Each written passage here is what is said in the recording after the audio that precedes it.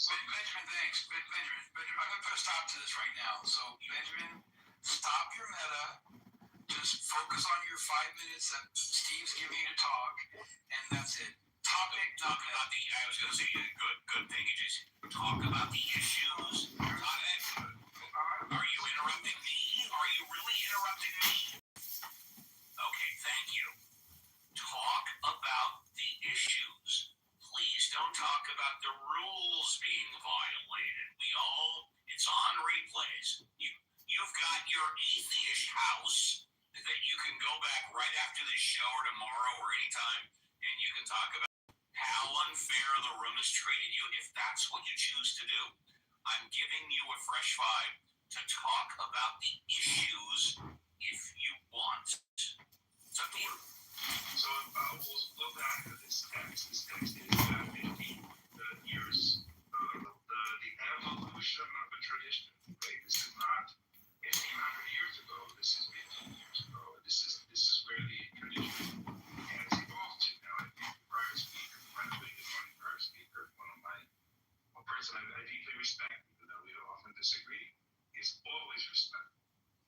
I would offer that, contrary to what has been said by one of your mods, Steve, there's no anti-Semitism calling out this rabbi for the despicable words that he said. In fact, many rabbis around the world, including in this country and in other countries and in Israel, have called out this man's words as despicable. So if calling out this man's words, this phrase, the goy only exists in the world to serve the Jew, saying that is despicable, you're with us in this room. So I don't know how to make sense of this notion that it's anti-Semitic. I know exactly how we're going to make sense of it since you ask. I'm going to continue doing this show exactly the way I've been doing it for the past 4 years. Let me finish. Are you really interrupting me? You asked a question, I'm giving you an answer. You said you don't know how we're going to make sense of this. I said I know exactly. I'm going to keep doing this show exactly the way I've been doing it for the past 4 years. And that is everybody and anybody, with the exception of one person who came on the show a year and a half ago and threatened to kill somebody, is welcome to come on stage, talk about anything they want, as long as they have cake and don't suck. Benjamin, I'll give you 60 seconds to finish up. No, I appreciate that. Or anybody else. We welcome those too. We welcome those during the show. We welcome them in a back channel. Anybody can back channel me. Like the show, don't like the show. Give me suggestions on how to make it better. I'll read and respond to all of them. Yes, Benjamin, even you. Take 60 seconds. So here's what I would request of you. Yes. Because you're an honorable person. Yes, I am. Yes, I am. Value your integrity. I want you to know that one of your mods called me anti-Semitic on this show or criticizing. I already responded to that. Please don't. I would like you to rescind and suspend. No, it's not going to happen. No, I'll reinforce the rules. I'm not going to rescind and suspend anything. No, I won't do that. I'm going to call on your integrity to remove mods from your mod squad that do such a thing. No. My mods. It's inappropriate. Hang on a second. I don't know what you do in the atheist house. That's been open for less than a month. It's very popular. I give you major props. Congratulations on your success.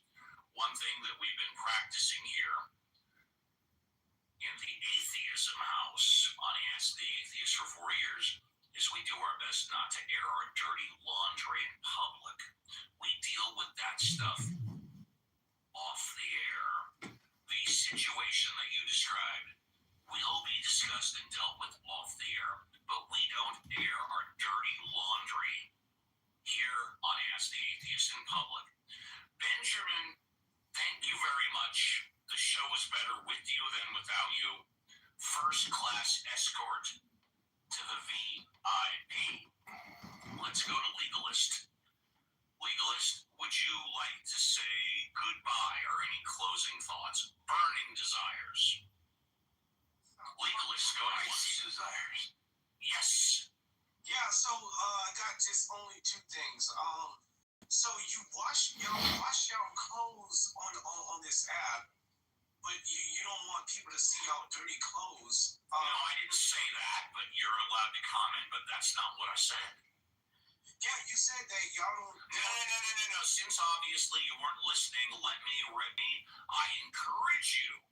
Go to multiple houses, including the Apes. Well, please, I'm serious. I'm dead serious. Go into the Apes, go into any house you want and say, Uncle Steve said, quote, we do not air our dirty laundry in public, close quote. Now, just to make sure you got it right, can you repeat what I just said? Yeah, you said we don't air our dirty laundry In public. It's a metaphor. Yes, it's an old cliche. It's an old And we cliche. stop talking about business on the air. We have private discussions about show dynamics. Violet, thank you. It is a cliche. It is a metaphor. It means that us mods and me don't criticize the show during the show. We do it behind closed doors when the show. It's a metaphor. Yes, but you can repeat that. I encourage you to repeat that. And also, don't forget. Hermes, you know what's funny about his show? It's not an actual show. Yes, go ahead. Is it recorded? Is this so one when you recorded? go on Or the is it? show, do y'all get paid by the Oh, it is recorded. Okay. The answer is no. I do not get paid for running my Saturday and Sunday show. However, I do get paid for running the Workers' Rights radio show every Wednesday, which is we record in Clubhouse, and then it goes on 4 terrestrial radio stations in Southern California. I do get paid for that, but no, I don't get paid for the weekend shows. How much are they paying you, Steve? free? A lot of guilt, baby.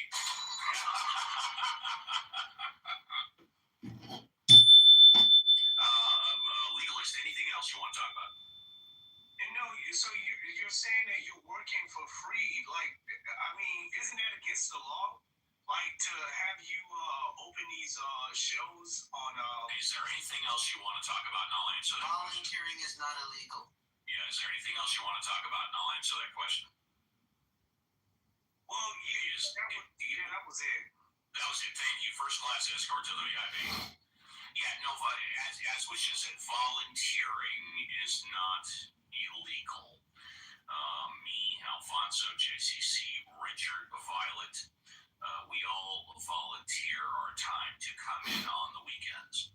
However, the Workers' Rights Radio Show, because it goes on, it's recorded here on Clubhouse, my suggestion, and then it's transferred to Odyssey, which is a national. I don't know if it's worldwide, but Odyssey is definitely a nationwide. Hey, Steve. Yeah, hey.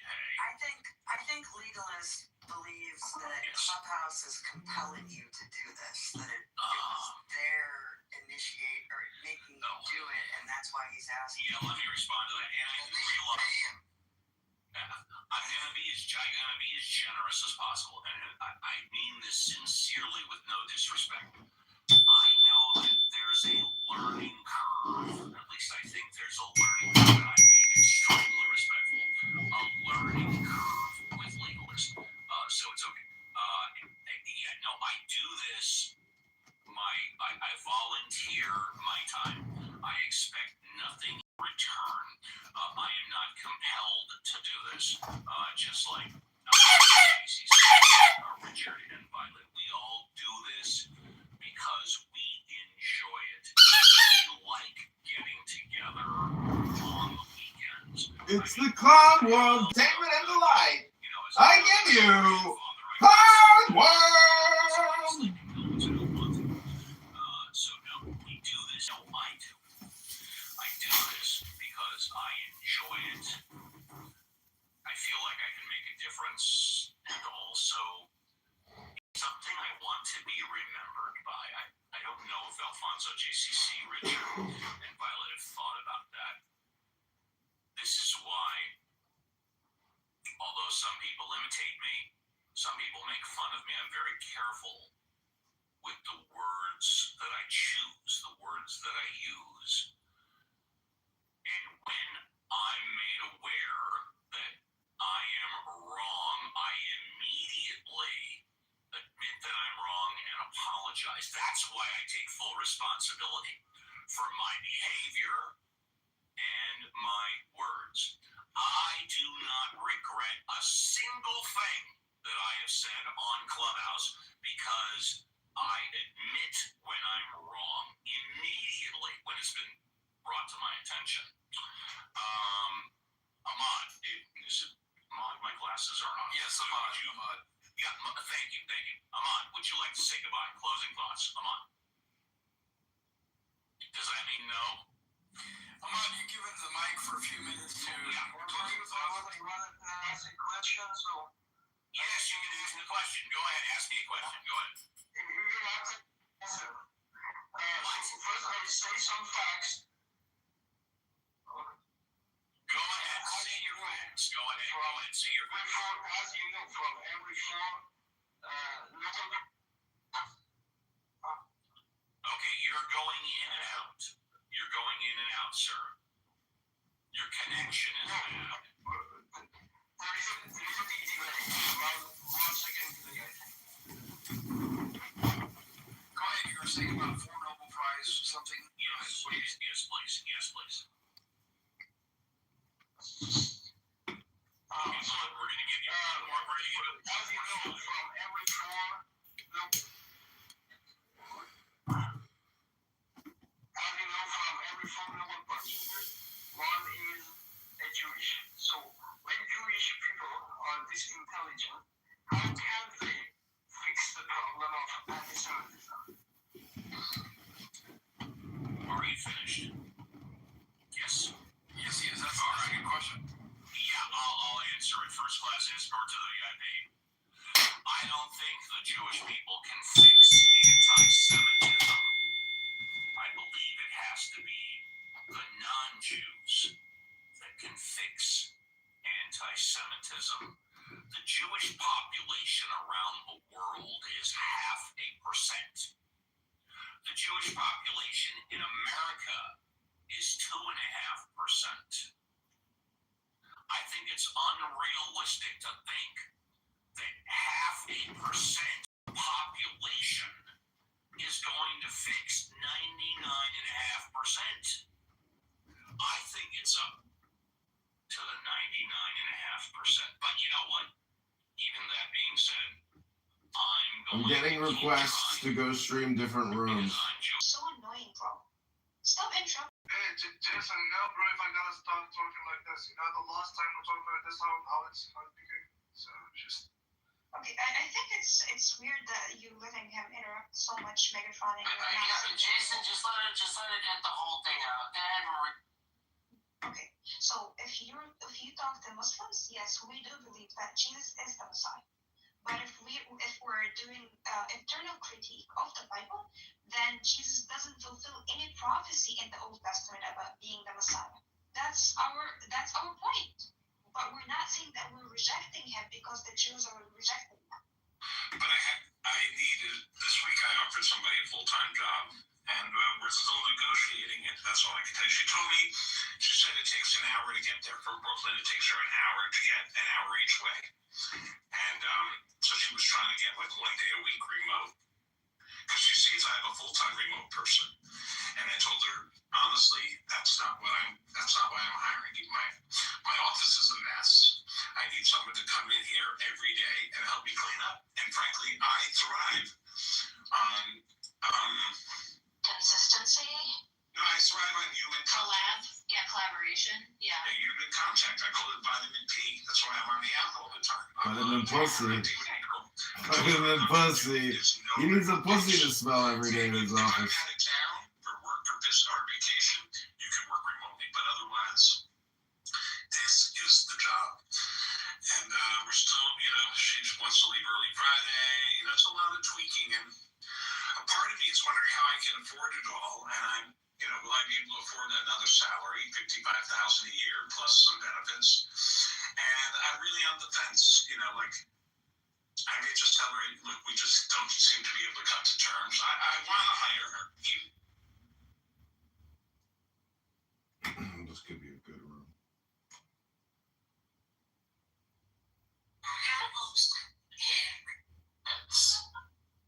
Does super one-hit wonder. Yeah. You should write in.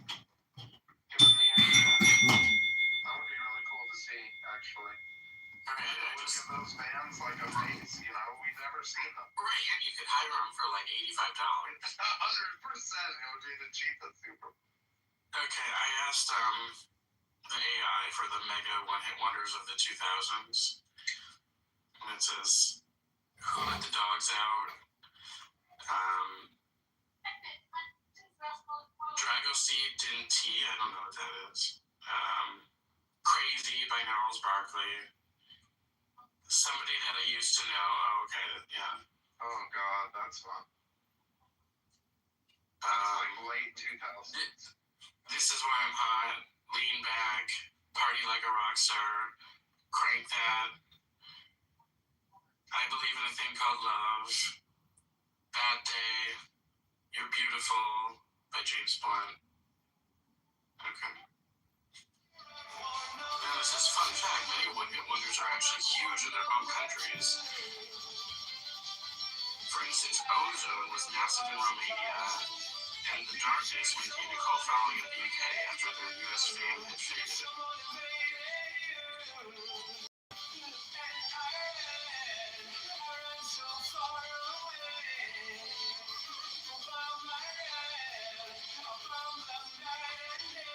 Oh, I got another one.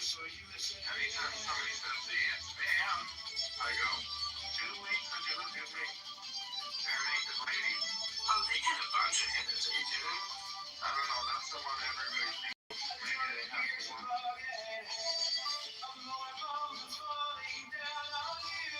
What about Shaggy? Angel would be another one.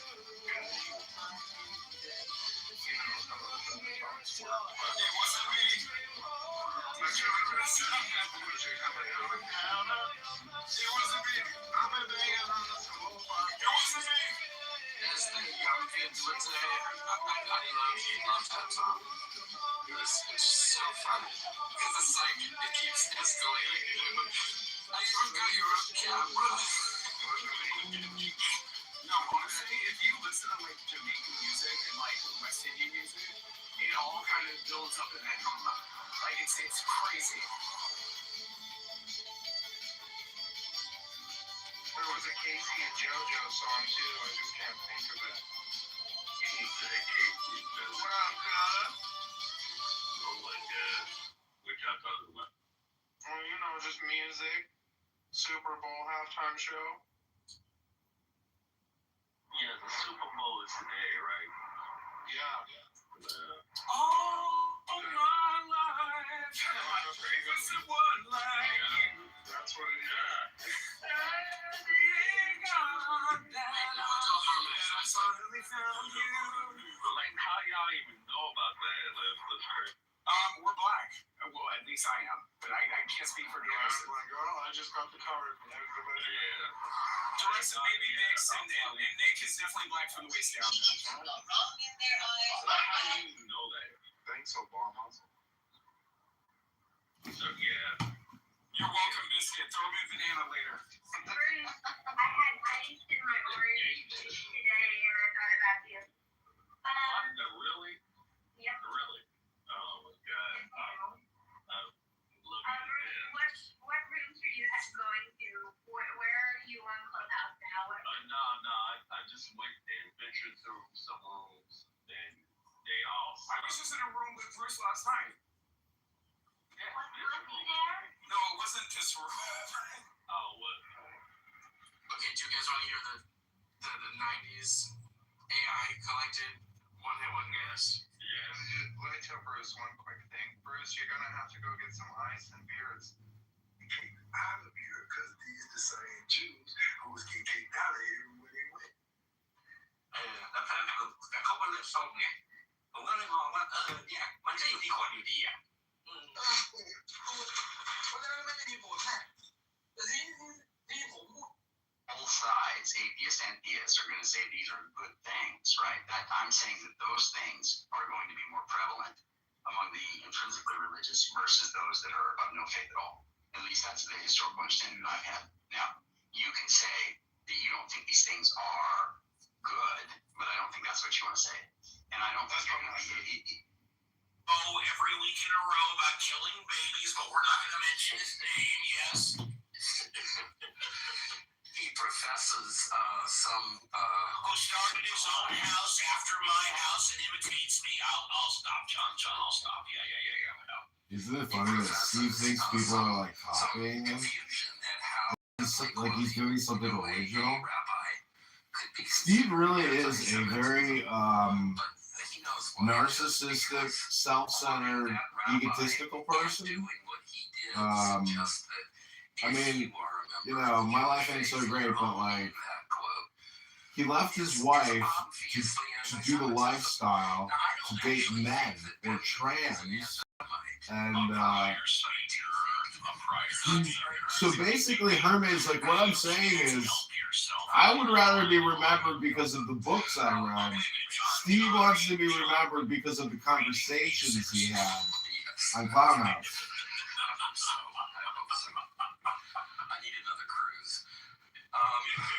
And this is John Malincrot, who's got horrible Trump derangement syndrome.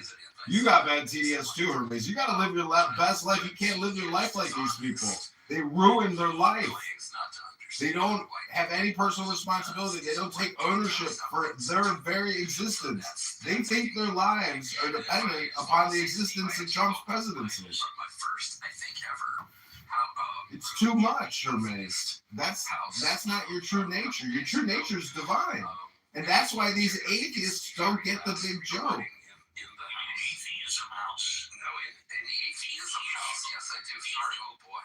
It's atheism or athe-ish. I opened a room in my house, and then I opened one in the atheish house, and then I opened one in the atheism house. You spread yourself around. Yeah. That's right, but none of them were very well attended. It was set 1, set 2, set 3. Well, I don't have the option, Joe. I don't have the option to open a room in the atheish house. I haven't been made a leader, but I'm sure they have their reasons. You know what I mean? Anyway, and with that, I'll say goodbye. John, thank you very much. First class escort down the VI red carpet to the VIP. Oh, Paul, would you like to say goodbye, Paul? Yes, I'd just like to say like 3 things. One is Brett Favre says politics should not be in the Olympics or sports. So at Super Bowl, I'd like to see somebody kneel down at the Star Spangled Banner. And we'll see what that happens. Yeah. And also, I congratulate you. It's circle of life. Like the Thank you. Appreciate that. Thank you. First class escort to the VIP. Also, Brett Favre likes to send dick pics to cheerleaders, but we won't talk about that. Hey. Violet, one half of Batman and Robin. Ooh, I like that. Would you like to say goodbye? Holy heavy lifting, Batman. Holy heavy lifting, Batman!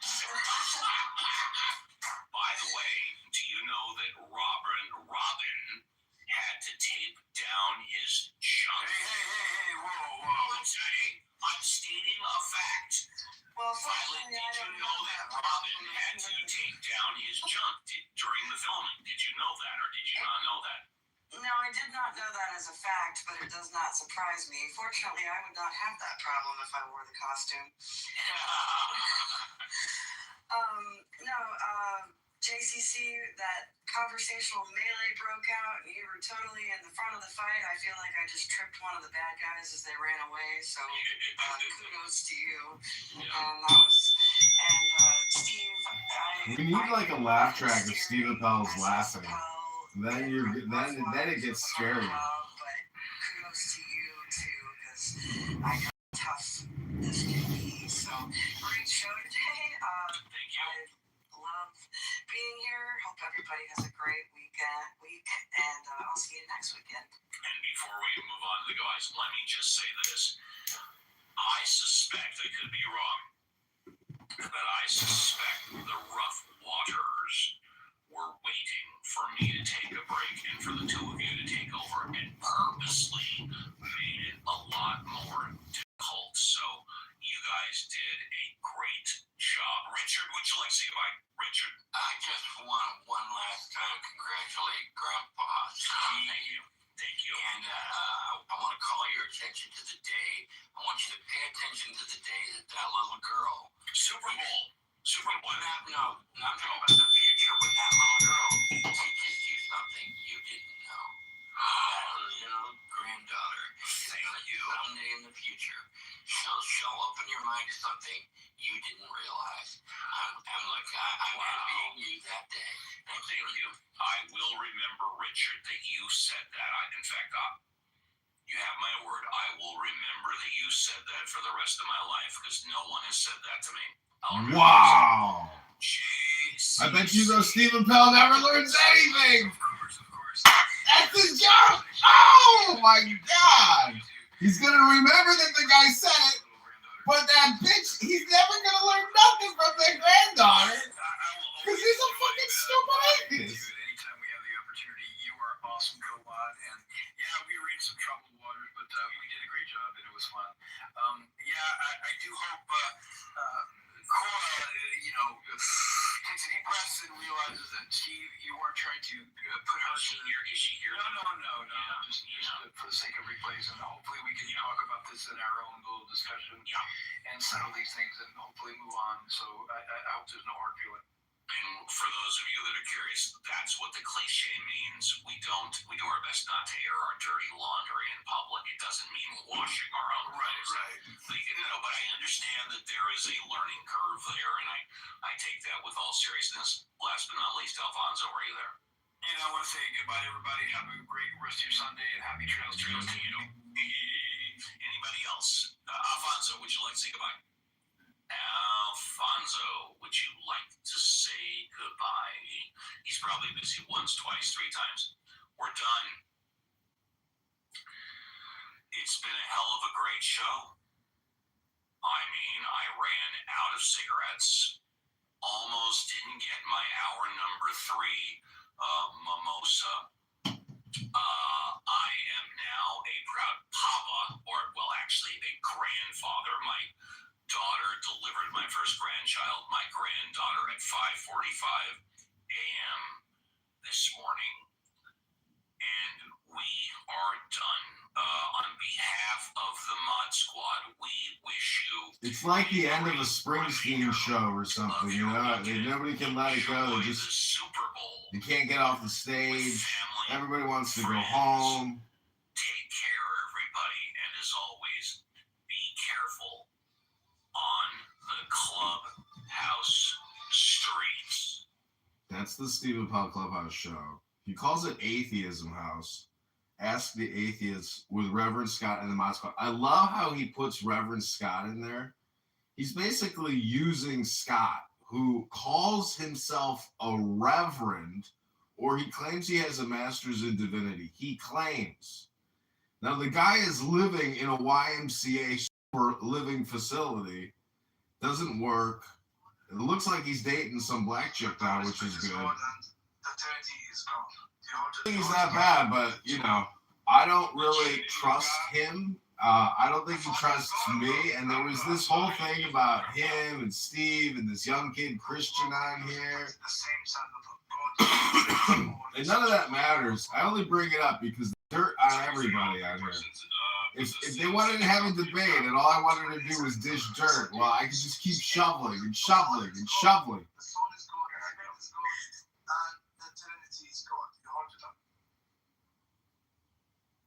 And the Trinity, are you saying that like it's something distinct from the Father, the Son, and the Spirit? Yeah. So no, I don't believe that. So you don't. Which promise are you going to reject? So the Trinity is not God. I don't believe the Trinity is something other than the Father, the Son, and the Spirit. Yeah, you know what's done. The Trinity is not God. Right?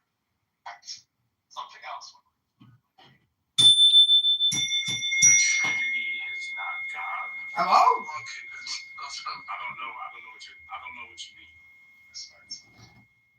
There's just people don't trust relationships much these days. People are very Actually, it's the Father, the Son, and the Holy Spirit don't are believe in fully the God. institution of marriage That's it. because of the Yeah, so what he's doing is he likes to switch the term, right? So he goes from ontology to identity. let me finish. Are those three God when they gotta be three and united? Are you using God as an identity, or are you using God as an ontology? As well, you can do both. It doesn't matter. You know, it does matter. Yeah, it doesn't matter here.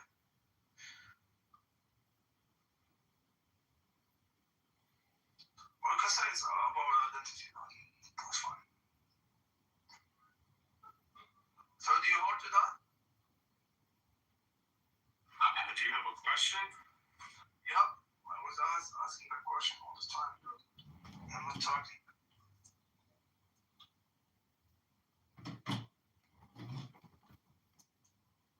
Of Esau, not only is it the word of Allah, but is the source from Allah Oh, yeah, okay. through the angel Gabriel. Yeah, sure. Yeah. So, yeah, do you gonna answer the question, Jason? Yep. Yeah, so the Trinity is God, right? Define the Trinity. Yeah, the three hypostases. Yep, the three hypostases are the one God. Okay, it's both of them or not? The three of them are God? The three hypostases are the one Yeah, God. Yes. is each of them? Hi, point of order, moderator. If you could put me in the queue, I hate to interrupt you, gentlemen. Also, I just wanted to comment. I did that, nigga. Alright, do you gonna answer? When you're saying God, are you saying ontologically, or are you saying like they like an identity? That's important. It's alright. Or I can use both. So ask the question again. I'm not bro. I'm not talking. What's it? Yeah, ask your question again. What's your question? I gotta answer. I gotta answer. I said, do you still hold that the Father is God, the Son is God, the Spirit is God, and the Trinity? Yeah, the Father, the Son, and the Spirit are distinct from. Yeah, it was just the weirdest thing. I used to talk to Tina about the ships and Latin.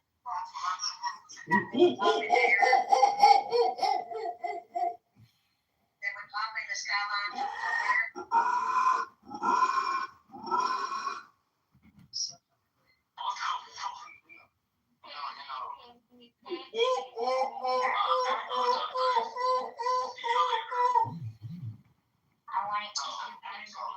The reason why I gave you a gun color is so you can shoot somebody. But allow me to explain how. Shall? Let me show you how to shoot somebody.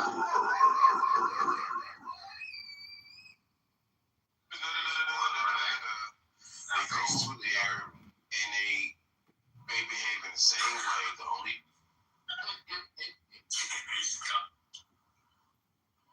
All right, peace out, guys. all right, Columbus.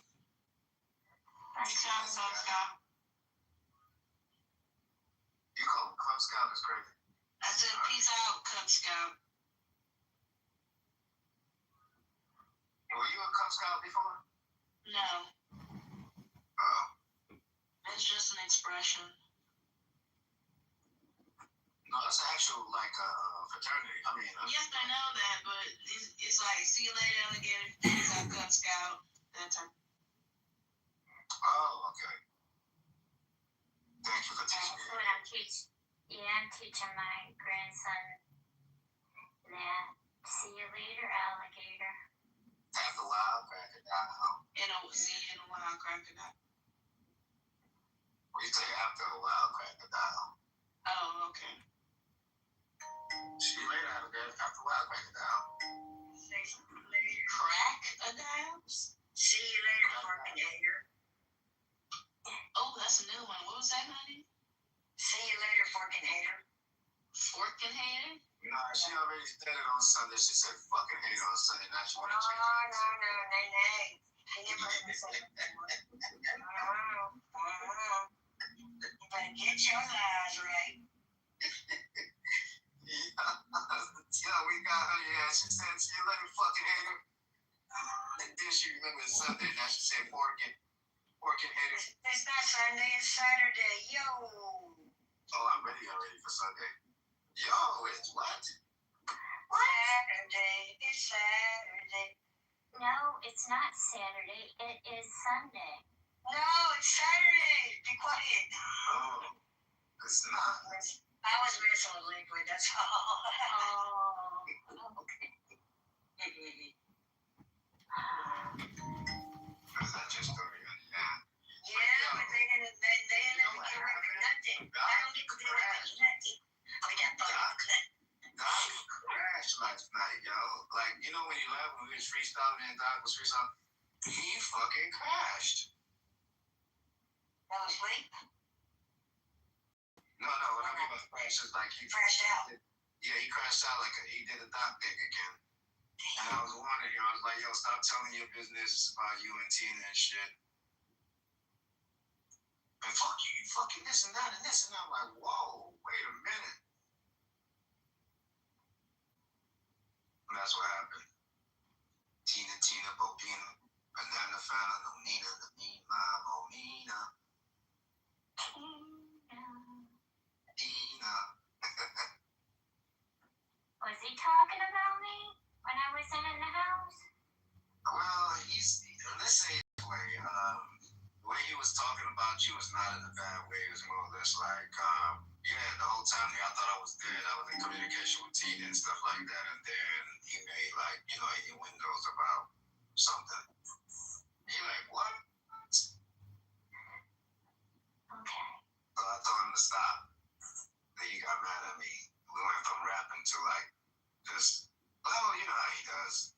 He started yelling and screaming.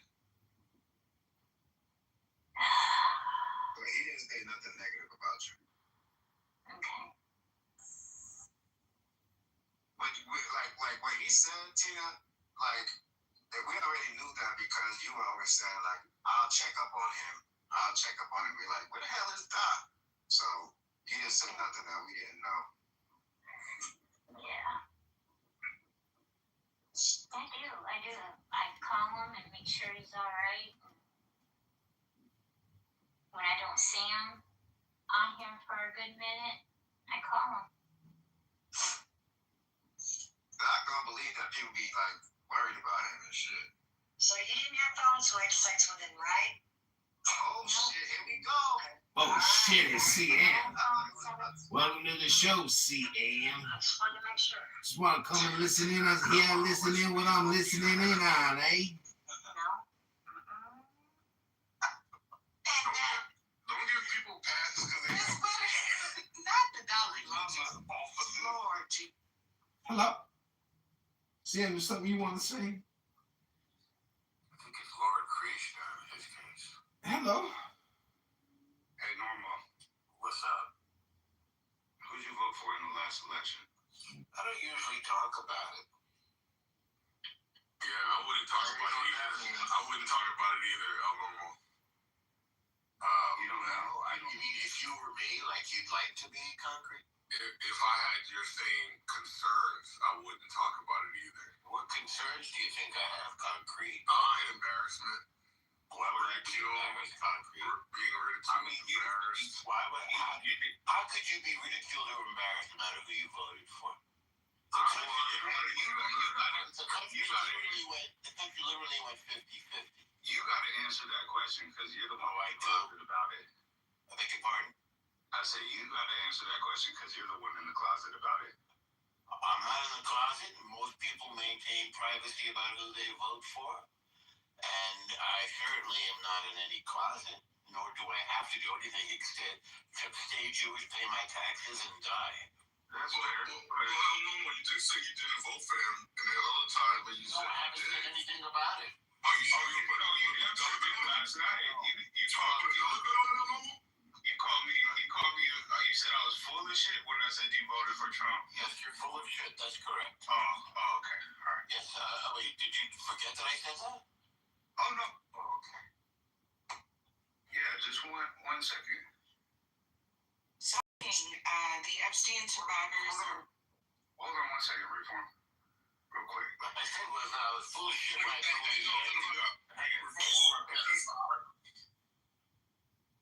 If I told you that I voted for him or did not. What was I saying before?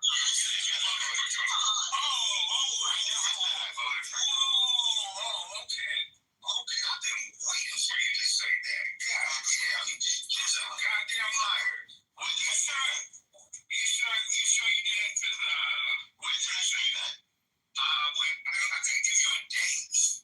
Give me a document. You tell me when you were talking to John Kitover.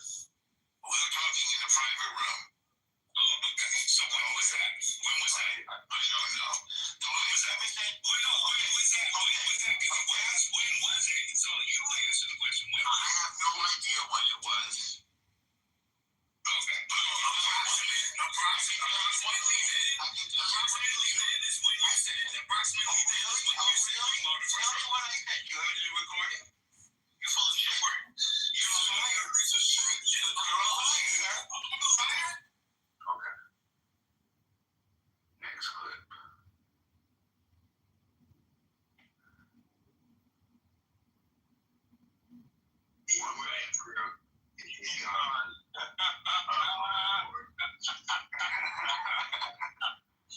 Stop bullying me, guys. Just like last night, he ran away when I questioned him. Hey, Jones, you're doing well with that motherfucker, huh? Unfortunate. Yeah, I even... Let me play it for y'all real quick when I find it. But, yeah, I told him to sit tight. He said he was going to, too. And he ran off.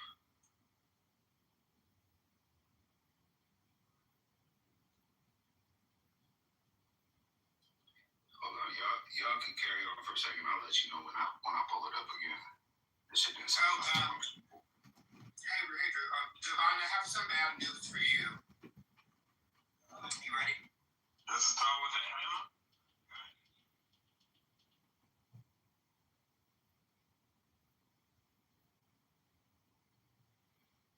Wow, is it February 8th already? It's your birthday! Happy birthday! Hope you're having a great birthday! Happy birthday to you! Happy birthday to you! Happy birthday, dear Samantha! Happy birthday to you and many more.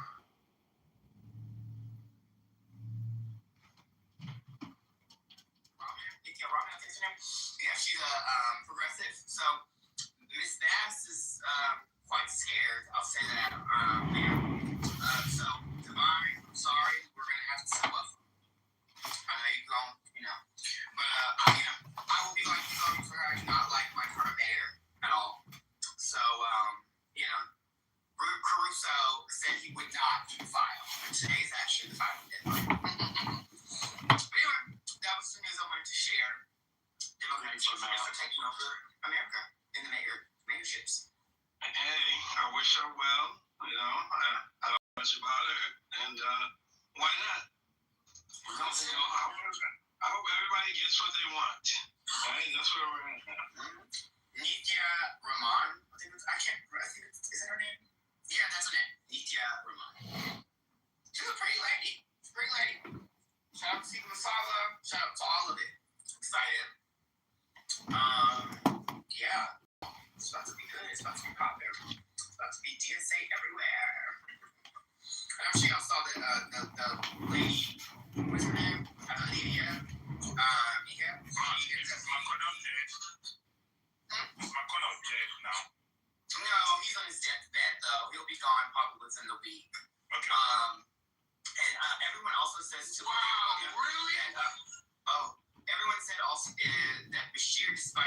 to follow the Kentucky law and pick between 3 Republican names that their state legislature presents to him, that he'll likely sue because the Supreme Court of Kentucky is nonpartisan, and according to all the folks I've spoken to who live there, it's actually more liberal leaning. So I was shocked to find that out.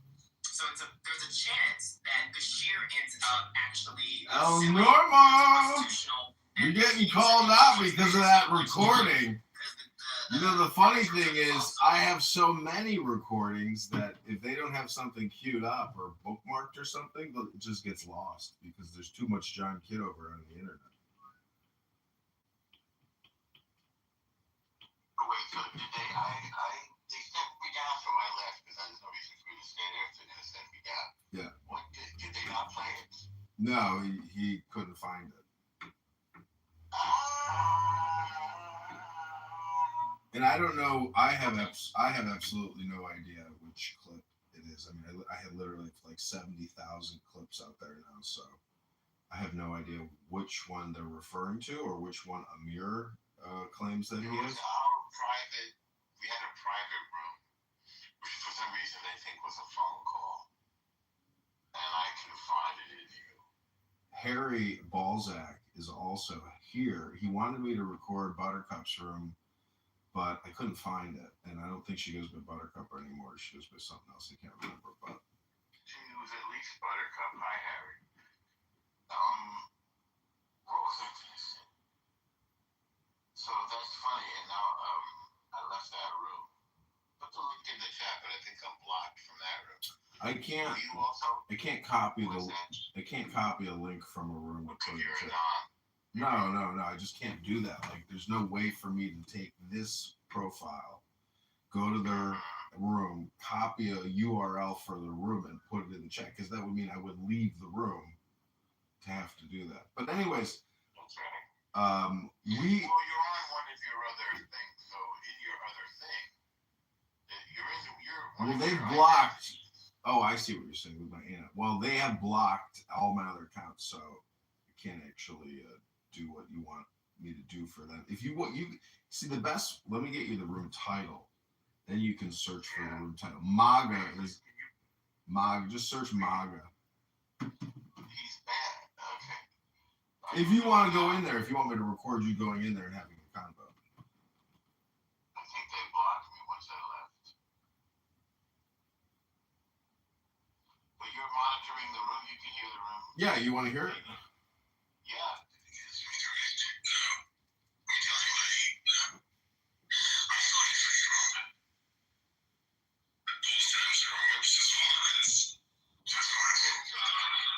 Yeah, it's like Conrad.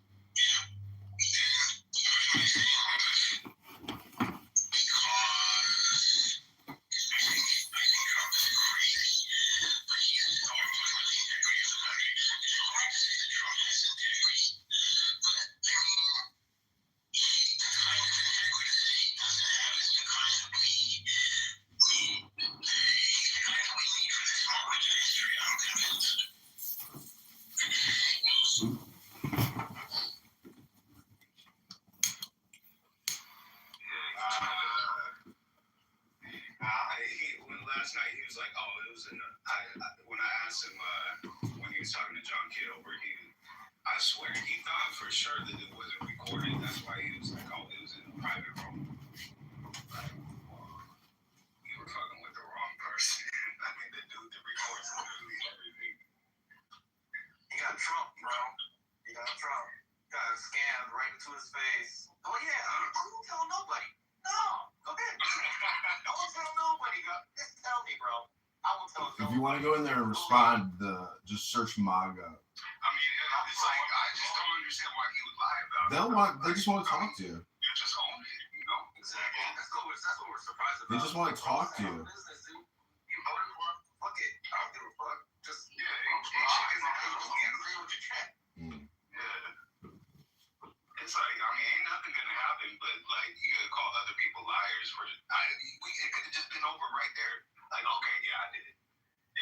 just said that, I wouldn't even play the video because it would have lost its luster. But El Normal, last night I was dying laughing when you were making fun of Jeremy.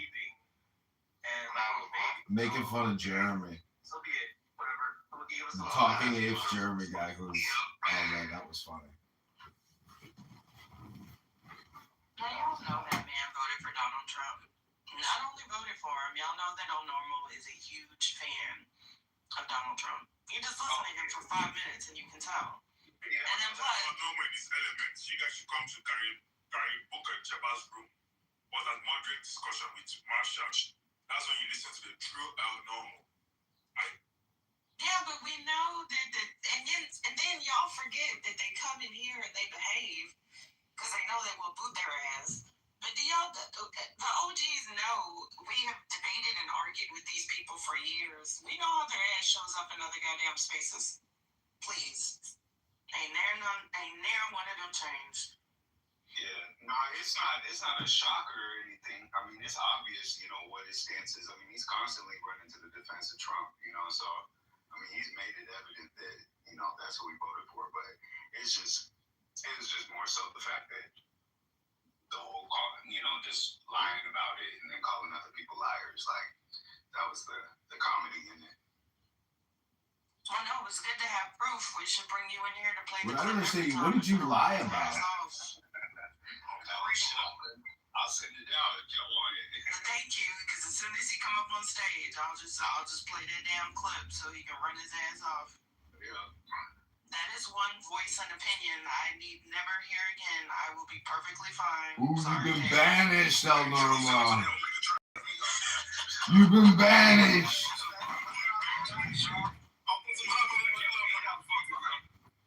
I'll send you both of them.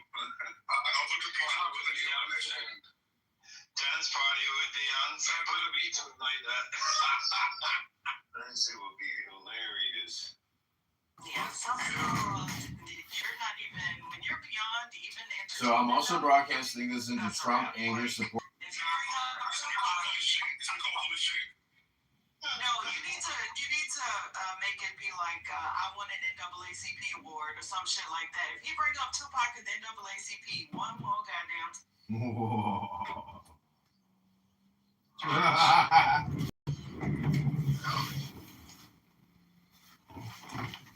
Kitover probably has this, the replay of the replay. Oh, you got a lot more than that. That dude's great. I think he's still on stage. No, he's not. Y'all, please report his other house. Because I went and randomly look. I report it every once in a while. Just when it comes across my feed. There's 1,000 people that are in there. Y'all, please report that house. Because he will literally open up a room and then stream this room with his weird ass. He'll stream it on YouTube. And he'll stream it, like, in another clubhouse room. So, y'all just report it when you see it. It's called Politically Correct with Georgia, and it has the same picture and everything. He is weird as hell, but it just pisses me off every time I see it. I didn't know it was him. I saw it. Yeah, it's his crazy ass. Correct. Oh, it's him. Yes. Thanks for the info. I didn't know. And I have reported it to Clubhouse so many damn times, but maybe if we all mass reported, yeah, he got the nerve to have the picture and everything. And then do y'all see the descriptions he gives to the room? It's like Patty and First Lady. And I'm like, bro. Ugh. Why is he? What's wrong with him? Did somebody in his room do something to him? I don't know. He's weird. He came up on stage a couple of weeks ago, like maybe at like 1 o'clock, and I cussed his ass out. He's also music AI. So y'all, it's okay. He'll get in here some kind of way, but something is off with him. Do you see like on the YouTube? I don't even click on it anymore because I believe it was Ben that pointed out that the only views that he gets are from people that literally click in there from Clubhouse to see that he's doing it. He will have the phone showing on the screen and he's just like lying down on the bed and some shit. Fucking weirdo. Streaming the whole goddamn room.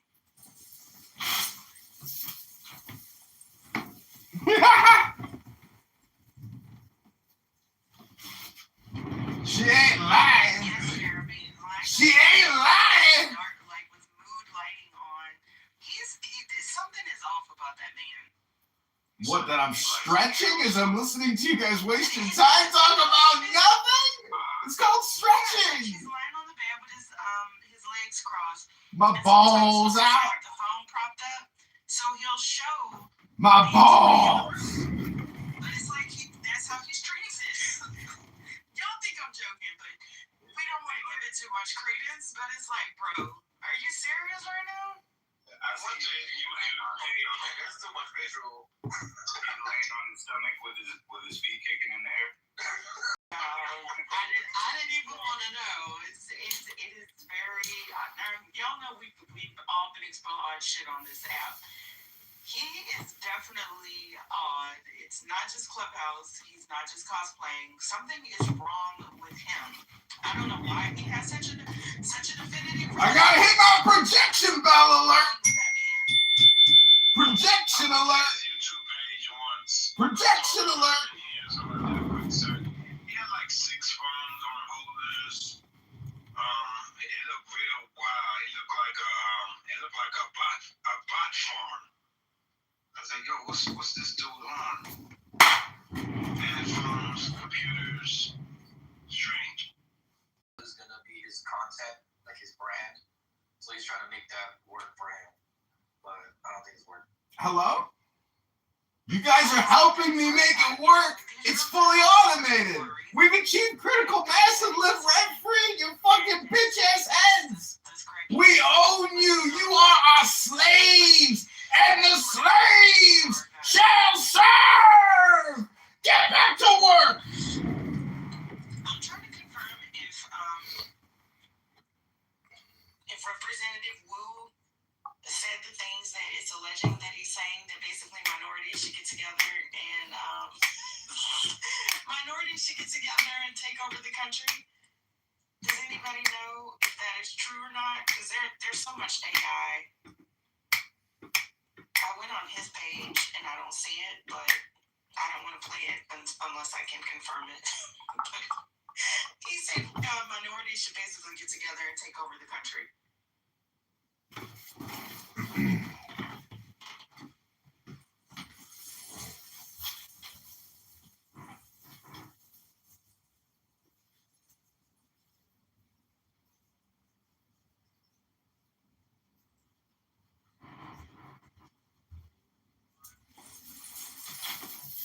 Hello?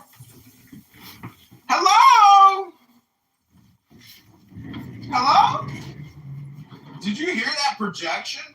All the minorities should get together and take over the country. Does she mean violently or just politically? Hello? Hello? That motherfucker, he's streaming the room right now. Yeah. He's streaming the room. He's streaming the room right now, motherfucker. He live now. He's live on like 20 YouTube streaming this shit. Now, motherfucker. I got nothing. There's not even anything. I don't see any major headlines. We talk about everything. Even John Kitover. I did hear a rumor, though. They're saying that Savannah Guthrie's mom may have been kidnapped by a cartel. I don't know if anybody else heard that. And you're calling it sophisticated. No. Wait, who's they? Who's they? What kind of? Hello? I don't know. It was like a meme. See, El Normo and I got different standards because if El Normo gets kicked to the goo, he's gonna leave right away. You know, I don't even go in the room. I just stream the room, and they're talking about me, and I didn't even make it in the room. So this is what I call modern day. What did Jeffrey Epstein call it? He called it neurotech. And essentially, it's like dopamine technology because I like El Normo. Believe me, Harry Balzac. I would fight with El Normo to the death, you know, like to fight with him against a common enemy. But my point is that El Normo I'm still using him. And he's using me. You know, this is what like the parasitic or parasympathetic, you know, basically it's shield wall, you know, or the powerful wedge formation or the phalanx, if that makes any sense.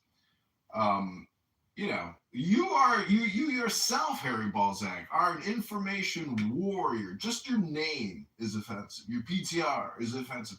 And what we're trying to do is to actually expose hyperbolic behavior. There's a lot of other words for hyperbolic behavior or sentiment, meaning when we can record someone getting extremely angry and making death threats or being violent. See, I'm kind of like Epstein in a way, meaning as someone who records everything. And I'm not going to clip like and do work to like target people because I'm just like a general garbage collector, Harry. I don't know if you know this, but I run a garbage collection system. It's not necessarily a business yet. It's more of a generalized garbage collection, meaning that like by focusing on me and just filming myself listening to shit, like right now I'm filming myself on 20 phones and all these platforms. I'm just a generalized garbage collector, gathering as much garbage as I can. Doesn't matter who you are, what your position is. If you've got garbage that comes out of your stinky fucking mouth, and I know most of these people don't use a water pick, and I know they don't use a fucking tongue scraper, and I know some of these people go to bed and don't even brush their fucking teeth. Their teeth. Let me pronounce it correctly for you. Teeth, motherfucker. They don't even brush their motherfucking teeth. And tonight, after they eat all that motherfucking ribs and chicken, some of these motherfuckers ain't even gonna floss their teeth. And so what I'm trying to say is, I think life is actually about hygienics. And, you know, I am not a eugenicist, I'm a hygienicist, meaning that your personal hygiene, I'm concerned about it because your personal hygiene affects me, someone who's very hygienic.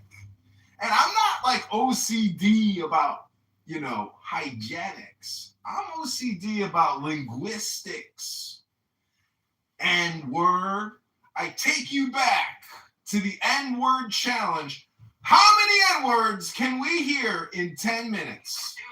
But anywho, how did you go all the way down to his profile? I always thought that was him because I seen that picture before. I'm like, oh, I was like, he's in here. So I'm like, that's the problem. I just never said anything. I was like, he's like, let me just get the white dude with the red head. You probably thought it was mega head. I thought that was John Kitover for a long time. The fact that wait a minute, I was saying Curtis on the dark side. And I said, what the nerd is Curtis? Curtis on the dark side. Because I was like, wait, I follow Curtis on IG. He actually does like some great auto body work or whatever. So I was like, wait a minute, that's not him. But anyway, that was funny as shit. Omari, not you just trying to. My bad, Curtis. I just saw, so I always see that picture. That's why I was like, why does he have John Kitover thing in his picture? And I was like, what was the purpose of having that as your thing? So I'm like, look, this guy sends me 100 Instagram requests like all the time, and so he has different names than John Kitover. He's weird because you know if you weird. He sends we got a weird alert. He puts like a woman in a bikini and then he plays the video of him like playing like the drums or some shit like those like you know, like sitting with his legs crossed and shit like that. And yeah, what Divine said, that's what he does. It's the weirdest shit ever. He just plays everybody's clips. But he has like 150, 200 accounts. He has every account. Were you just listening to our whole conversation? That's what I said. He sits there on his bed with his like looking like a fucking weirdo. But hey, I always thought that was Curtis this whole time, but I never heard Curtis speak until now, so I would appreciate it. My bad, Curtis. Who else in the goo you stalking? Let me look and see. Yeah, PTR's age safe down there. Why are you going through all that? I know, because I'm like, I rarely even look in the goo. It's hard enough. And then we keep getting reporting all these damn trolls, y'all. I can't even stay in the chat like I normally do or get on Instagram or Facebook because these damn trolls will get on stage and we have to boot them within seconds. Wait a second, reform. Did I hear you profess your love for a white MAGA? Oh my God. Curtis is not MAGA. But yes, he was mine. Curtis is not MAGA. Who did you vote for in November? You Curtis, you gotta come back up and speak for yourself. When did we start this, Curtis? Me and my white husband. I think we did this in IGB, like a while ago. What's that? What's IGB? I voted for Kamala. It's like Trump or being MAGA. He didn't answer. He said he voted for Kamala. I stand corrected. I'm sorry. It's all good. People here forever. It's like MAGA. I check the voting news sometimes in the room. That's all. Right. Y'all know I would not have a white husband on Clubhouse that was MAGA. Come on now, Hurricane. Yo, Harry, I'm a funny motherfucker. This is my show. This is my shtick. You know, Harry, I've done stand-up comedy. There's no point in doing stand-up comedy. It's a waste of time. Just film yourself in a room. It's the same thing. All I do is record. I'm a recorder, and these are critics of my artwork. I'm an artist and a critic, and I'm critical of these people through my art. Hello? I've had a lot. Look, JD is a former Clubhouse husband. You know, y'all know I get around. Let me stop. He's about to get you. They're saying I'm gonna be declared in 10 minutes. What the hell? I know. Ex-husband, y'all. Ex-husband. JD is actually we were poly, and then Patty won. So. That's crazy. He got acquitted on 2 federal indictments. What's next? Anything else? Well, Amari, I'm glad you mentioned it, because wow, not you thinking that this was a John Kitover is crazy. Let me turn my recording back on. Yeah. Hello? Projection alert, bitch! Projection alert, bitch! No, but look, that room is from when was Misogynist used? That's been a minute. Damn. So this dude really just goes around recording our spaces, which is shared Santa Cruz.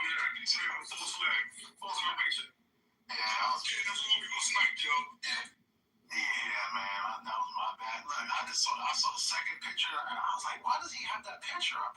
I was like, okay, that might be Kitover. I didn't have no problem with it. I was just like, well, since y'all are talking about it right now, I said, I think Curtis might be Kitover or recording for Kitover, one of the two. You got me looking for 2A in this room, because Lord knows he Hello? his damn name so many Hello? Hello? Hello? Hey, Joe, these people are promoting the John Kitover podcast. They're talking about John Kitover. I live right in front of these bitches' heads because they know I record them wasting all their time talking about nothing. Hello? For months now, down in my yoga studio, I'll live stream this shit.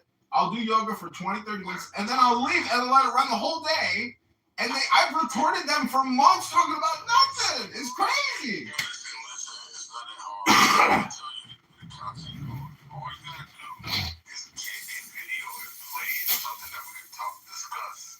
Epstein, you got Trump, you got the economy. Listen, niggas say I'm not the producer, but guess what? I am. You're not the producer. You gotta come together and John Kitover content is ass. I'm sorry. Like, y'all have talked that thing to death. Well, let's see here. On Monday, the Ninth Circuit will consider whether to, or maybe they already did, will consider whether to lift the preliminary injunction blocking the duration from imposing funding conditions on $12 billion in grants for homelessness and transit infrastructure to dozens of cities and counties. Why are they so much in funding and grants, y'all? I don't think people realize how much the Trump administration has disrupted a lot of federal funding that goes out. I mean, that's not, but it's just annoying as shit. So, Kimberly said, play band singing AC to Pink. She's green recorded it. Now, that's content. If y'all missed the Pink Pill band showdown, That's content right there. Hello? Yeah, Mickey, some of this racing is going out to the rest of the boys. I'm trying to get it reduced. Hello?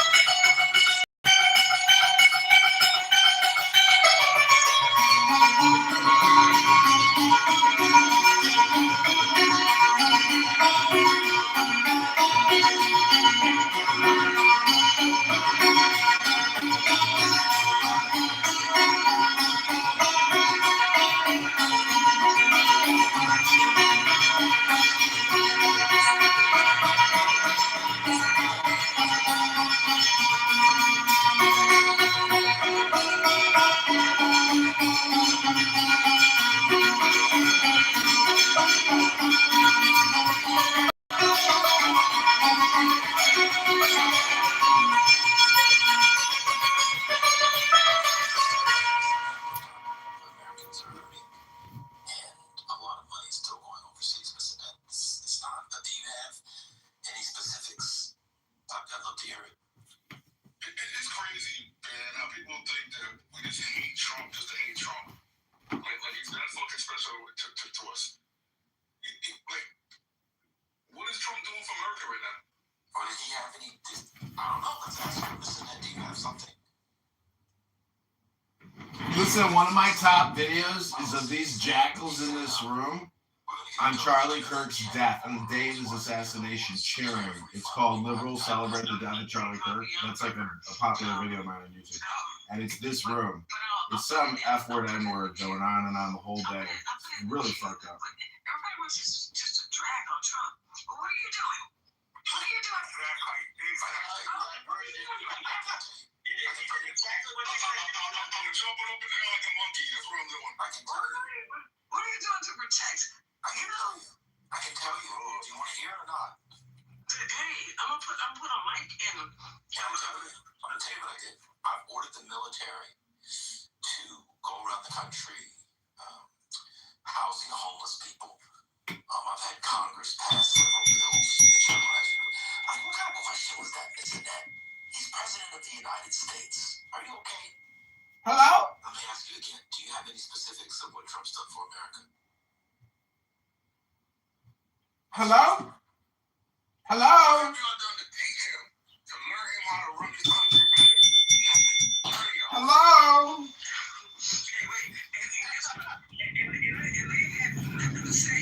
Hello?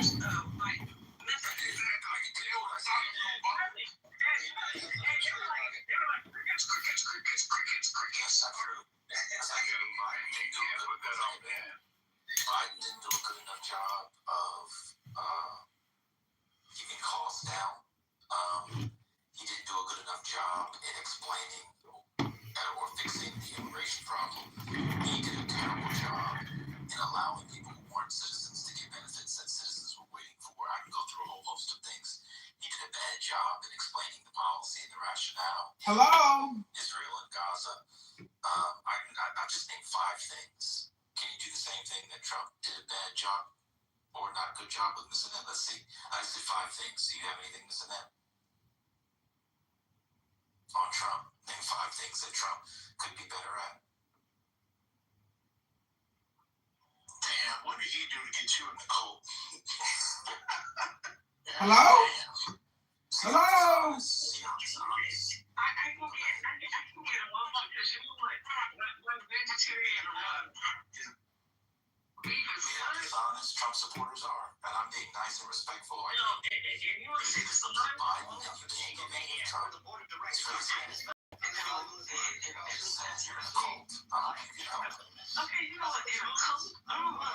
so stop. Okay, so can be in cult, so can brothers. no, they cannot. So I denounce that. No, not me. Not me. So sorry. Not me. So sorry.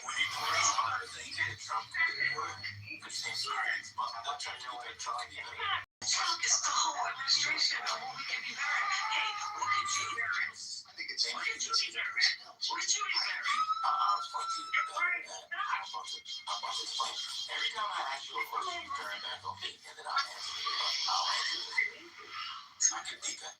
I can be better at having less grace for dishonest, ignorant baggage.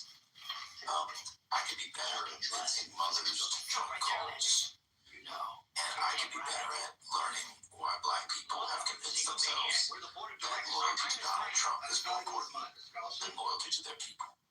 Okay. Can you name 3 things the Trump administration can be better at? Hello? Hello? That's what I thought. You can't even make a bullshit like the black MAGA man. Hey, yeah, I can, that he stands up straight and he protects our country. What can he be better at? He can make sure that our country is still, the United States of America, it's a God country. That's what I care about. That's what he's better at, okay? That's what he's getting to be better at, okay? That's all I care about. And we're one nation under God. And we're one nation under God. Indivisible with liberty and justice for all. Okay, so you can stop and do all the kind of things that you want to, and point this. Hello? Hello? Hello? The infrastructure, okay? Because the BRIC Nation has been after the United States of America. Hello? And I don't care if you guys agree or disagree. They've been after. They're trying to tear away the dollar, everything. But we've been strong. Oh, shit. Now we're going to attack the BRICS nations. To do that. So say what you want. Hey, I hold my hands up that we're one nation under God, and we're about to dedicate our country. But we got to unite to fight Brazil. We got to unite to fight India. We got to unite to fight China. Hello? We gotta fight BRICS. Prohibition. The winos. Hello? I got no wine. It ain't Shabbos. Hurricane, you a dick sucker. Go lick the cum off your lips, dick sucker. Hurricane is the elder, number one. Yeah, he the producer and an elder. Hello? Calm down and show some motherfucking empathy. You don't even brush your teeth. Empathy? You don't brush your teeth, Coon Creek. How do you do that? I mean, I understand the rhetoric, Amen. but the actions are not godly. Hallelujah. Hello? John Kitover is weird. Hello? They don't serve the Almighty God. They serve their little golden engraved that they create. Ooh, child. It don't matter at this point. Like, that lady is too far gone. Y'all talking to a brick wall at this point. Hello? Hey, y'all. Hey. Happy Sunday. If you think that, and I'm a mother, okay, you guys go. Brother. It's going past you. Please. Okay. Harry, if you can go in there and say, hello? We've seen that even after all of the allegations and all of the pictures and Hello? we've seen in the past couple of days with the Obama shit, just so the people who still are Trump supporters at this point, it's nothing. It's literally nothing that we can do about it. So we might just want to just let it go. Let them be. Hello? We can curse them out though. That would be nice, you know. That don't mean let it go. That means curse them out. Makes them feel very small. We could have those type of joking, but outside of that, it's a waste of time. We're not changing Hello? minds. Well, it's We can let it go, but we can still curse that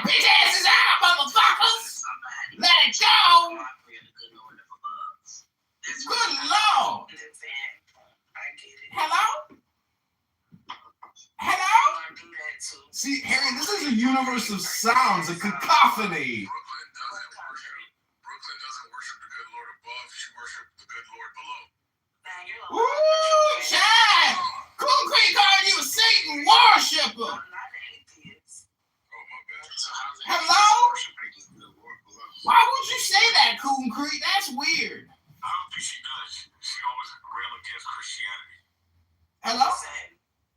I respect everybody's religion. Just leave me out of it, okay? Leave me alone. You're angry. I'm happy. How you doing, Brooklyn? Where you Leave me alone. I'm I happy. can take a break from you crazy people. Hello? That's good. You get that mental health break. You get that good, clean mental health break. Crazy alert.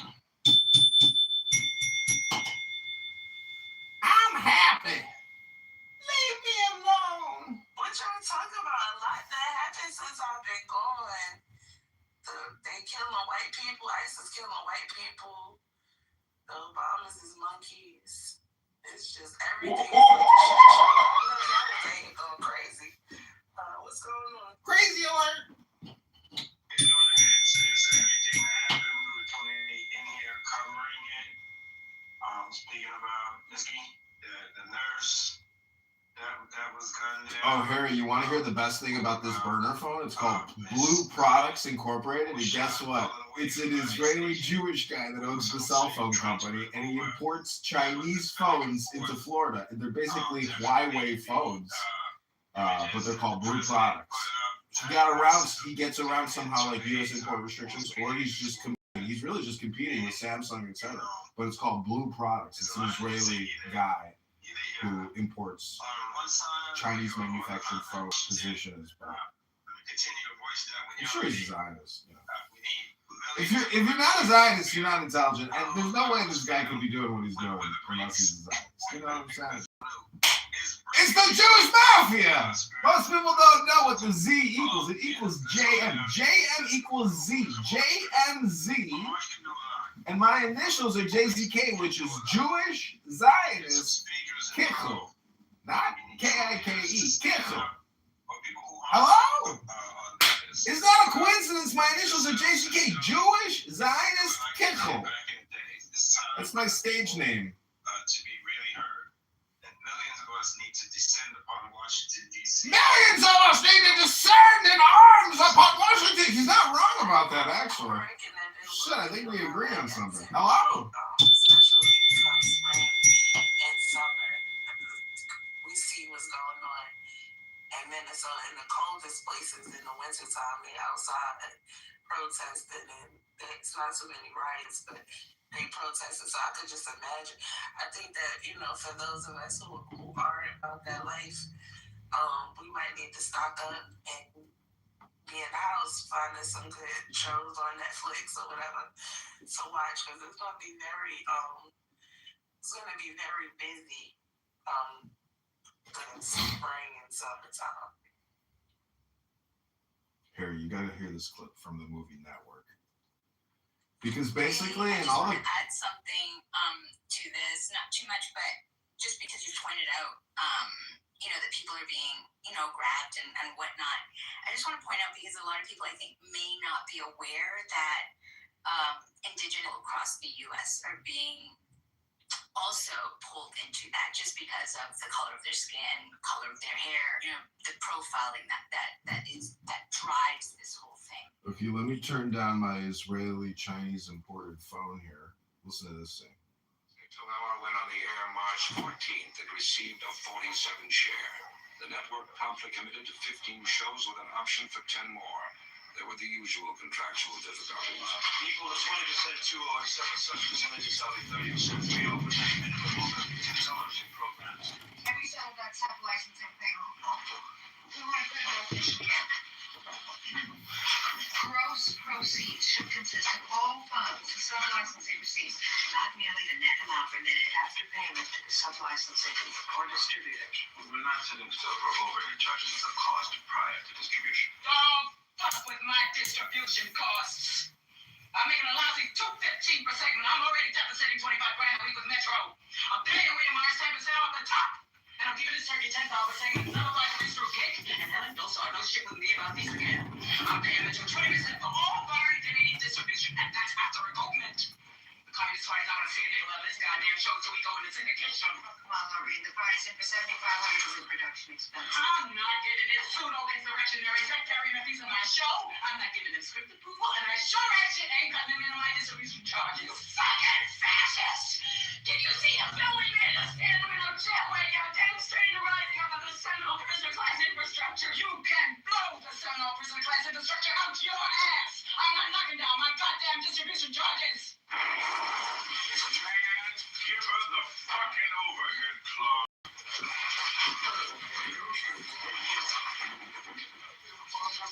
Let's get back to page 22. 5, small a.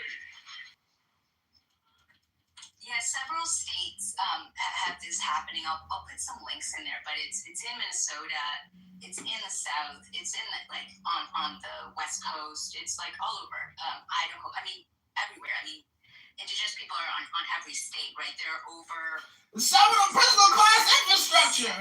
I don't give a shit about your Seminole Class political infrastructure. Which is Canada, US, Mexico. So Harry Baltic, you know the most amazing thing is I worked at Google as a contractor, and the day they fired me, they said, "Do you know why we're firing you?" I said, "No, why?"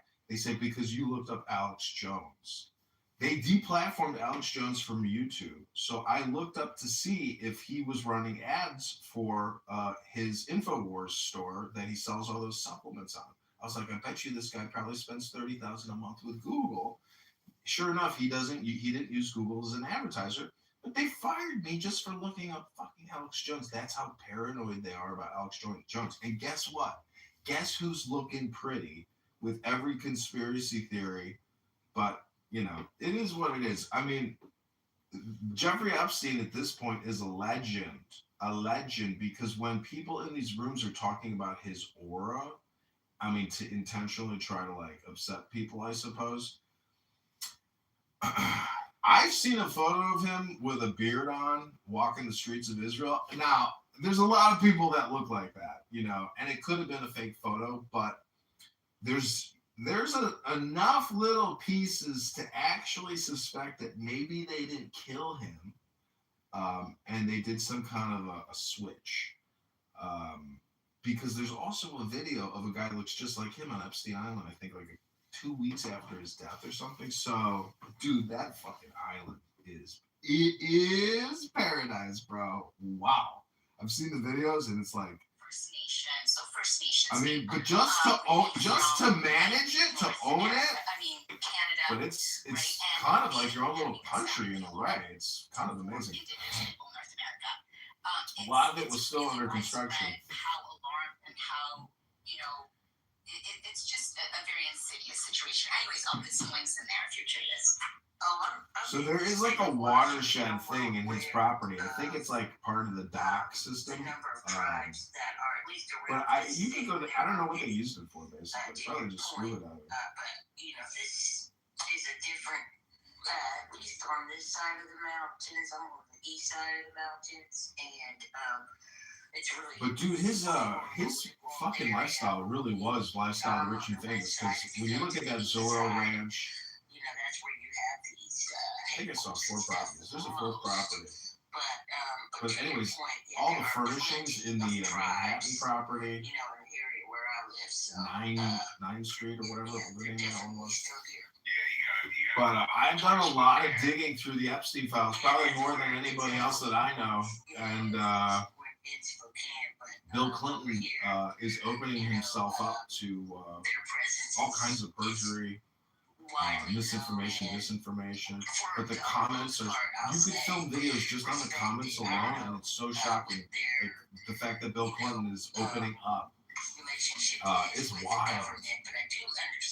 And there is a lot of fake photos, but it doesn't really matter. It's all about like the herd consciousness of America and the world. And this whole thing is being viewed by so many people globally. It's creating. It's like not just kicking over the bee's nest in America. It's like kicking over a bee's nest across the world, because There's many European leaders that are associated with Epstein and they stepped down. They had a Chuck E. Cheese. I think the head of Barclays is going to probably step down. Famous lawyers, like lots of people have essentially retired because of this. They've given up leadership positions in major organizations because of the Epstein file release. So it's a huge world turning event. First Lady, you were listening to Patty. Dexter Morgan wants to say something. Big fan of the show, Dexter. Welcome, Dexter. Hi, I specialize in blood supplies, if you are not familiar with me. Are you French? No, brother. I'm English. You're English? Yeah, man. Where are you from, March?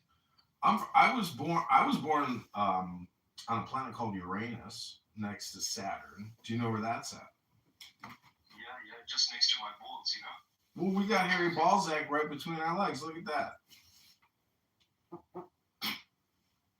Whereabouts are you from? Yes.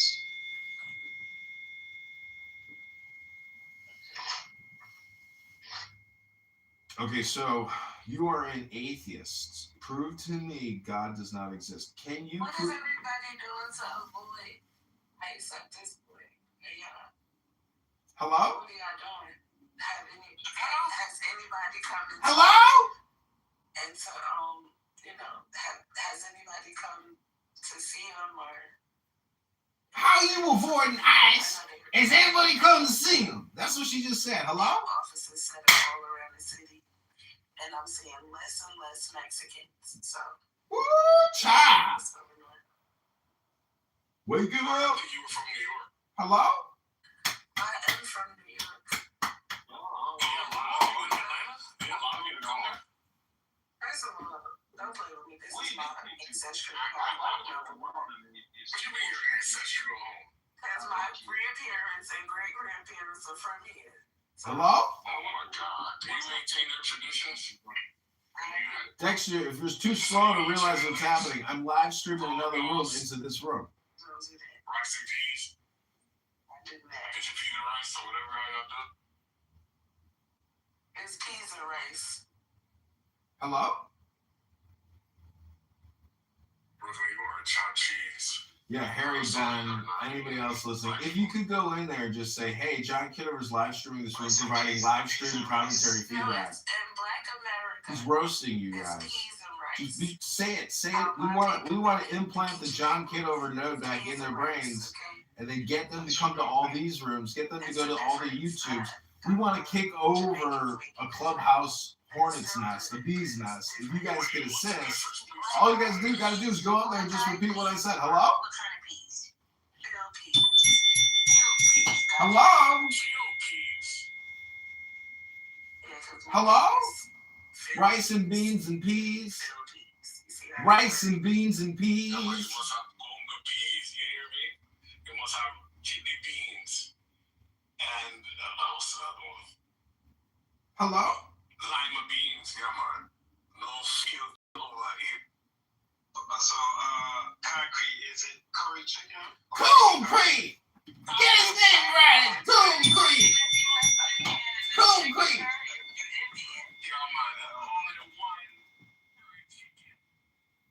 Yo. Wow, what'd you guys do? Net? Yeah, no, for real, learn how to knit. Wow. Dude, you gotta come to the next one, because I took a bunch of photos, but you could have been filming the entire time. They definitely know who I am. But they were just like, they let me knit. We just talked for like an hour. It was ridiculous. Did you? What do you think it is? Do you think they're retarded, or do you think they're like, I don't know. No, they know that they're being observed, but the thing is, she's raised like $650,000. She's happy. She's as happy as a pig in shit. She don't give a fuck. She seems mentally ill though. Like she seems like a little just like there's some signs. So I felt really bad. Well, she claims that she has like a disease. Narcolepsy. Yeah, so. She's been taking pills since 21. Well, that's the thing. She's on medications and probably other things, but did you see the photo of her at the nightclub with her legs spread open? Oh, she's sitting on the bar top? Absolutely. Yeah, I mean. No, but she was saying, so basically her grandma was a Republican, and she was talking about that in front of me, which I think was on purpose, because I think they think they're being observed, which is correct. And then she basically was saying that she wished her grandma was alive so that she could be pissed off. I'm like, that's a darkness. Wait, what? That is some, yeah.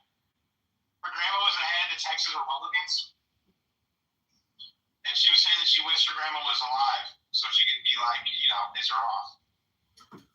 Oh, well, I've heard people say all kinds of stupid things, and I'm talking to a guy right now named Harry Balzac, who is a Zionist. I know Harry. You know Harry Balzac?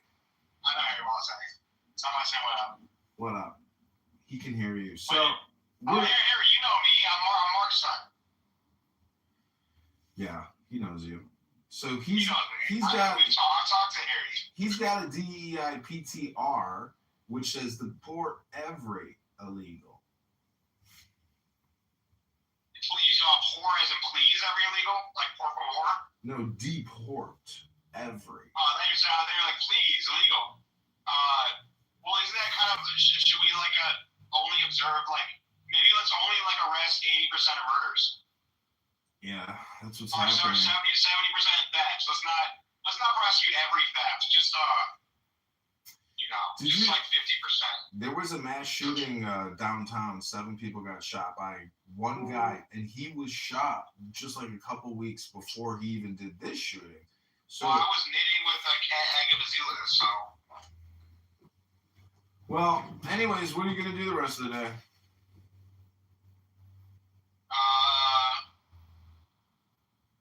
What was I gonna say? Probably gym near me, Nice. But and then I want to write the cat article finally. It's about time I write the fucking cat article. And I took all these photos. I was in her office and basically it's a scam that she's doing this mutual aid bullshit. She has a fucking closet of shoes. And she raised $1 million. She's like, I'm spending it all on mutual aid. Where? Yeah. Dude. Where's my money? Terry Lebowski. Did you like the video, the animation I did of your Unity video? Great work. 10 out of 10. Dude, that guy Terry. Terry. John, that sandwich today was so good. I can't believe I've never had pastrami there. I'd always, because it's $2 more expensive. I always would get the chicken panini or the hot dog, or they have a hot dog bowl basically, where it's chopped up hot dogs and fries and their sauce. So good. But that freaking pastrami sandwich, I'm gonna have to get another one. It was that good. Dude, my friend is in town, and he drove by the New York Bagel and Bialy place. He's like, they still got good bagels there. I said, yeah, get a toasted Bialy with cream cheese. Then that fat fuck went to Pita Inn and got a full chicken meat shawarma plate, everything, and you're done. You're finished. You just gotta roll around for the rest of the day. You can barely move. You become huge. Well, bagels are a lot of calories. Yeah, it's a lot of work to digest. You gotta go to the gym if you're gonna eat all that wheat product. You're a rice. You're made of rice. What? You're made of rice. Oh, great. Dr. Dave is texting me WinRed texts. Oh, yeah, he's, and I got a small call Dr. Dave. He said something. He's calling random people that he doesn't even know and saying, why are you texting me? And you have struck the master chord and drew the flaming Dave sword. He crossed some fucking lines. And he's been snapped. He's calling random ass people, being like, I'm gonna fuck you up if you keep talking to Max. Or they're like, who's Max? Do you see how many random people he asked about me? And they're like, who is that? Yeah. And I don't even know who these people are. And I'm like, what? Hey, yeah. They're like, for sure. I'll never talk to Max again. I'll never talk to him.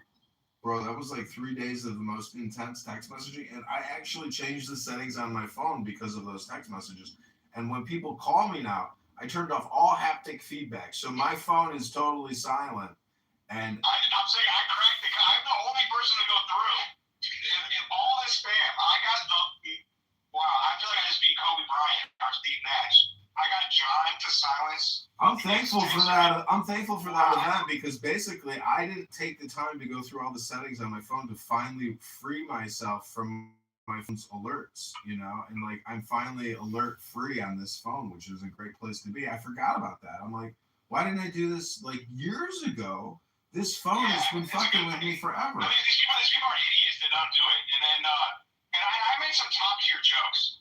Like at the end of the day, like there's some jokes that I could reuse that were I think were just like some of my best stuff.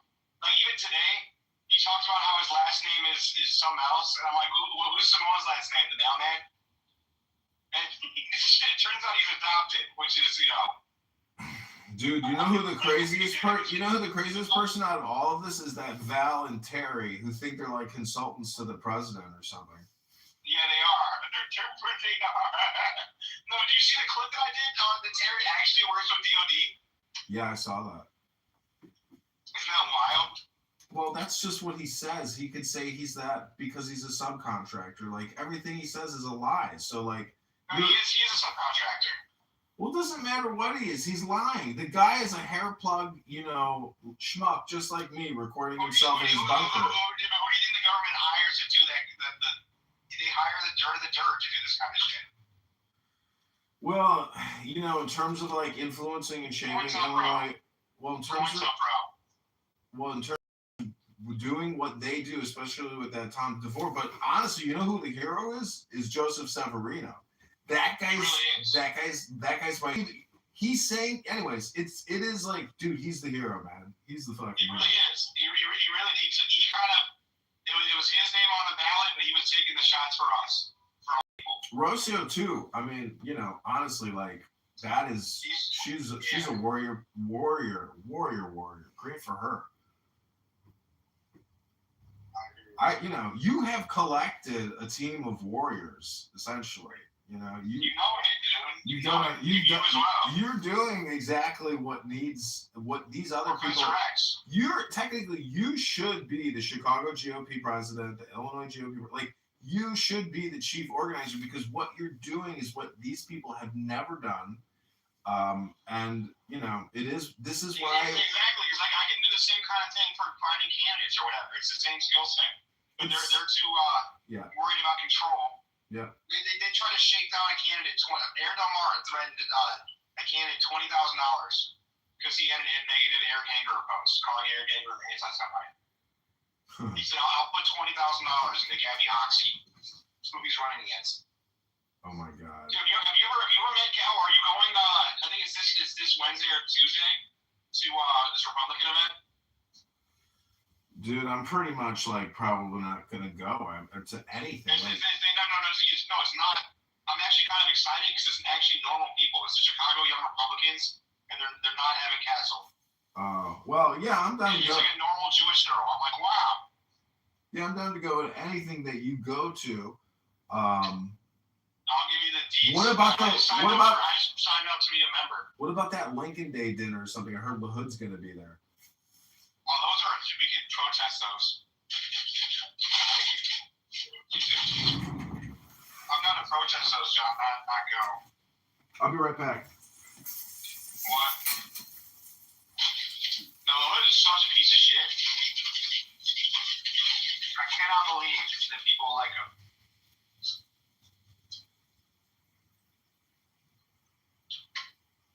Mary Miller's a scumbag. Who's the third Republican? Oh, Mike Boss.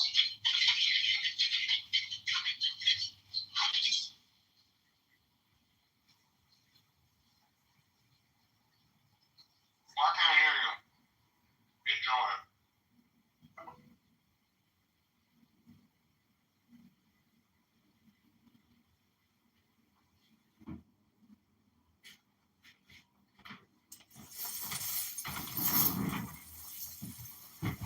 Yeah. Hello? Hello? How is that different from somebody saying they don't like looking for rashes?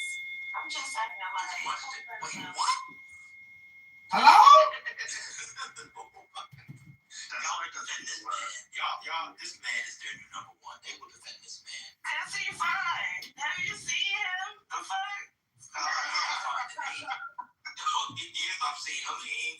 Hello? No. Anyway, I wasn't offended. I'm just saying. none of the ladies were offended. Y'all have double standards. Right.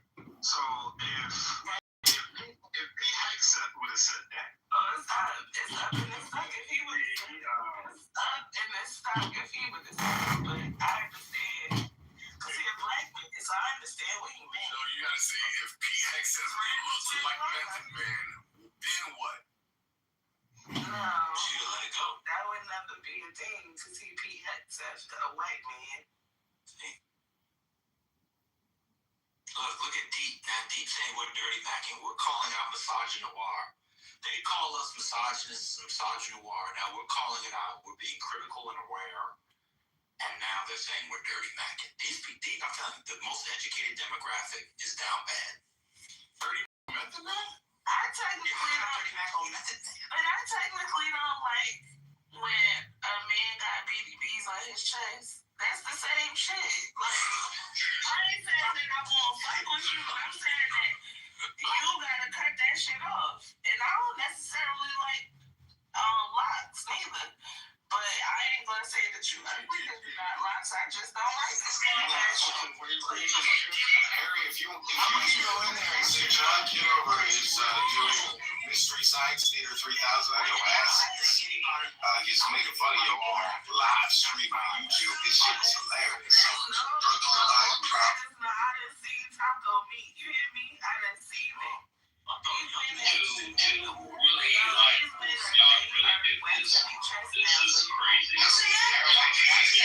This taco meat still going around here. I don't like taco meat in the groin area neither. Like, you gotta do something about that. What the hell? You want a man to comb this nether region? Do something. I don't know what you're gonna do. What the Comb that shit out. This is insane. Y'all niggas gonna shake your shit? You need to just say thank you. What's now? Imagine going to the barber after you get your line up. He's like, oh, you want it square or you want it rounded in the back? Oh, yeah, let me get square in the back. All right, cool. All done. Hey, man, I had a question for you. Could you, like, how do you... It's a video like that man, he got his ass whooped. Oh, yeah, you gotta get your ass up. From the back, that video? You gotta go to the facilities and let them wax you up. Man, that was crazy. Man, this homosexual rigmarole, man. Come on, man. Every time I come up here with that, man. My bad. You want that thing hold down? Sound like you're from your part of the town. You sound like, where they from? That accent. Oh. That sounds like a Baltimore accent, you know, to the non-discerning ear. It is. Yeah, it is Mid-Atlantic. They could be from Virginia up to Philly. Yeah, that sounds like it could be us. The way he said, well, they ain't all down, that is Baltimore shit. Yeah. Well, I'm just gonna say this. Y'all can go to the look like they was from Baltimore, though. You don't have to get your barber to do it, but you can go to the Brazilian girlies and get them to do it. See? Yeah, no more racist one, no, sorry. I'm just saying, get the girlies to do it. That's what the girls is for. You know what I'm saying? We like to maintain the men's and make them look presentable. Or do it yourself. Yeah, just get the $49.99 Ulster clippers from Amazon. They come with some barber scissors, quote unquote. Come on, the gold ones? Come on, They also,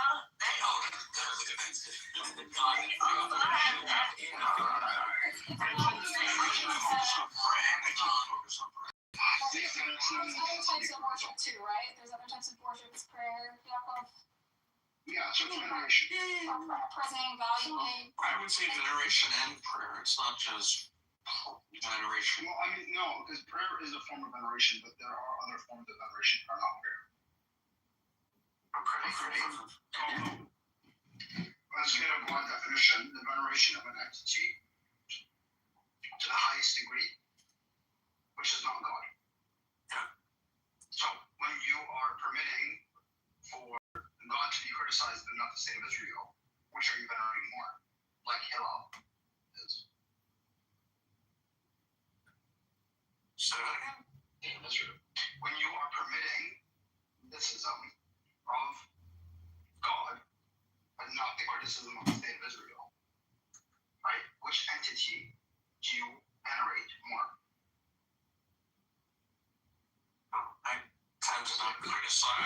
not criticize God. Judaism, you're allowed to I'm not criticize asking if you. Yeah, I don't. No, that's Yeah, I'm not asking if you. fundamental to But in the case of Hillel, for example, in the case of Hillel, as was pointed out by Marika, Hillel permits the criticism and He gives permission to. It doesn't mean it's a requirement. That's important. Yes, it gives permission to. It does not give permission to the criticism of the state of Israel as I am. It's an American institution, so it's just one American institution, Hillel, which is a student organization, and that's their policy, but it's representative of American Jewish priorities, right? Where, No, it's representative of Zionism. Because even in Israel, as you pointed out, the political parties can be non-religious, but they cannot be non-Zionist. yeah, I think that they do make that case. But in general, criticism of Israel is much more allowed in Israel. They can be non-Zionist. They can't be Just some reactionary things. Just very correct. No, there is a law basically that you cannot run on the platform that denies Israel as a Jewish democracy, and it's on the book. And this is how Kahana was kicked out. Regardless of this, we do have Balak, which is an Arab power. Right. I was referring to the Arabs. Apply to them basically. Yes, that's one of them, like Balak specifically. And I do not know why it doesn't apply for them, but it applies like. Because they're not going to go after them because it'll cause an uproar. Jesus, what do you want to say, Bad? It's only one faction of the joint Arab parties. Not all of them. What is that? Now, if two rooms you fucking rotten dickhead. Did you just call me a rotten fucking dickhead? Is that projection? Is that projection? Just like you because of your big shiny bald head. Welcome to Clubhouse Mockery, where we will be mocking you! Yeah. That's why we all come in here, or on here. Oh God, come in. Oh, I'm coming in Clubhouse. And Somebody's coming! what do you think about reacting files? Do you have any of your friends in there? Hello? This room is called Mocking You! And you're asking us about Epstein Files? This room's not about the Epstein Files, it's about mocking you! Hello? Hello. Hello?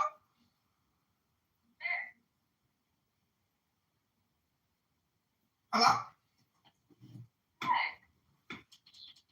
Argument for, I'm stumbling over this because I'm a Jew first. Before anything, I'm a Jew first. Not a Zionist. I'm very strong Zionist, but I'm a Jew first. I think it's your lucky God and faith and tradition in your life. I wish I had that temperament. I don't. So this is something that people who don't identify with religious Judaism, they lash onto Zionism and anti-Semitism as anchoring their Jewish identity. And I'm a pretty strong, let's not have any more anti-Semitism other than zero. Yaakov, would you be more willing to tolerate someone rejecting the existence of God or someone rejecting the existence of the right of the state of Israel to exist as a Jewish state? Sorry, you just cut out for a second. Can you give me that again? If there was like a violent atheist and a violent anti-Zionist, which would you find more threatening? like, this is a weird hypothetical. No, I'm just saying, I'm saying I'm a Jew first, right? A Jew first would be much more look, I can't tell someone what to believe. I can't tell someone you can't believe in God. If they don't want to believe in God, that's not my bone to pick. But if someone can contribute to the destruction of the state of Israel, which is in my long-term best interest, then they are more, the person who is an anti-Zionist is more problematic to me. Okay. How about contributing to the destruction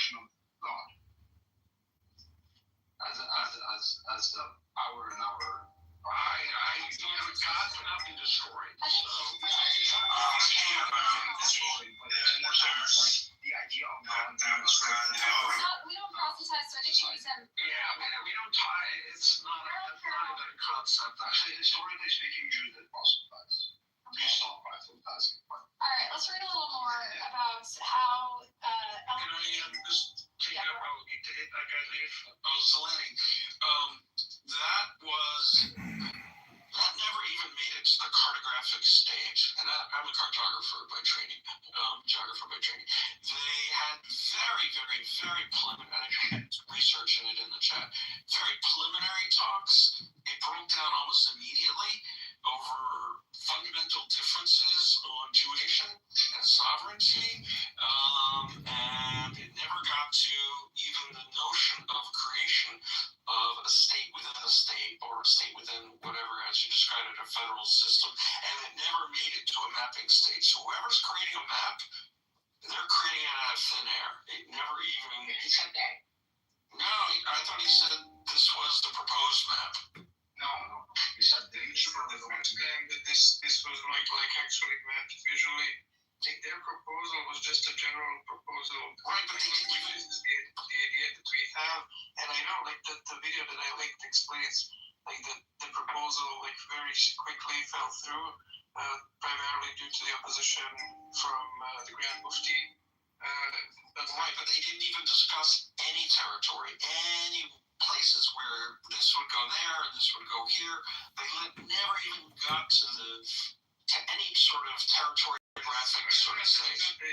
They had like the general idea that these are the territories like from the early 30s, where the Jews are the majority, where there are these like I'm gonna do more research, but there are these purchases of land that have happened like in the 20s, like these are that would be Israel, like according to this agreement. I mean, as far as I'm seeing, like they actually did like go public with this agreement, and there was like a public. But there was no agreement. There was some initial talks, and it fell through, and there is no official agreement on record. So I'll leave it at that. No, the agreement is just between Ben Gurion and Alami. It's not. No, it fell apart. Those two people never reached a conclusion. That's my point. They never actually agreed.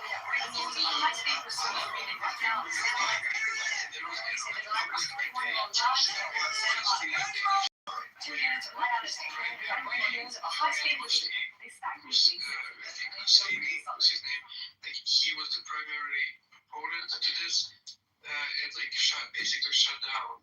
Please click on my link. Please click on the link and then also do more research. But I don't think that's the case. But I have a whole host of more research. I'm not a fan of videos, but I'm gonna do some real world book research. I mean, okay, so for your own personal beliefs aside, this sort of gatekeeping about who is a Jew and who is a bad Jew and who's an un-Jew, it is a little ridiculous, right? Like we need to be a little more accepting and pluralistic of different beliefs and relationships with Israel. I think I've always been open to discussing that. Yeah, so that's kind of the point. So I think you actually don't disagree that much with Reiner's like premise, you know? Yeah, I have a more tightly constructed view of like what's acceptable and what's not acceptable. That's all. I'm more closely aligned with Daniel than I am with you. So what's acceptable? I mean, don't we live in it? Like our tradition is one where we question and interrogate and self-reflect. Like we don't like police ideas, right? Like I don't understand. How is this compatible with your Judaism? I say, oh, you guys are not Jews. You're marginal. You should be silenced. Who says that's not happening in society, in Israeli society? It's like you think we're talking about American society, American Jews. It's happening every single day. Like the discussion is active. The discussion is live. It's happening all the time, everywhere. What we're debating now is the legislative and the silencing by powerful Jewish institutions that claim to represent, American Jews are trying to create,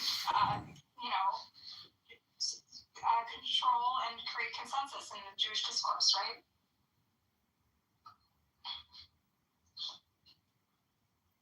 All right, let's move on. I'm going to talk about a little bit about why these sort of why it endangers Israel and Jewish people in order to place Zionism on this pedestal above in our religion and in the way we express our American Jewish identity. Okay, I think we've established that it is on a pedestal compared to like Jewish tradition for a lot of people, and it does sort of anchor Jewish identity. So I think we ended talking about this is idolatry in practice. We have built in culture and thrown an entire society into flames. The carbon offerings extend beyond Gaza. They include Israeli Jews themselves, and it may take decades to grasp how gravely this war endangers them. Ziad al-Nakhala, who at the age of 3 saw Israel murder his father when it massacred Palestinians in Khan Yunis in 1956, currently had Palestinian Islamic Jihad 9 years. Secular, non-racial, pluralistic societies were championing a Jewish state in which the ideal is racial and exclusionist. Today, as progressives turn against Israel, they are forcing American Jews to choose: defend exclusion in Israel or inclusion in the United States. And some of America's leading Jewish institutions are choosing the former.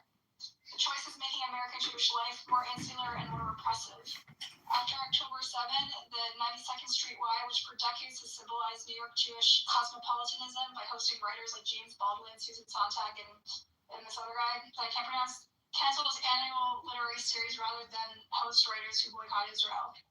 At the same time, Brandeis University, named for America's most famous Jewish advocate of free speech, banned its chapter of Students for Justice in Palestine and began advertising itself as a campus where Jewish kids feel safe in their Jewish identity because they wouldn't encounter fierce criticism of Israel. This is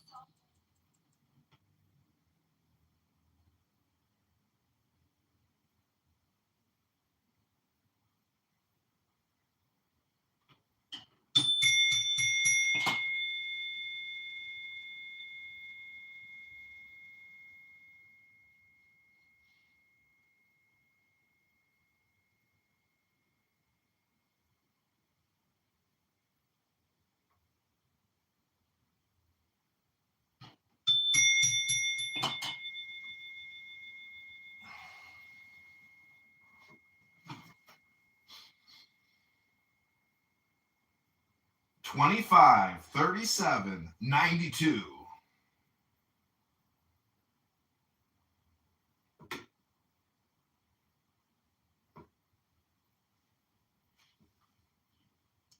for safety.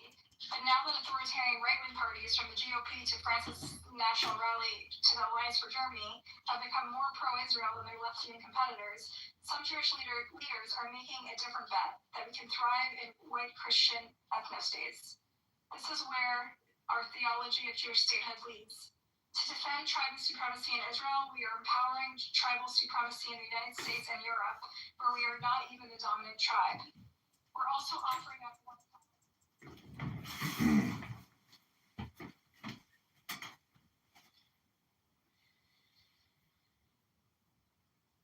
25, 37, 92.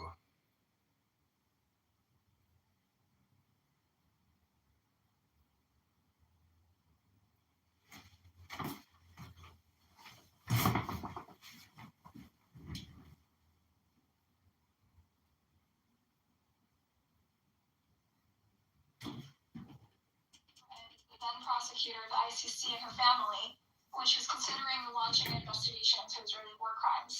In 2024, after a new ICC prosecutor did propose such investigations, AIPAC applauded the House of Representatives for voting to impose sanctions not only on him, but also his 2 sons. This thuggery degrades the legal system born after World War II and expanded after the genocides of Rwanda and former Yugoslavia to restrain the predatory actions of states. It is a gift to Vladimir Putin, Modi, Jinping, and any other tyrant who worries that he may be shamed by human rights groups or prosecuted by the ICC. If Israel can destroy Gaza with impunity, warns Agnes Alamard, Amnesty's Secretary General, it will leave international law likely in its death throes and nothing yet to take its place save brutalist national interests and sheer greed. In our zeal to protect Israel no matter what, this is the world we're helping to create. There is another path, but it requires recognizing what labor was taught, that our capacity for justice and injustice, we are no different from anyone else. it may not seem like a big conceptual shift. Most Jews don't walk down the street thinking we are immune from sin. Yet that assumption permeates our communal conversations about Israel. It is always someone else's fault. Israel expelled 750,000 Palestinians in 1948. It's because the Arab governments told them to leave. Israel occupies millions in the West Bank. Millions of West Bank Palestinians who lack citizenship or the right to vote. It's because Palestinians wouldn't accept our peace offers. Human rights groups accuse Israel of practicing apartheid. Why aren't they focused on Syria and Iran? Student protesters demand Israel stop the military in Gaza. Oh, they're anti-Semites or at best wildly uninformed. The alibis change, but the bottom line remains the same. Jews are a victim. Israel has done nothing fundamentally wrong. For generations,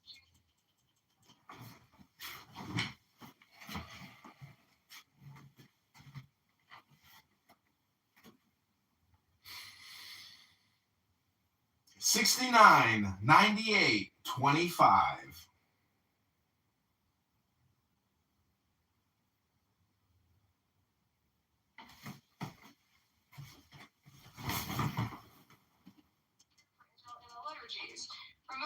Removing Jewish statehood from Jewish identity, and for most Jews around the world, it's not clear what is left. But the benefit of recognizing that Jews are not fundamentally different from other people is that it allows us to learn from their experience. Jewish exceptionalism is less exceptional than we think. We're not the only people to use the story of victimhood to justify supremacy. Let me talk about South Africa as an example.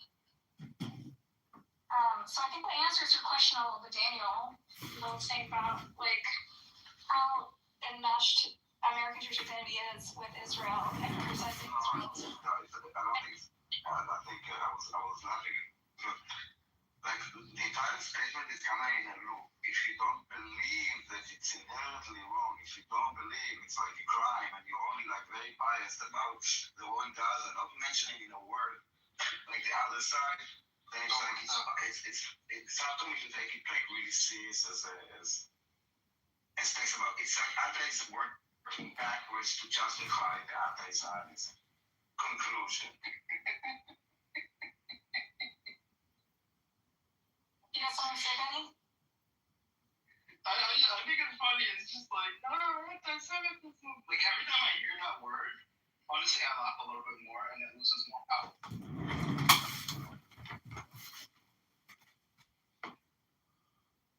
Well, it's funny coming from you laughing because you take pride in being an anti-Semite. So why would anyone here listen to your perspective of anti-Semitism? Because I represent the mainstream.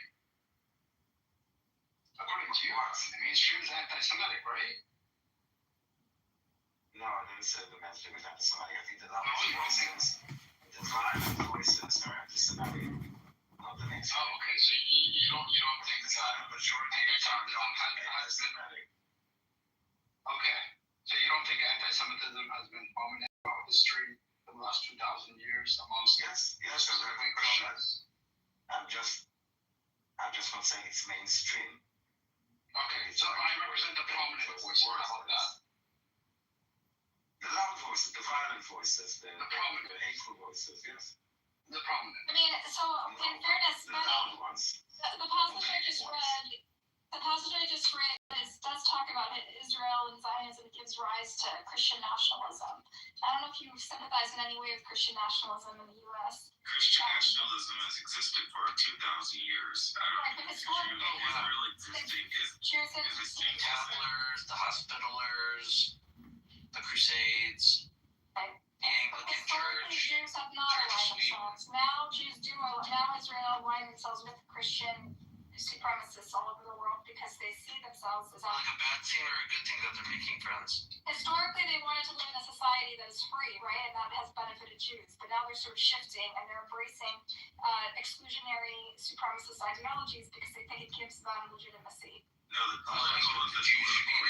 Christians should be in Christian countries. The political reality has shifted, and Israel has decided that it needs to make friends and allies with certain people, so they were looking to see who are the most likely allies. Yeah, not sure if I understand. You're saying that Christian nationalism is dangerous and Zionism is dangerous because it supports and promotes Christian nationalism, which we know is dangerous. We're not talking about Zionism itself. I'm talking about how modern Zionists and Jewish institutions and sort of the establishment of the Jewish establishment have now embraced white supremacists effectively because it serves Israel's purpose against the interests of the larger Jewish community. In general, we should support free countries, free societies. We should not support Nazi organizations. No, you don't want to. Hey, Daniel, you don't want the Netanyahu and Nazis? You literally embrace Nazis in your culture. Your government does. Anti-Zionist, like. What do you mean? Your government has like an anti-Semitism conference of all Nazi organizations. You had anti-Semitism conference in Israel. It's literally your movement is all about Jew hatred. She's talking about the far right of Germany. Israel is in bed now with the far right. In Israel and in America and in Yeah, Israel coordinates with the far right in Europe. It's not a secret. Thank you. But I'm just trying to ask, is that like a bad thing or a good thing?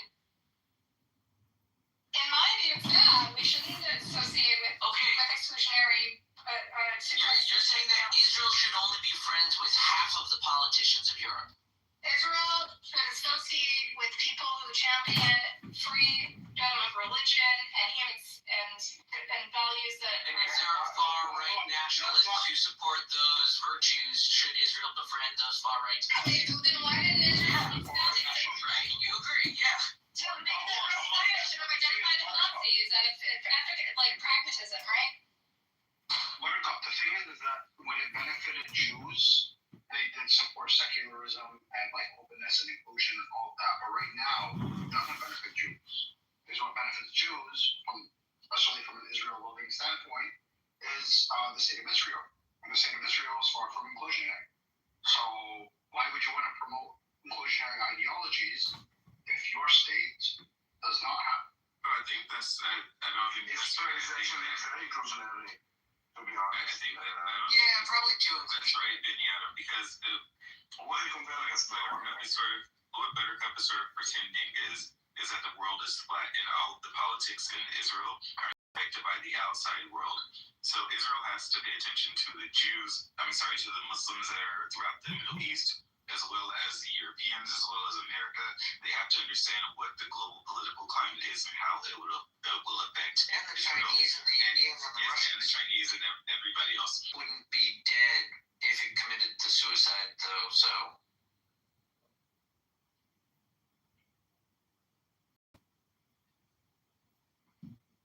Kind of makes it more like murder. So it's just a coincidence that, when Israel's promoting a more exclusionary ideology, and back home, Jews promote it in the West.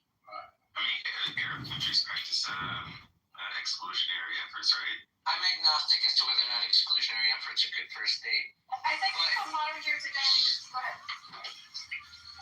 Modern Jewish identity has evolved in a different way today. Japan has massive exclusionary measures.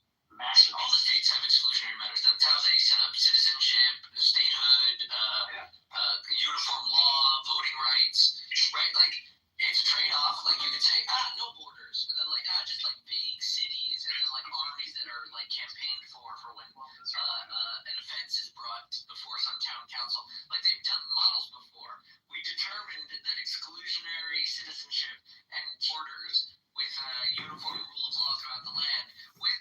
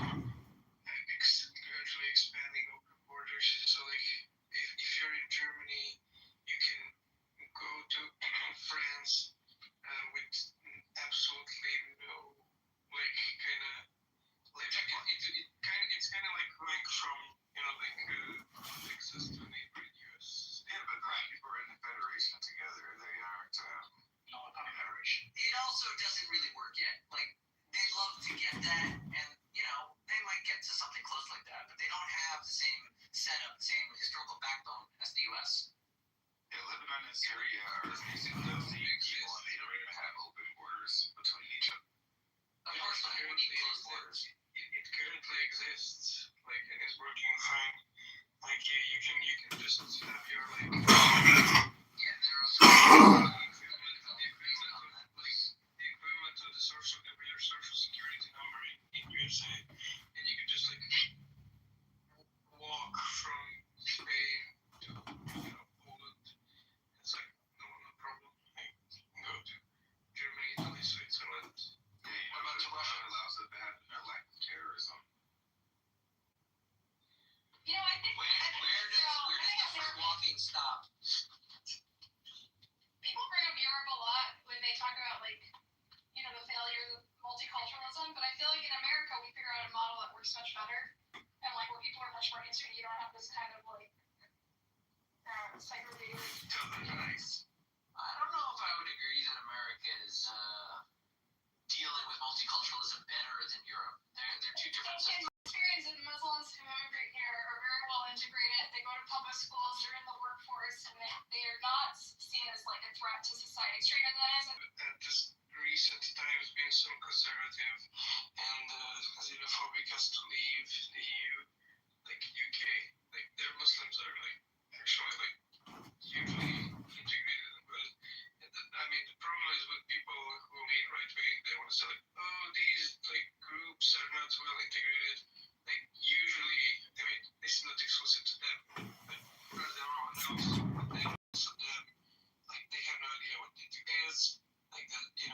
Sociologists define more than 7 different axes of integration, how a successful integration along those axes is measured. None of these people have any clue about that, but they want to say these people have integrating well enough. It is true that usually governments come out and states have a better time integrating in America and Canada and obviously Australia as well, as opposed to Europe, because Europe the states are ethnic states, whereas Canada, America, and Australia are not exactly such. Well, they have a long history of integration and various Misuse of term. Their ethnostate usually refers to something that's almost by definition bad. It's all a term. I'm not saying it's okay. Are they not ethnostates? But they are. They're nation states. They have ethnostate. Why are they not ethnically? So the identity of the nation is ethnically defined. Poland is for the Poles. Germany is for the Germans. Yes, are there Ireland for the Irish? Yeah. Are there border areas? Sure, but even historically speaking, when those borders were drawn, to integrate them into the dominant. So it sounds like the safe and peaceful multiculturalism of Europe rests on existing states, ethnic states. No, they're not. Maybe they're not ethnic. To be fair, national states. The term ethnostate is problematic. Okay, so you say they're not ethnostates. I'm defining it. No, ethnostate is a specific term. Okay, what does it apply to? Far-right ideas about purging minorities or taking away their rights. Which states are those? I don't know if there are any ethnostates today. Okay, so there are no good examples of an ethnostate. Benny Adam, are you fine with nation state? This is where the AFD and friends are really. Okay, so is Poland an ethnostate? That's a good question. Benny Adam says that's literally the question people are having right now. Is Poland for Poles? And you're denying that it is an ethnostate. Why do you think Poland is an ethnostate? He says it isn't.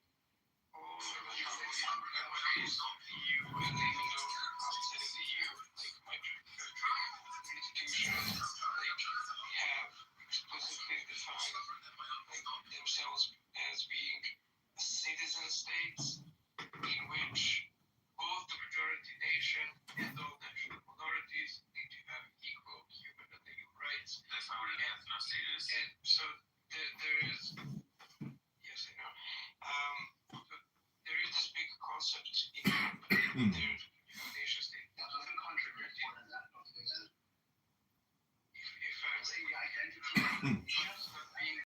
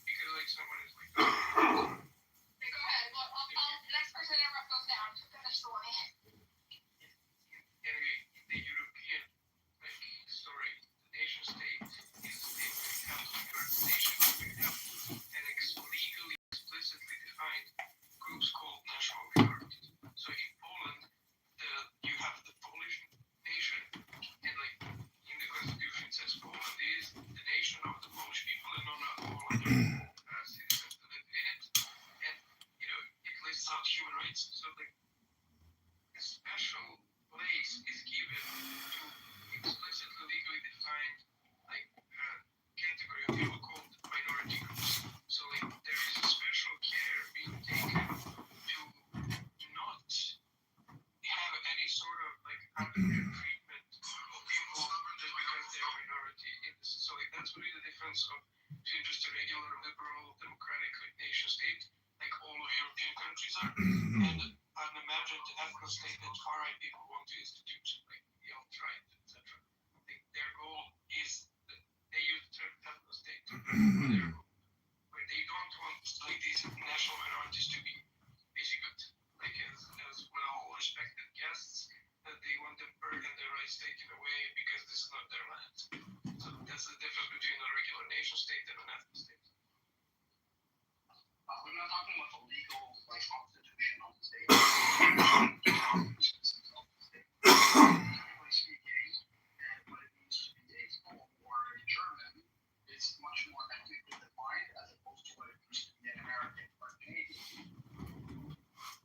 Americans, Canadians have had a long history of immigrants from various countries that assimilate into the identity of being Canadian, which is not nearly as ethnically bound as what it means to be a full or a German. That's what I'm talking about the legalities of it. I'm not talking about whether or not that state has minority communities. I'm talking about the general identity of the nation. I'm not sure there is that difference between like states that are your typical traditional nation states and other states that are like multi-ethnic states or melting pot states or countries, I should say. That does exist. That doesn't have immigrants in Canada or America from Arab backgrounds. Easier time assimilating into society. That's exactly the sentence that I started saying. Like that does not carry over into like that means that the migrants are going to be treated better. In fact, a typical nation state in Europe treats its minorities much better than USA has been treating like black and brown and Muslim people in the last like 50 years. I did not get that. That's insanity. Alright. Can we read more about anti-Zionist American Jewish identity? I mean, I think the guy who wrote whatever article or whatever you're reading is a little delusional. Alright, well, we talked a lot about Jewish holidays and the way we frame our holidays and the aspects we emphasize and how we tend to frame ourselves as victims. And so this is how we apply sort of that philosophy to sort of modern geopolitics. I might think when it comes to Israel, we would cast this victimhood narrative aside.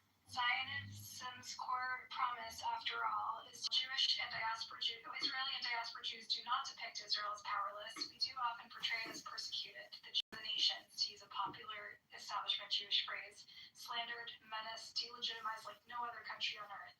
The state of Israel, which its founders hoped to be fundamentally different from the diaspora, historian Derek Pensler has noted, is now seen as its extension, no less threatened, no less unjustly maligned. This paradigm, Israel as the perpetual target of aggression, never is often. Why is you guys' outfit different every of Israeli history?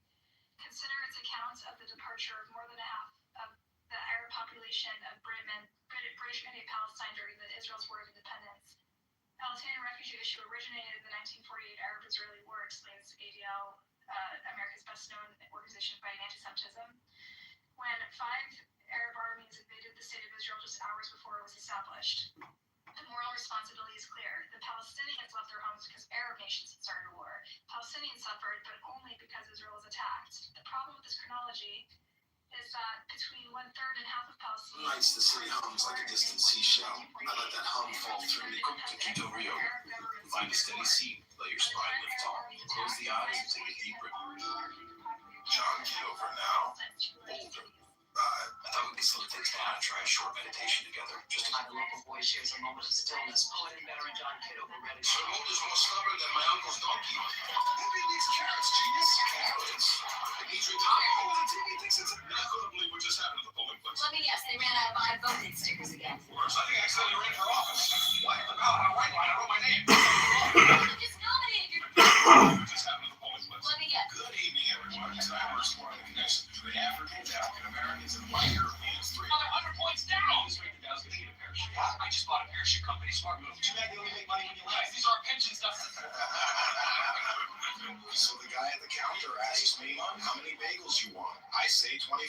He hands me 36. What am I gonna do? need a better opener than just shouting numbers. Try more if the audience loves balance. It's pricey. I'm saving them for the closer. Hey, my class. Welcome to Vaccine Basics for Educators. You might be rabbis, but today. Who knew the road to power had this many stairs? Good evening. Scientists at DNA Science Corporation say they've encountered. Hey, Doc, did you know humans only use 10% of their brain? If that were true, you'd forget to read by now. Okay, we'll go. All right, first run of the Jewish genome test for global medicine.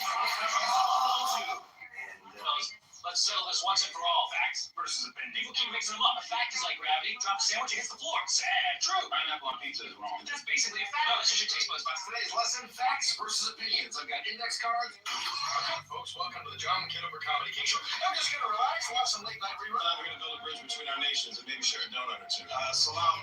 Deuces. Called us a trash can. It sounded very confident. Oh, whoops, hot diplomacy. New partnership. I told you, buddy. Partition Palestine to Jewish Arab countries, Jews were only 1/3 of the population. Thus, even the state earmarked for Jews, which would have encompassed 55% of mandatory Palestine, would have been almost half Palestinian. Since Jews lived largely in urban areas, Palestinians were 80% of Jewish states' arable land. Zionist leaders knew that a country in which Palestinians were almost half the population and possessed most of the territory wouldn't constitute a genuine Jewish state. Jews would not rule. A month after the UN vote, Ben-Gurion told members of his political party, only a state with at least 8 Jews is a viable, stable state. Today's lesson. While Ben-Gurion and Zionist leadership, unlike their Palestinian Arab counterparts, accepted the UN partition plan, they also began expelling Palestinians because that was the only way to create a large Jewish majority that occupied most of the land. On this point, Benny Morris, an Israeli historian who gained fame for his research on the Palestinian exodus, has a state with a large and hostile Arab minority in its midst.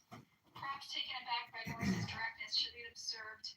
I don't hear you condemning him. Indeed, Morris was All right, first run of the Jewish continued. If he had not done what he did, the state would not have come into being. And it has to be clear, it's impossible to evade. But it is possible to evade. Among the Jewish state's high-profile English-language defenders, Morris is an outlier. A throwback to the early Zionists who bluntly defended Zionist conquest. That's why you won't find him on the ADL or Apex lecture circuit. Their narrative is built on invasion because they know it's not possible in a post-colonial age to acknowledge the truth about why Palestinians became refugees without raising questions about why they and their descendants can't return. George Orwell famously wrote that since forthrightly defending Assad's purges and British colonialism in India required arguments that are just too brutal for most people to face, their public justification has to consist largely of euphemism, question begging, and sheer cloudy vagueness. That perfectly captures establishment Jewish discourse about 1948. The only way to depict Israel as a victim of its own mass expulsion of Palestinians is to evade what Palestinians actually endured. Euphemism is the point. Consider what Palestinian expulsion looked like. Good evening. Scientists at DNA. Amid the crush of people fleeing Haifa, as Zionist forces attacked, a woman named Nazmia al-Khilani walked with a broken leg, one child in her arms, and another tied to her apron so he wouldn't be swallowed by the crowd, to the city's port, where she boarded a boat to act free, which itself depopulated after Zionist forces shut off the city's electricity. In the chaos, she lost contact with her husband, father, brother, and sisters, all of whom were deported to Syria. She didn't see them for another 50 years. That Israeli troops entered the largely Catholic and Greek Orthodox village of Eila Gun in the Galilee. According to filmmaker Hisham Zreik, who used oral history as Israeli documentary constructed maps, the troops were met by priests holding a white flag. Soldiers from the Golani Brigade responded by assembling villagers into the square. They forced the bulk of residents to evacuate the village and head north, thus serving as human shields for Israeli forces who trailed behind them in case the road was mined. After forcing the villagers to walk all day with little food and water, the soldiers robbed them of their valuables, loaded them onto trucks, and deposited them across the Lebanese border. According to an eyewitness, roughly a dozen men held back in the town square were executed in groups of 3.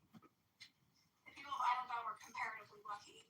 Some were allowed to return. During Israel's War of Independence, the Zionist forces depopulated roughly 400 Palestinian villages. Many were looted, most were fully destroyed. Listen to every one of Benjamin Netanyahu's speeches about Israel's creations. Listen to the speeches of every established American Jewish leader, and you won't hear a single story like Nazmia al-Khilani's.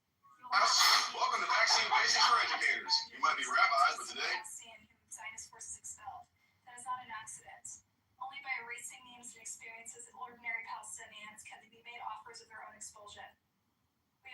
harsh realities of 1948, just as we invade the end of the Book of Esther. In this way, Israel's creation is made to fit the script.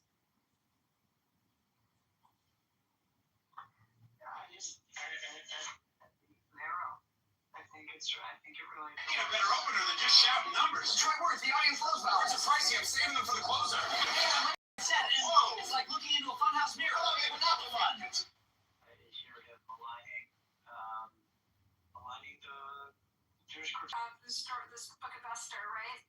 You saw him as much more marginal voice. And like the second or third time, it turns out your kids are actually One second. But it sounds like he's starting this conversation. One second. I've known Peter Meyer for a long time. Okay, the how I characterize him is not the conversation. He used to read his book, remember? That's how it started. 100 points down! This week the gal's gonna need a parachute. Yeah, I just bought a parachute company. Smart move. As part of the Jewish establishment, quote unquote. Okay, don't give me this.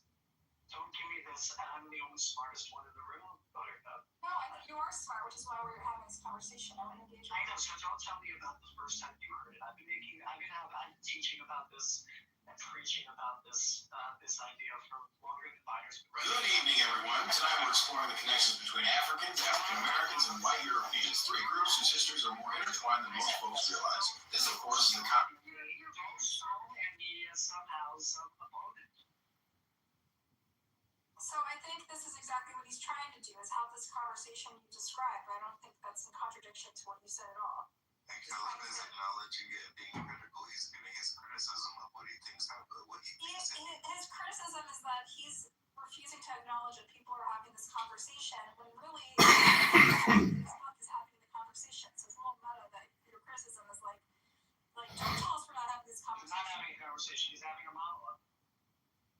He's engaged with criticisms and the common tropes that we hear as American Jews. The pillar of mercy is the light, and the pillar of civic.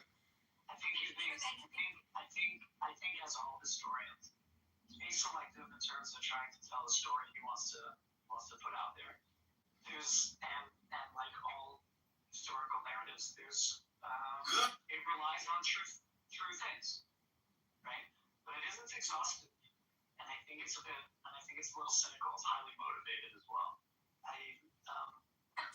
The first parents talked about Zionism on their first date. We have a telegraph announcing the partition. They have announcing the partition plan hanging on our wall, right? We drink a fifth cup of wine in our Passover Seder's for the state of Israel, right? And yet, right? I'm not a person who lacks empathy for Palestinians. Yeah, but is Zionism? I'm not a person who supports the vendors and the sponsorships. I'm not a person, right? And I think I had a very conventional. The local voice shares them. But pretty conventional Zionism. Okay, sure. Sorry, I didn't mean to rush you. It's just we got it. Your background. But I think the point the issue, colleague, here is that I think you are.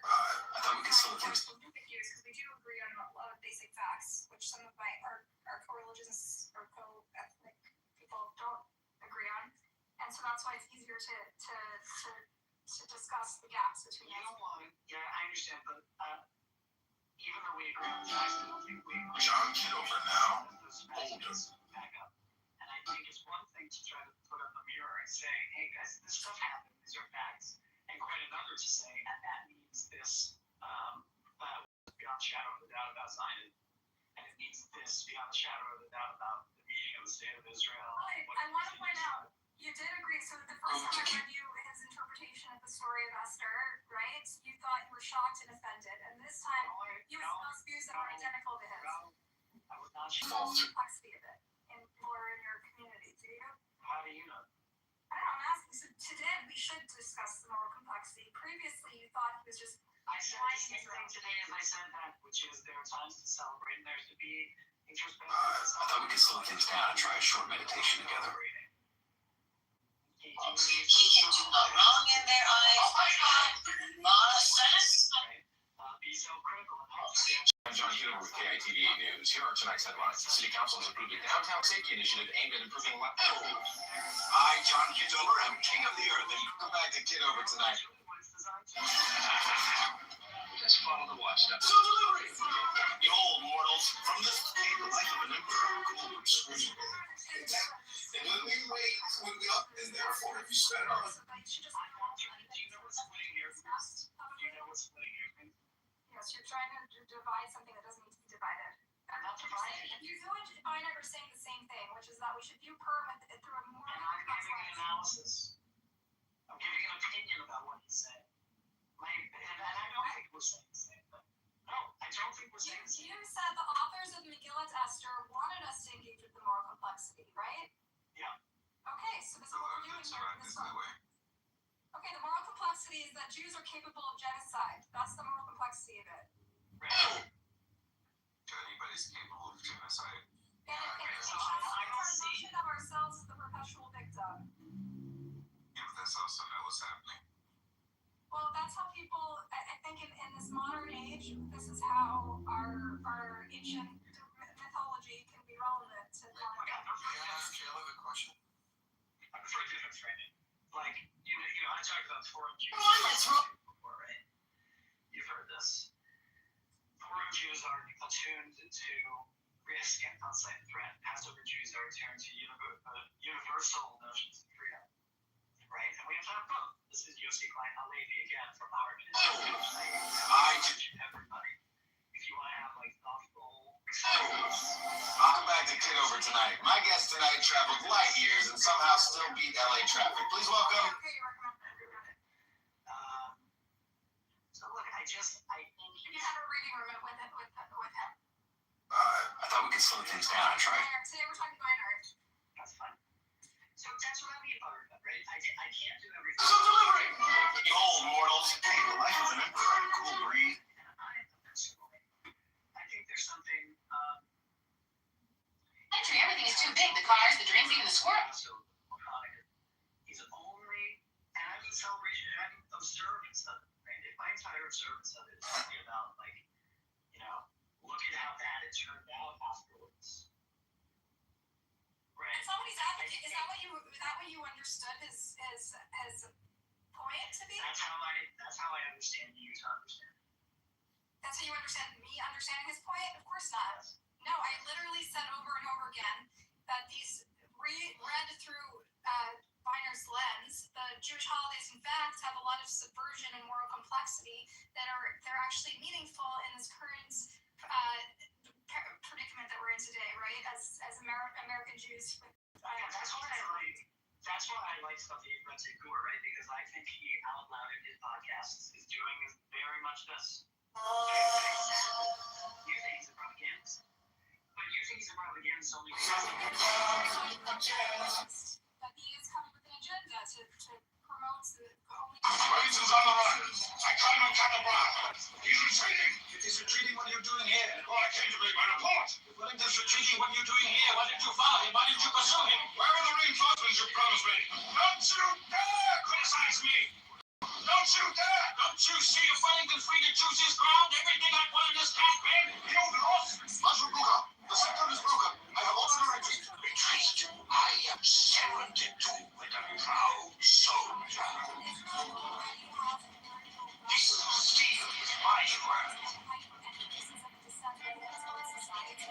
I am too old to break it. If Wellington runs for the coast, none of us will get home to Berlin. The logical route is Namibia. I do not trust the English. Nonetheless, because I have served you with Falstaff, I have ordered the retreat to Rockford. You may still cooperate with Wellington, but God help us if he does not stand. Wellington's on the run. I caught him on Kitover. He's retreating. he's retreating. What? American Jewish identity and sort of this crisis of identity that we're in, where the institutional Judaism has sort of alienated a younger generation who sees the moral complexity of modern Zionism. By the way,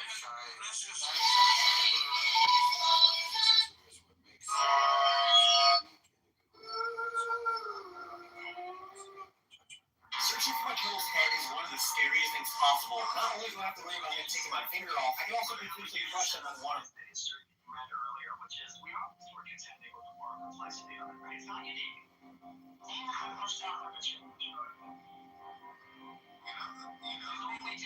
This is what we do.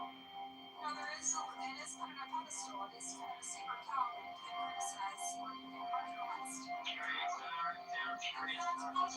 too get marginalized sometimes for us at this app, like the way when there's lots of Congo or whatever, right? And it's not Zionist. It's because of the sacred things. That's why the words are easier words and better words.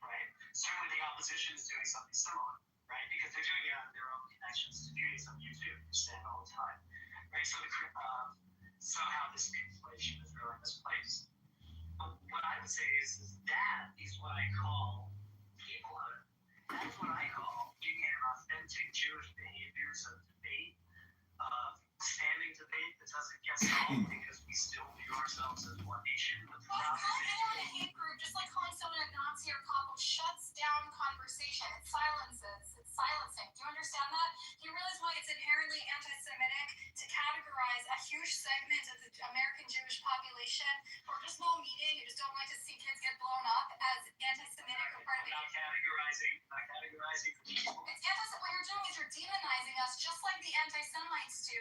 I'm not demonizing people. I'm looking at Check, let me step in the booth. ideology that I see as much more than simply opposition to. Breath settles, the mind follows. Every movement is the ceremony. Even breaking sand can't cover what's already there. I speak in the visions of flags. Stitch stars, stitch stars. News delivery from Goldberg's. Bagel's still warm and the seltzer's colder than my landlord. Right, tonight's the big launch for our neighborhood group Zion Belief. Once we hang the banner, we're official. Don't worry, Check, let me Foreigners and somehow not part of the majority.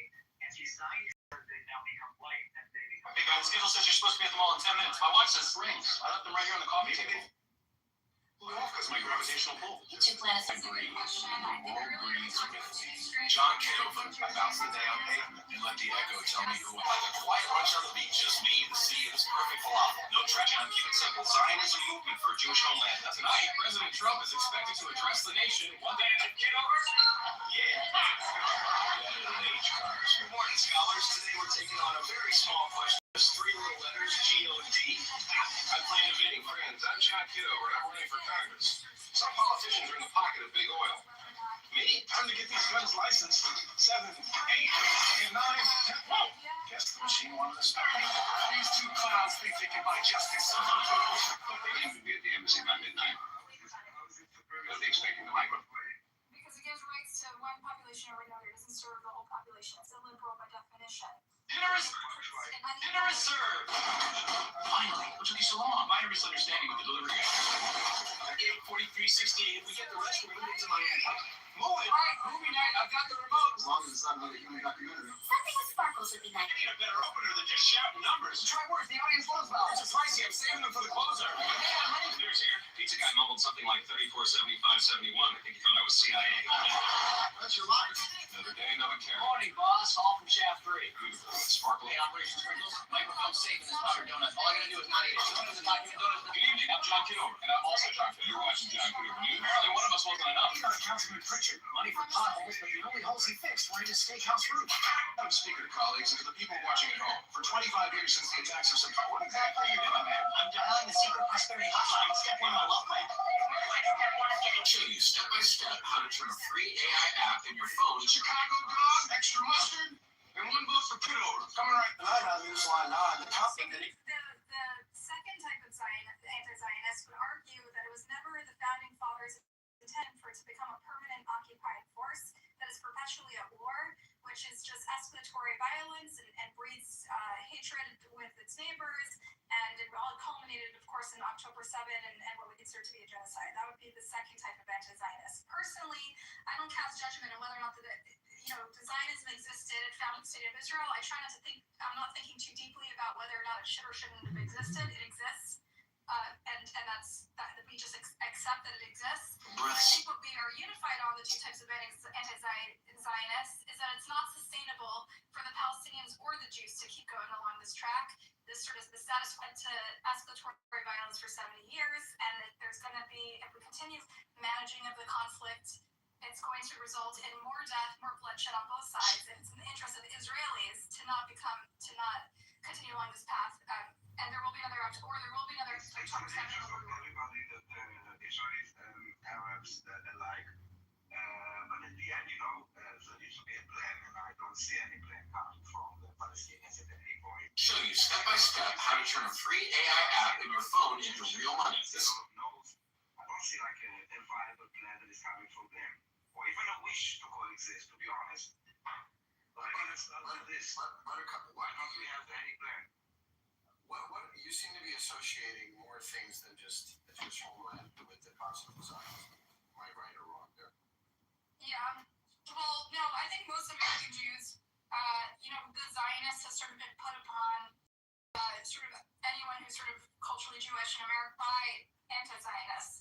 But historically, the way I grew up, even though I grew up in a pro-Israel home, we called ourselves pro-Israel. Like, they're kind of reflexively defend every war, we don't necessarily, we saw Zionism as kind of a dated term. It was a movement that to activists about, right? And I think that sort of the definition has shifted in the last couple of years, where Zionism has sort of taken on this new form where you're a pro-Israel activist. No, right. We are still under attacks, and this is what this is about. Yes, it has changed because of the anti-Zionists, as you said. Nobody called themselves Zionists. It's a defense. And it's used as a slur. Like, you go to Amir's room, they call me a filthy, fire-breathing Zionist because I don't accept every single image from a conspiracy, right? That's the danger of it. We're back to Caleb's point, right? I think you're kind of tiptoeing to Caleb's position, which is there's something inherently dangerous with leaning anti-Zionist. If you accept the simplest thing. We're actually not getting rid of this Jewish safe haven. The anti-Zionists want to create a one state where everyone has equal rights, and they just don't accept this notion that this 51% majority necessarily. It's not about demographics. It's actually about demographics. It's actually about removing the idea that Jews are a unique people.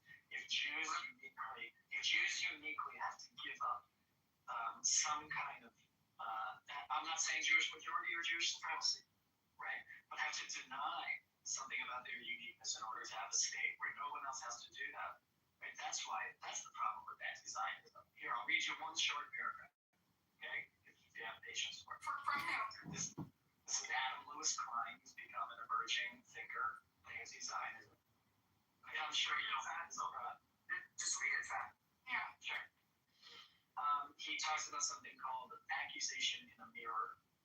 Accusation in a mirror is what genocide prevention scholars call a form of Kitover and genocidal incitement.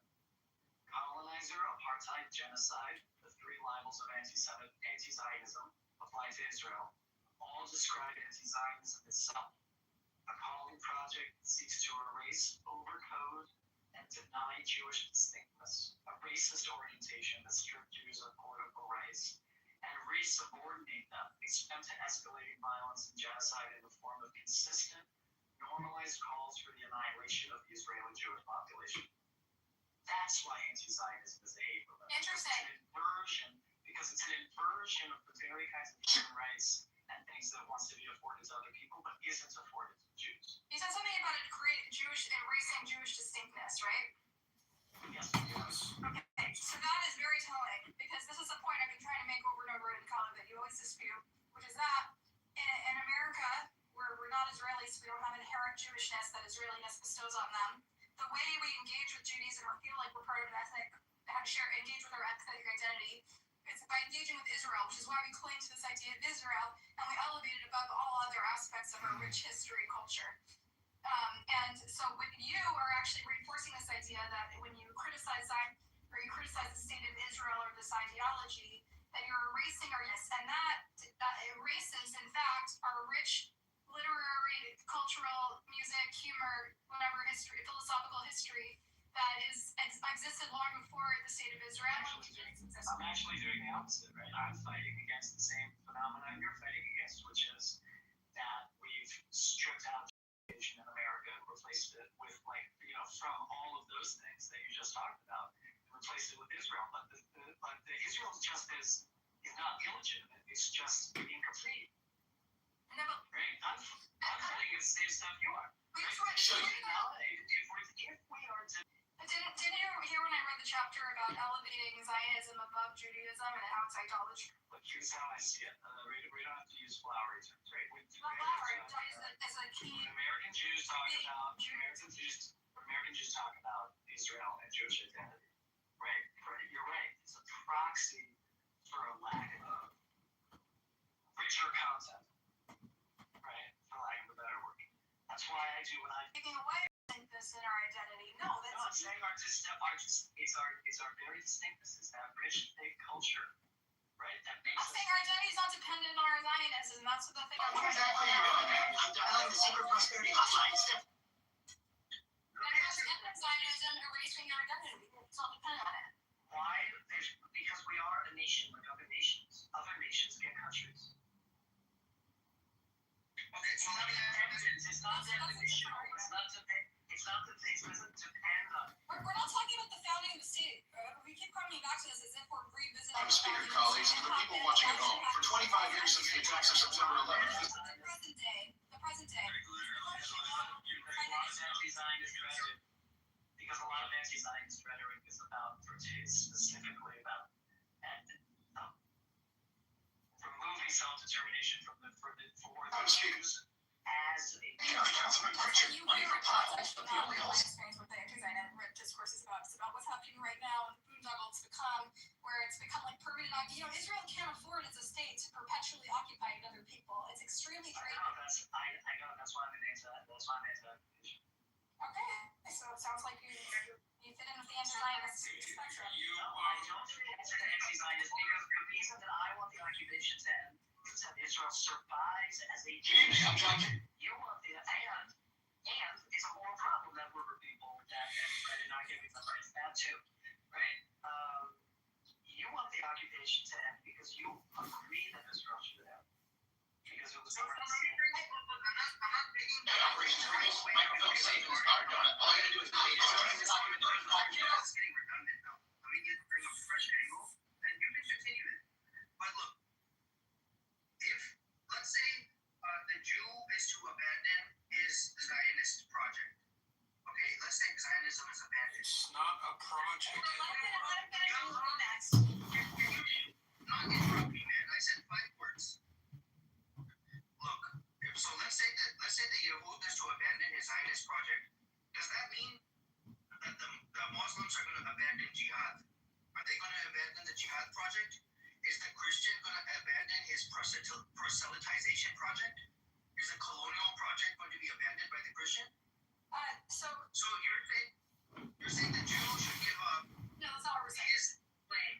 But then everybody else can continue as is in the name of secular? That's not what we're claiming. Just us, 15 weeks, 500. We agree that Zionism created the state, has already completed its mission to create the state of Israel. What we're talking about is a more sustainable. Let me finish.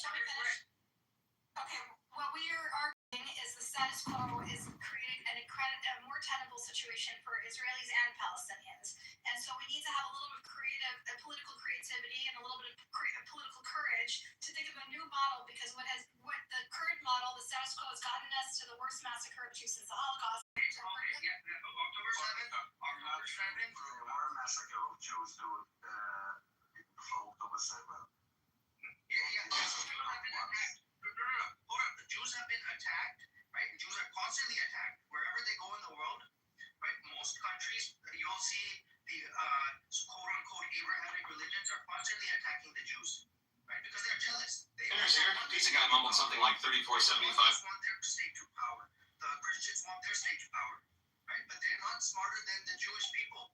The Jewish people are all Thank you for sharing. But look, the fact is, you're saying that Jews should somehow abandon the Need a better opener than just shouting numbers. Try words the audience loves about. So what are you going to do? Already asked 500. I apologize for her. She's ashamed to be a Jew. Go ahead. Who? Me? Really, the guy's talking and you're cutting him off like he said something wrong. Because he's wrong. He thinks that Zionism. Need a better opener than just. Alright, movie night. I've got the remote. As long as it's not moving. When he said the Jews are smart, you cut him off. Piss off everybody. He's pissed off me and Daniel. Me and Daniel both think he's a fucking moron. Actually, Daniel's not upset, so stop pulling like you're playing fucking It's like when you just don't do it.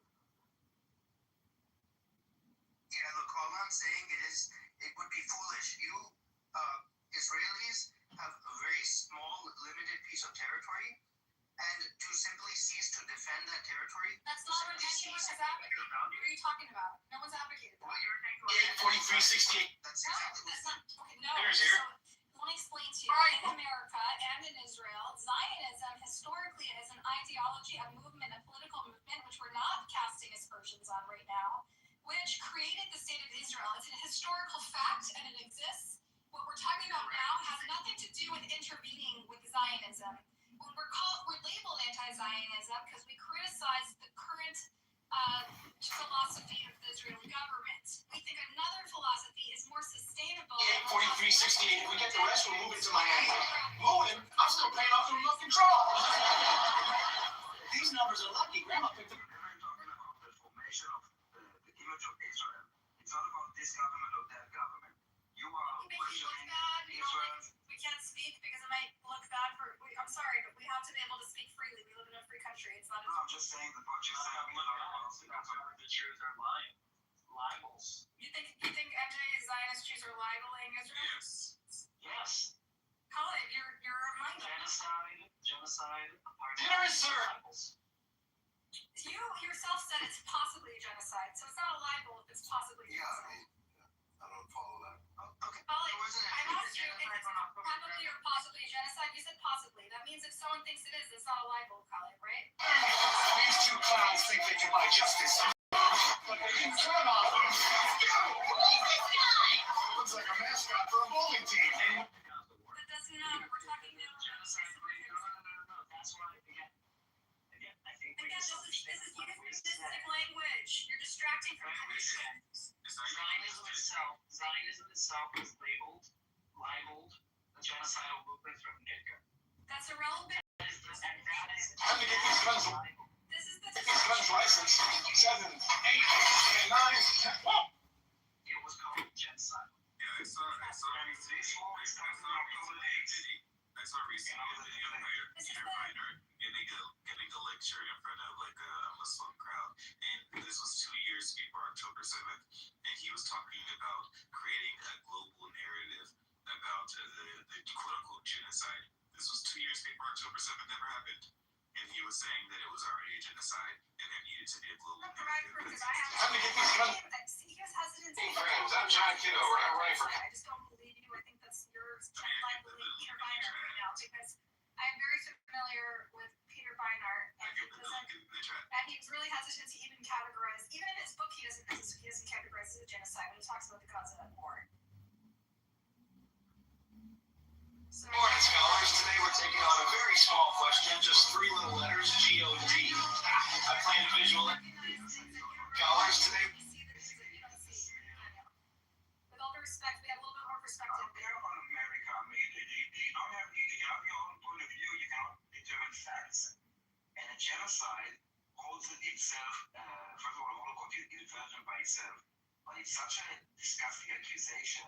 Kitover?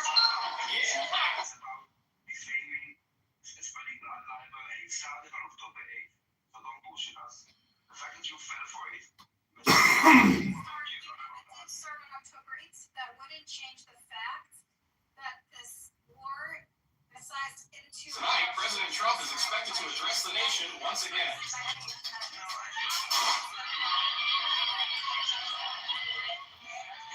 Genocide, the most horrible crimes, the most horrible crime of humanity, but like so loosely, so easily, without the core important thing about the intention to wipe out this population. Hey friends, I'm John Kitover. I'm running for.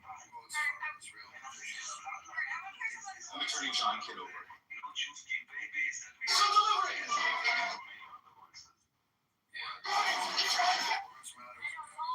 To the left. There, it's called symmetry. Let's talk about the experts. Okay, you just mentioned. If you remember such a surname like Derito, okay? Tonight, President Trump is expected to address the UN. Tonight, President Kitover? Yeah. Okay. And for a long time, is it a Chicago dog, extra mustard. he made a conclusion that there is Chicago dog, extra mustard, and 1 vote for Kitover. Coming up. Breath settles, the mind follows. Every Hey, the left, remember, cool breeze, warm soup, and a free pedicure. Easy down there, that's royal property.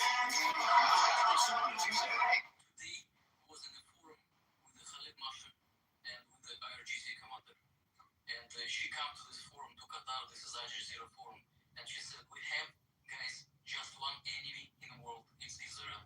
Well, that's what she said just today, okay? We're not going to tell him. We're not going to is it tell him? Just a second, but hold on. And hold on, Jesus still expert, but in the covenant of the United Nations, there is the first principle. We are a neutral organization, but Francesca Albanese said that Israel is our enemy. Her husband is extra mustard, and 1 vote for Kitover. Chewing on a piece of gum, long after the flavor's gone. I just don't like doing somebody's. No, it's just boring. Okay, you say your point, you move on. Make a third or fourth point. You make Keep repeating the same point. It's so boring, bro. Okay, so you want to make the give him an account. Let me let my point, okay? I let my point. Then I want to say to you that, you know, what is the intention of genocide? The intention of genocide when Ismail Haniyeh from the Hamas TV Chicago dog, extra. Show you step by step how. Land the points. No more steps. Show you step by step how to turn a free AI app in your. just trying to explain to you what is the intention of genocide. He said, we need more blood of our children and women. That's what Ismail Haniyeh said. We all watched it. We know. Please, yes, don't comment any my work, please. Please be confident, okay? Sit on just on a chair and please don't interrupt me. You are a moderator in this room. Why are you nervous? Let me finish, please. There is just 2 points, okay? First point, there is no genocide from Israeli side. The second point, the genocide, of course, even in the covenant of Hamas. Judgment. Show you step by. What exactly are you doing, man? I'm dialing the secret bus. This is from Sahih What exactly are you doing, man? I'm dialing the secret prosperity. all the Jewish population. It's number one. Number two, they said that we're not gonna take our population into the tunnels. Tunnels is only for the fighters, for the freedom fighters. That is the intention of genocide. Because if That's right. It wasn't to service if they took 2 million people to the tunnels, there will be no genocide. But they say no, it's only for fighters. And the third thing, that Haniyeh comes to the TV, he said, more blood our women and children. Okay, you have 3 points that make the same point. We got it. And after they come. No more points. You already made your. Is there anyone in this room that What exactly? I'm speaker colleagues and to the people. I'm speaker colleagues and to the people watching. Hamas or genocide on. Yeah, and there's some person that thinks it's not a genocide. Great. That's fucking great. We just wasted 6 minutes. Okay, Sergio, thank you for sharing that. I think I've heard those points before. Some of your criticisms of Hamas it has basis, but I think we need to move forward. I think I'm going to read the story, Peter Barnard's story of Purim again for those who didn't hear it, unless there's like objection to it, and why it should reframe. I'm speaker colleagues. Councilman Pritchard, money for potholes, but the only holes he fixed were in his steakhouse roof. Good evening, Councilman. BB's objecting. Councilman. I'm just objecting because I have that opportunity to object. Because it's fucking, you're objecting because it's fucking nice. I object actually because I think for what's like. Councilman Pritchard. Good evening, I'm John Kitover, and I'm also. Actually, like. Good evening, I'm John Kitover, and I'm also. The conversation around Jewish identity, it's like, you know, so he's writing some Jews. He's writing some Jews. Right? Okay, and I think it's really beautiful. We're going to learn some Torah here. I think our non-Jewish friends can also learn a little bit about the value of our values and our mythology and what we take from it, okay? Good evening, I'm John Kitover, and I'm also John. Hey, Operation Sprinkles, Michael Phelps. Hey, Operation Sprinkles, Michael. It comes from the Book of Esther, a tale that begins with a dissolute Persian king. He hosts a banquet, gets drunk, orders his queen to display her beauty to revelers, and when she refuses, banishes her from the throne. As her replacement, he chooses a beautiful young maiden who, unbeknownst to him, is a Jew. Then he makes it clear his personal decision. He selects Haman, a pathological Jew leader, to be his right-hand man. Hey, Operation Sprinkles, Michael. Another day, another clarity. News and sends word that she must save her people. Although protesting puts her own life at risk, Esther appeals to the king and through a series of daring maneuvers turns him against Haman. Haman is hanged, Mordecai takes his job, good triumphs over evil. When we tell the story of Purim today, many of us stop there. But that's not quite right. The Book of Esther doesn't end with Haman's death. It continues. Another day, another clarity. Peter's here. Pizza guy mumbled something like. The king can't reverse it. What he can Peter's do here. is Pizza guy mumbled. his kinsmen to take matters into their own hands, which they do. The Jews struck at their enemies with the sword, proclaims the Book of Esther. Slaying and destroying, they wreak their will upon their enemies. On the 13th day of Adar, the Jews kill 75,000 people. They make the 14th a day of feasting and merrymaking. With the blood of their foes barely dry, the Jews feast and make merry. That's the origin of Purim. Purim isn't only about the danger Gentiles pose to us, it's also about the dangers we pose to them. Peter's here. Pizza guy mumbled something like 34, 75, 71. I need a better opener than just shouting numbers. Try words, the audience loves balance of pricey, I'm saying. I need a better opener than just shouting. But the ending reads differently when Jews wield life and death power over millions of Palestinians who lack even a passport. Today, these blood-soaked verses should unsettle us. When we recite them aloud in synagogue, we should employ the anguished, sorrowful tune in which we chant the Book of Lamentations, which depicts the destruction of our ancient temples. Instead, most of us ignore violence, and that concludes the Esther scroll. Some contemporary Jews justify it as self-defense. On the far right, some revel in it. But they're the exception. More often, we just look away. We focus on what they try to... There's a joke in every Jewish holiday. I need a better opener than just shouting numbers. Try words. The audience loves balloons. It's pricey. I'm saving them for the club. Many of our other Alright, movie night. I've got the remote. 843-6. Alright, I need a better opener than just shout. Alright, movie night. I've got... serious LTLs. Alright, movie night. On and on to explain how each of these holidays has sort of a subversive message hidden in it. And in fact, maybe it's time to rethink the sort of moral evasion that comes with this narrative of ourselves as the perpetual. Let's talk about why those millions of people lack that passport, right? So in 1948, it was declared a state. Also, a state was declared. It was called a Palestinian state, right? And those Palestinians, they rejected it. And they decided to attack Israel. So when they had the potential. 181 said they had to do wanted to do. They decided not to do anything.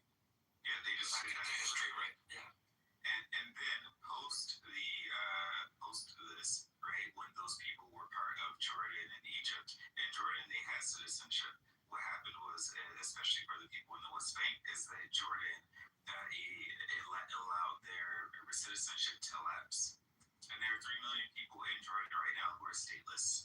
They live there. They're considered refugees, but that's the fault of Jordan, right? For 5 million people between Jordan and the West Bank, those people are stateless in Jordan. For the people in Gaza, those people are stateless. He's going for the quad Lutz. Oh, he falls it. My mom complains. I always.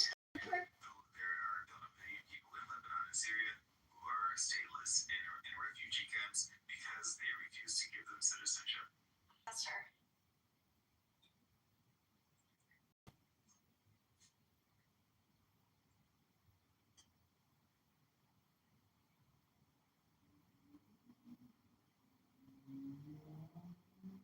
All right, who else? The mic is anyone's.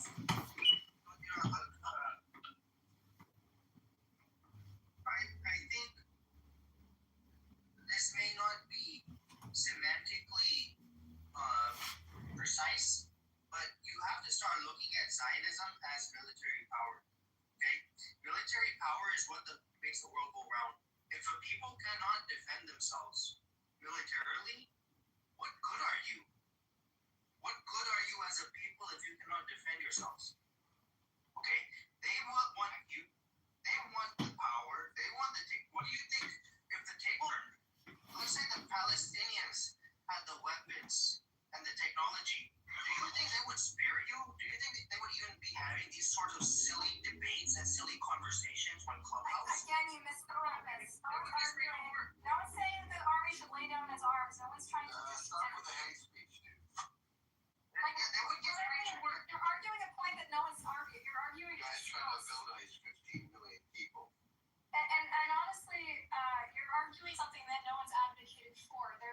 One-state solution would have an army that represents all people between the river and the sea. It wouldn't be fighting. Why should there be one army for all of the people? You're not the same people.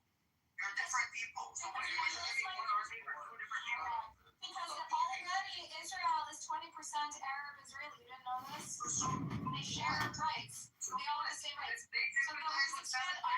All we're doing is no, they don't sympathize with Palestine. You're a fucking idiot. No, I'm not an idiot. They sympathize with Palestine, and they also have patriotism for their country. They have two identities. According from angle, are you getting this information that they have the sympathy for Israel? No, I'm sorry. I can't. Try. Have you read the JTA February 5th? Yeah, I did. We talked about it already.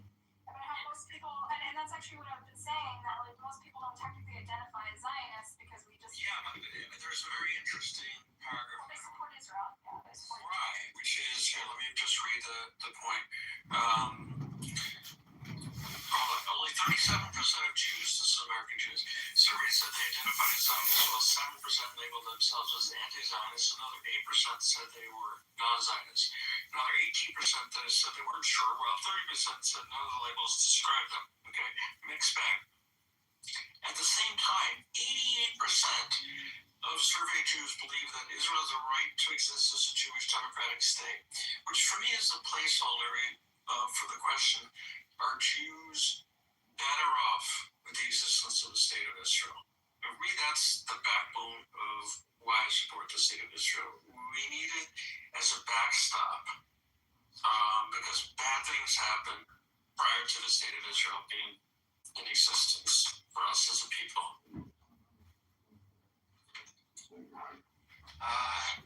Okay. So there's been other recent surveys that show 60% of American Jews think that war crimes are being committed in Gaza, and 40% of American Jews think it's a genocide. When you use the younger generation, it's even higher. But all this shows, but what this shows are numbers, how complex it is, right? In other words, we can have a moral vision that goes in one direction and still be very close. My point.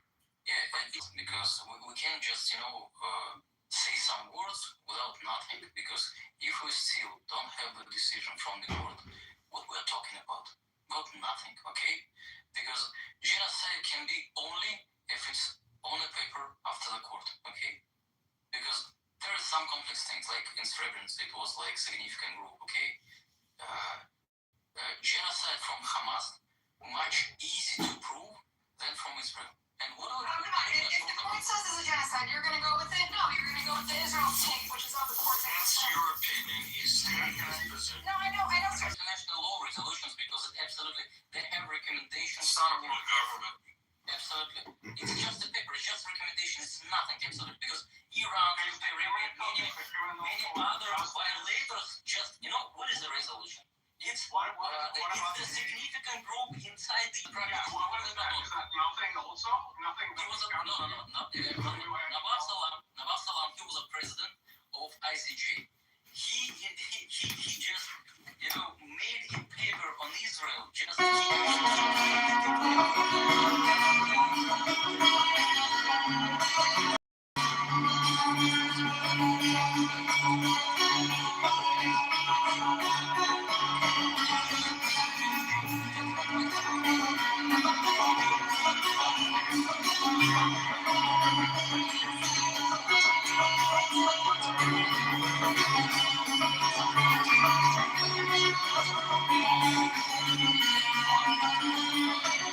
Keep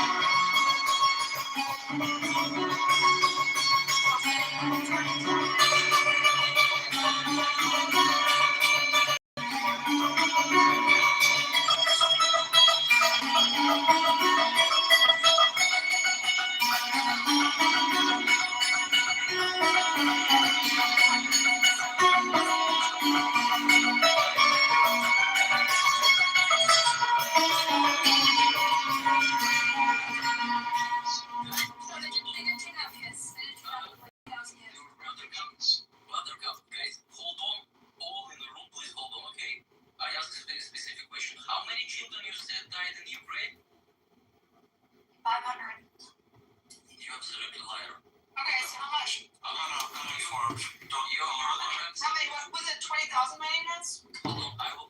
I acknowledge they did read out. Will you drop the give me the chance to answer? While you're looking it up, I'm saying I acknowledge that Russia has kidnapped 30,000 Ukrainian kids, right? Absolutely. They were refugees. Yeah. Well, their parents did not want them to be refugees away from their parents. Russia really kidnapped 30,000 people. You're right. In this place, you're right. But listen, in this calculation, what you see the casualties in Ukraine, there is no Mariupol, okay? In Mariupol, there might be hundreds, thousands of people died only in one city in Ukraine, but it's not calculated. You know why? Because it's under occupation, and Russia don't provide the casualties from here, okay? One for couple of months, and hundreds, thousands people died, including women and children, and you don't know exact number. That's why you tell us that there is only 500, because it's the statistic like official, but official is nothing right now, because who else is under occupation and doesn't have a correct tally of the dead? Yes, Russia just silent and don't provide the papers how much it was, but there was some articles like from Associated Press that in where is the people, I don't know this word in English, when people is dead, they okay, that a lot of people just said that there is about 100,000, and they just try to calculate, and this is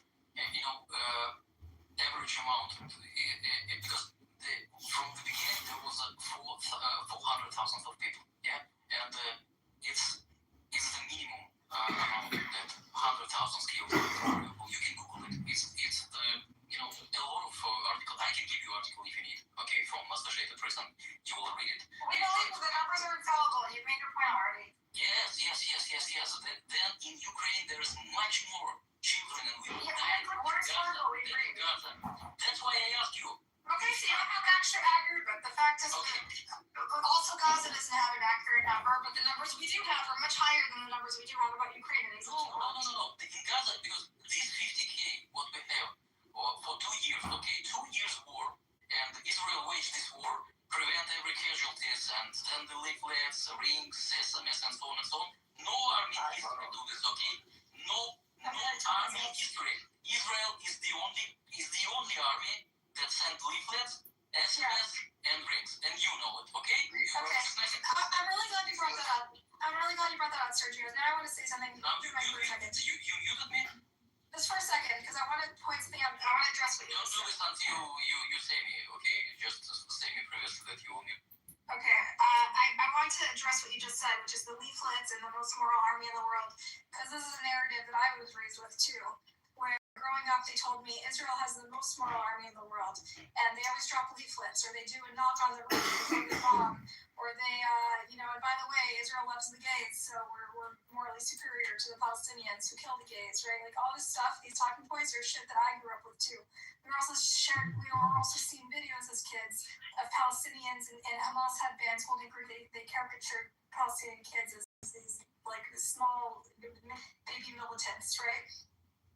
And then you go to college, and your Jewish friends who grew up with Zionism, pro-Israel, reflexively pro-Israel ideologies share with you Benny Morris, and you find out that the story, this narrative about Israel's founding, was only half the story. In fact, there was another half that is quite ugly. And in fact, it's not a clean history, and we are not the most moral army in the world. And eventually you come to the conclusion that, armies are not moral, and states are not moral, and all power is corrupting, and we have an obligation to hold power to account. That institutions are not people, and governments and armies act pragmatically. Sometimes they have to decide between one immoral act and another immoral act. So to conflate our Jewishness and our values with an army or a government is to pervert our values, to pervert our mythology that teaches us how to live and how to be accountable. It's to pervert everything about Judaism. And so this sort of elevation, this putting your Zionism on some pedestal and reflexively framing it as the most moral army in the world is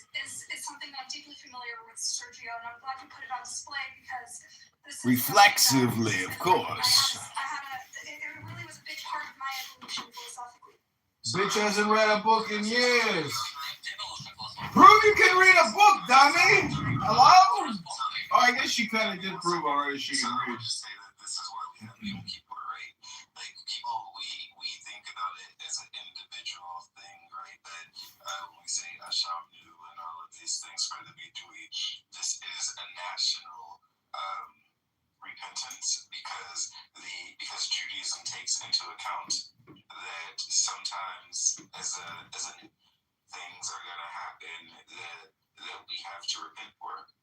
This isn't about our individual, 100%. That's why on the day between Rosh Hashanah and Yom Kippur, we had an Hashanah room where we talked about our collective sins in Gaza and in 1948 and over the course of the last 100 years. And we talked about how, as people, we should be part of our traditions is to be self-reflective and self-critical, and to this sort of like silencing this dissent is antithetical to Judaism. Can I read a few quotes from the leaflet dropping officials? Yeah, please. I wanted to finish what I was saying. Okay. For Shai and then because I'm not gonna take too much longer. Sergey also wanted to go because I interrupted him a little. So the point of the matter is that Judaism, right, takes that into account, and the rabbis take that into account because that is the reality of a nation, right? Regardless of the state, it's the reality of the nation, and Jews are a nation even without a state, and we still have to do those things, right? Take those things into account because because at some point our values, we will have conflicting values, things that go against the core of our being because we have to survive. It's about survival. Okay. All right, thank you. Yeah, I don't because I asked you a question. It was a simple question. Which army is doing the best job, better than Israel? And you only just make a. Well, we were talking about Ukraine and the death toll, so it's a little hard to. I don't quantify these things. I don't consider I think I answered your question indirectly. No. If we will compare, we'll see that Israel is the moral army, much moral army than any other on the planet. Because if you can do it, okay. No, we're not doing this. We're not doing this. Armies are not moral. That's not what we do here. We don't do this. Sorry. If we describe an army as moral, if army do some action that never army in the history done. I'm sorry, but this is so delusional. This is not advantage, but hold on. No army in history provided humanitarian aid to the country to decide with whom it have a conflict, okay? Yeah, we understand which school of thought you're in. You think it's the most moral army in the world. I don't want to debate this on you because you're not reasonable. There is no okay. You try to shout me. Because we already heard you. You made your points already. Israel's the most moral army in the world. We heard you. And I told you how I feel about that. It's Shake's turn. I just want to clarify why you bring the Benny Morris in this conversation where we're talking about armies, okay? Because Benny Morris is only about 48. Why you bring his in this conversation? Because we were told the story of the founding of Israel, which was only half the story. And we were also told the story of each of these wars, how the Jews were victorious, and we were only told one side of the story of each of these conflicts. And then over time, you learn, you could develop a more nuanced picture. You also meet Palestinians, you find out they're not this caricature of a kid with a Hamas headband and a grenade in their hand. You find out that people are actually people, and your position shifts and you become more nuanced. I want to hear from Shape. I'm sorry, but here's your story. Okay, all right. So, this is going to get a little. Do you recognize that? No, I said no. Wait your turn, Sergio. Bro. No, mine. No. Your time is up. I'm the mod. Time's up. No, guys. Time's up. You'll have another chance after. Time's up. We're shifting. You are I'm sorry. Okay, go ahead, Shape. Okay, this will be a quick but a little repetitive. So I'd like to read a few quotes from the senior members of the government for, I'll quote, the most moral army in the world. Okay. Almost a million population in Gaza is ordered to leave immediately. They will not receive a drop of water or a single battery until they leave the world. That's the Minister of Energy. They're all terrible. Now we're talking about the IDF now. Yeah, you're talking about the IDF now. If you ask me on a personal level, I flattened Gaza. I said that's not. So we're just listing officials. It is a not. Please frame your. It's connected to the discussion that we're having about the IDF. We're talking about the members of government and most of the army. I'm almost done. Relax. There's a better side of the case with Russia. Let's talk to him after he frames the conversation. Go. Okay, here we go. So here's the last one. This one's particularly problematic. Another Knesset member said, and the children in Gaza have brought this upon themselves. Wow. Okay. Thank you. Thank you. Daniel, you want to go? Measuring out of context.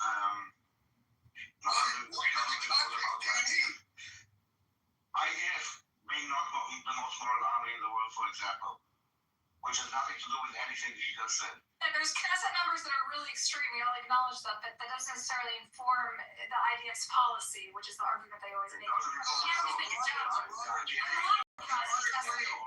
broader claim is that you drop leaflets on people, and it gives you the okay to flatten them and to murder them. When Clearly, stabbing is not murdering. Not stabbing and murdering. That's you that is making the connection.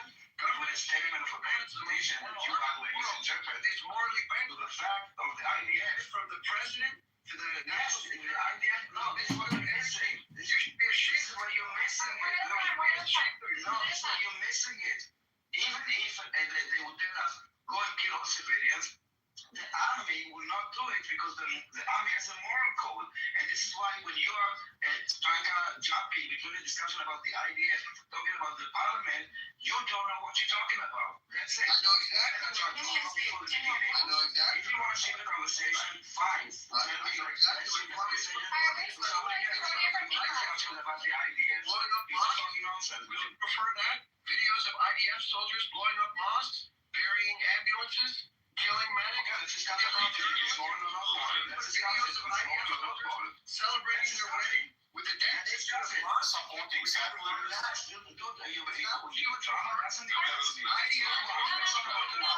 Time out. Bima, let's talk about the first one. Raise up energy in this. Bima, speak. Thank you, I appreciate it. Yeah, Daniel, I just wanted to ask you, what was the function of dropping the leaflets to begin with? Just a quick sentence, just a quick response. The point to drop the leaflets is to what? What was the purpose?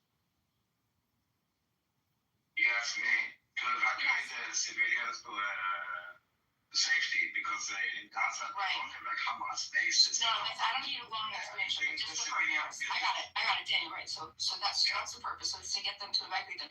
So would you agree that to evacuate them, to get them to safe units, to say, okay, look, if you don't move, now this can function as a mechanism, literally stripping the protection for everybody who remained. Because if you're going to stay, now you're a target. Now you will be bombed. And that's it. Would you agree? It's your invitation. Well, no, I'm asking. Hold on, you just said that it's to get them to safe places. Meaning, no, well, it's going to happen in those places. Right? So what? They could drop leaflets, right, for a long period to say, hey, look, there's going to be this. It was like 24 hours before they did an intentional, right? You do an intentional, mission. Yeah. And the point is because there's going to be a mission there. There's going to be something that's going to happen there. Okay. So can you agree that the point is to say, hey, look, there's going to be a lot of crap going down here. And what's the point of dropping the leaflets? What do you mean? To will not be there. Okay, but Daniel, Getting killed. should I cut in for a little bit? Daniel, you acknowledged that not everyone left. Like at least at the beginning of the bombardment, the first 30 days, they tried to evacuate the northern Gaza, at least, and move everyone south. But a lot of people didn't leave, right? And that's why there was such a high casualty rate when they were dropping 3,000-pound bombs in those depopulated areas. They really could. They were not dropping bombs. Hold on. They're splitting an area, and you don't just bomb and carpet bomb an area. Or like when you talk about it. Right. So they even dropped the leaflets. They even bombed tent encampments. What are you talking about? They bombed markets. What are you talking about? What are you talking about? Like, what is this? We're going to get to that. No, we're going to get to that. We're talking about the leaflets. Are they dropping the leaflets? Yes, but the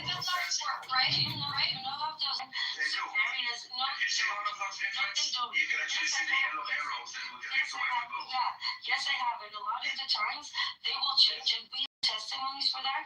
And the safe passage suddenly shifts, and all of a sudden you find yourself Well, walking it's a wall. They inside shift, you know, there's a plan, and then you have also. inside You need to something. acknowledge arrows that those people that fall, also Hamas sees them, okay? You And listen Hamas for a has an second. incentive to prevent all the civilians to escape. I know, but This is why yesterday Daniel, even so, things may change. Wait, can I finish for a second? Yes. We have multiple testimonies from IDF soldiers about something called the kill zone, which is an imaginary line that if somehow you happen to end up in that line, you are as good as dead.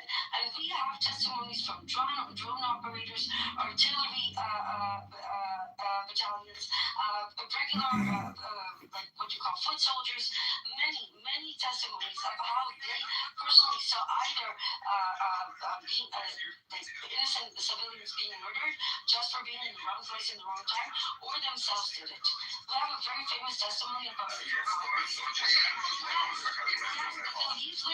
leaflets are, it doesn't matter what shit, because they found the humanitarian.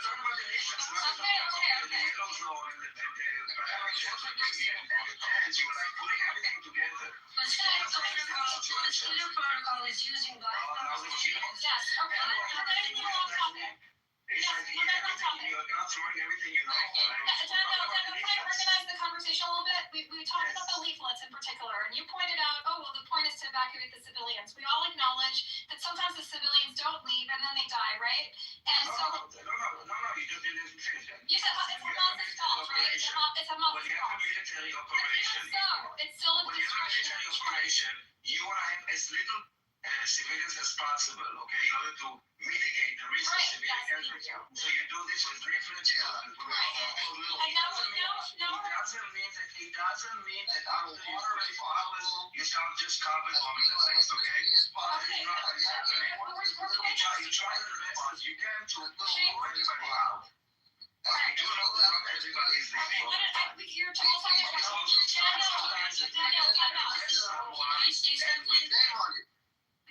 shape and then you camera. The IDF doesn't want as little things as possible, as little food, water, and electricity as possible. Dropping paper on them and then flattening their homes and starving them to death is not moral. Okay, the IDF is the most morally bankrupt army in the world. Period. End of story. Okay. Alright, so now Emerald, I said Emerald next. Daniel, we're going in order. First Emerald, then Shai, then Daniel. Go on. When it comes to the leaflets, I would like to emphasize this again. The division of the geographical division that appears on those leaflets belong in the Ottoman Empire times. Most people don't know what that means. That's number one. Number two, many times those leaflets, just like it was done a few days ago in Zaytun, an hour before they bomb. So we have an entire highway. What if there's a mother with two toddlers or two twins? This is not about keeping the population safe. Not only do those leaflets are just a cover up for something, they don't tell you what is the safe way to get to a safe zone. And then we're discussing a stupid idea that he put a trap for to discuss the fucking leaflet. Who gives a fuck about the fucking leaflets? Why do we discuss this shit? Why to fuck the fucking building in the first place? Why to fucking kill 400 people just to get one piece of shit? Why are we talking about the peace movement? Like, all these fucking Zionists always throw this kind of a trap here and there, and then some people can't go into this trap. No, it's not about fucking leaflets. Actually, Israel can't call anyone because they have the phone numbers of everyone in that fucking building. They used to call it, but they don't. Since October 7th, they didn't call anyone. You just kill you. And actually, they try to make sure to maximize the harm. So they wait for you to go home. That's the whole fucking software. That the Israelis even reported about it, no? That is home. They shut the fuck up, let me finish. So when they get... This guy's such a fucking idiot. Okay, the idiot is talking, so you shut the fuck up. So you were talking to him. When Daddy gets home,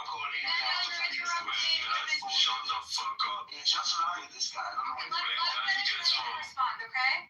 when the Israelis... do phone calls and SMSs, he's on.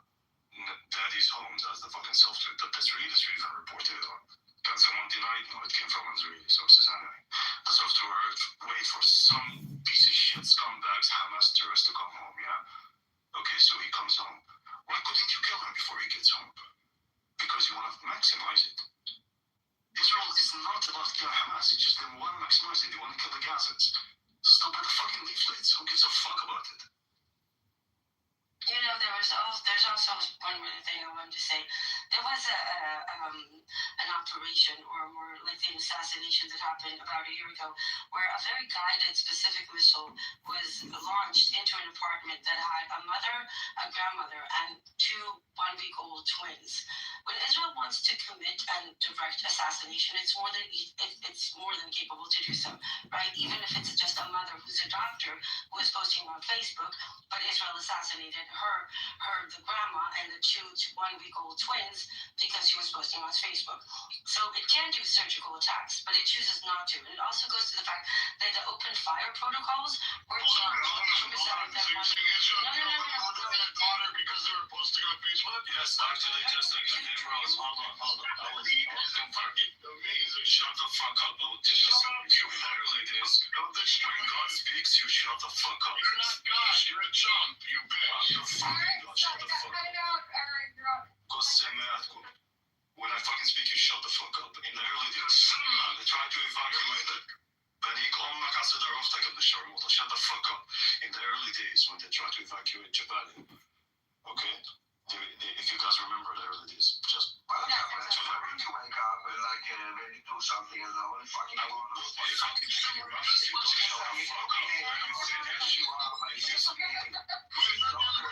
little animal, okay? Maybe you don't understand English. So maybe you don't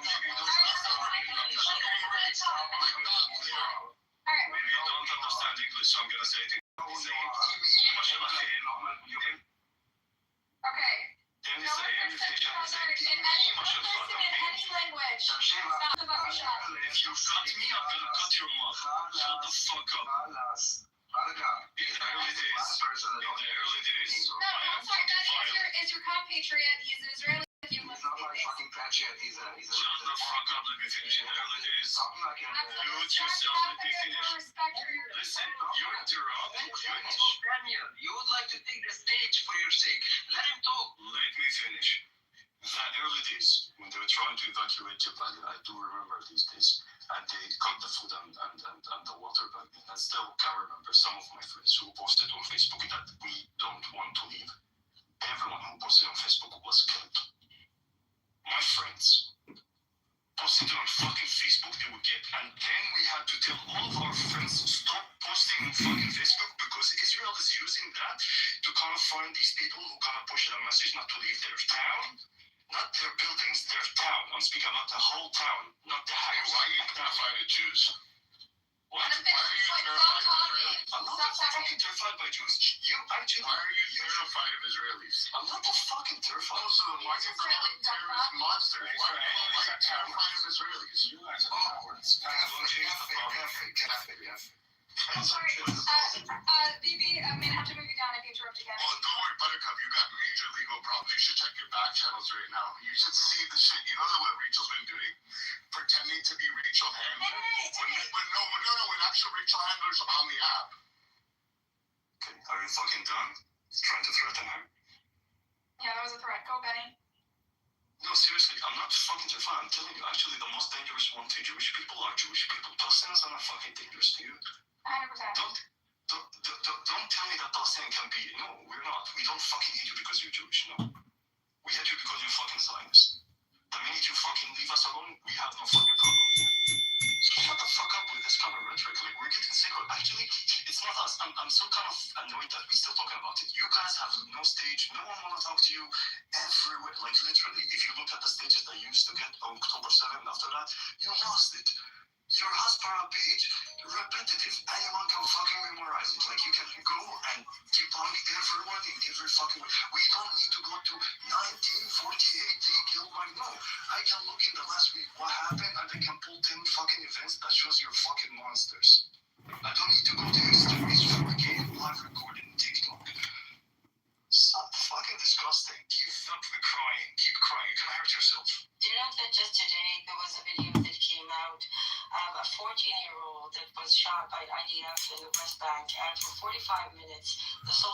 above his bleeding body while his mother was screaming in the background to let him be saved by Did anyone saw this video? Yes. Did any of these fuckers saw the video today of the 14-year-old bleeding to death? No.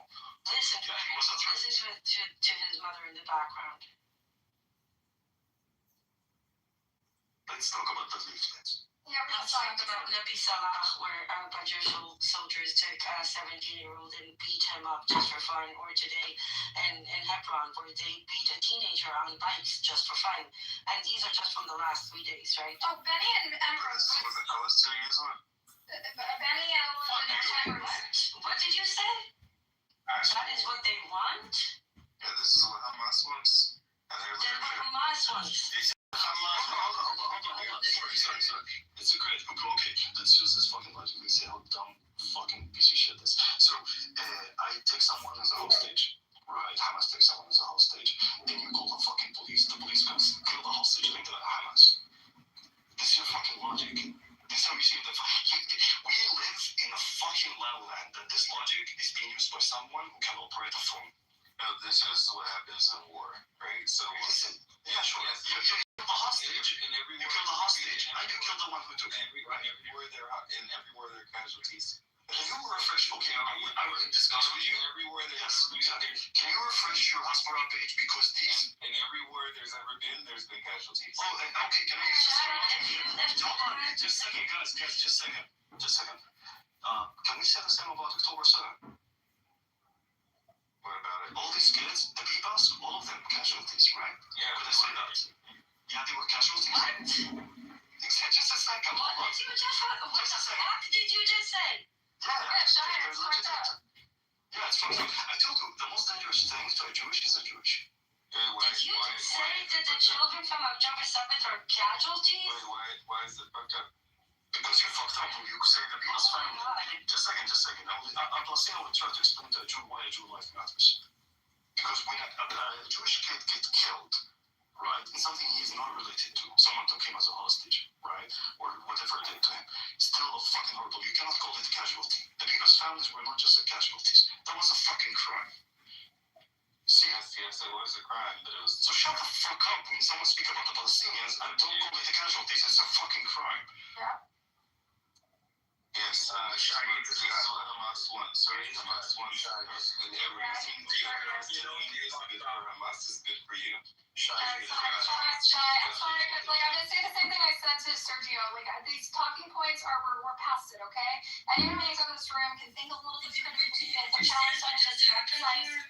Yeah, Do you understand, John, that a Palestinian had to explain to you why the children of October 7th are not acceptable casualties? They're innocent, just like 22,000 other children and over 700 children in the West Bank in the past 5 years. They're fucking children. What the fuck is wrong with you? Yeah, Shai, I'm gonna say the same thing I said to Sergio that we're not. Okay, Karnak, we have background noise. Sorry. Okay, Shai, I'm gonna say something I said to Sergio. Like, anyone in this room can think critically about the sort of the Zionist talking points Americans are weaned on. And if you're gonna spout them, I'm gonna have to move you down because this is a room about thinking critically and engaging with the conversation. No, Buttercup, I want you to think critically and engage with the conversation. So if it's a talking point that you and I were raised with to be reflexively defensive of every atrocity, then I'm going to move you down because we all know what those are. They're boring. They put me to sleep, and that's not what this room is about. It's about. We could replace with the ChatGPT man to wrap you to the Hasbara point every 5 minutes, right? It will be more intelligent. One more fire talking point you're going down, Shai. Everything to you is a Hasbara talking point. No, you know exactly what the narrative is. We all grew up with it. We all heard the same fucking. You have a fucking ministry called Hasbara, so. Can I ask Bonnie? Bonnie, can I ask you a question? Is it Bonnie? Benny? I'm sorry. Benny. Benny, can I ask you a question? Is it okay? Yeah, sure. Are you Israeli? I'm Palestinian. I am a Palestinian 48er, which means I hold an Israeli passport. Okay. So, because I don't want to, I understand if we want to move away from the leaflet talking point, but I'm still frustrated by it, and I think that it is a good point to sometimes talk only because I feel that one of the things that I've read, I feel that it's like one of those mechanisms where people use it, where it's used to say, hey, look, we're doing good, to then justify what is actually happening in the back end, because the Ministry of Defense and of Israel and everything, like they referred to everybody who stayed behind, who didn't move after the leaflets were dropped, as human shield or accomplices. And so you were able to justify that entire population to let's assume that it is their intention. Let's assume that drawing deflated the intention of informing someone that he would leave the house. I want to remove of something. Do you remember the airdrops? The airdrops, the leaflet airdrops from the plane? No, the airdrops, the aid. Oh, the airdrops, yeah.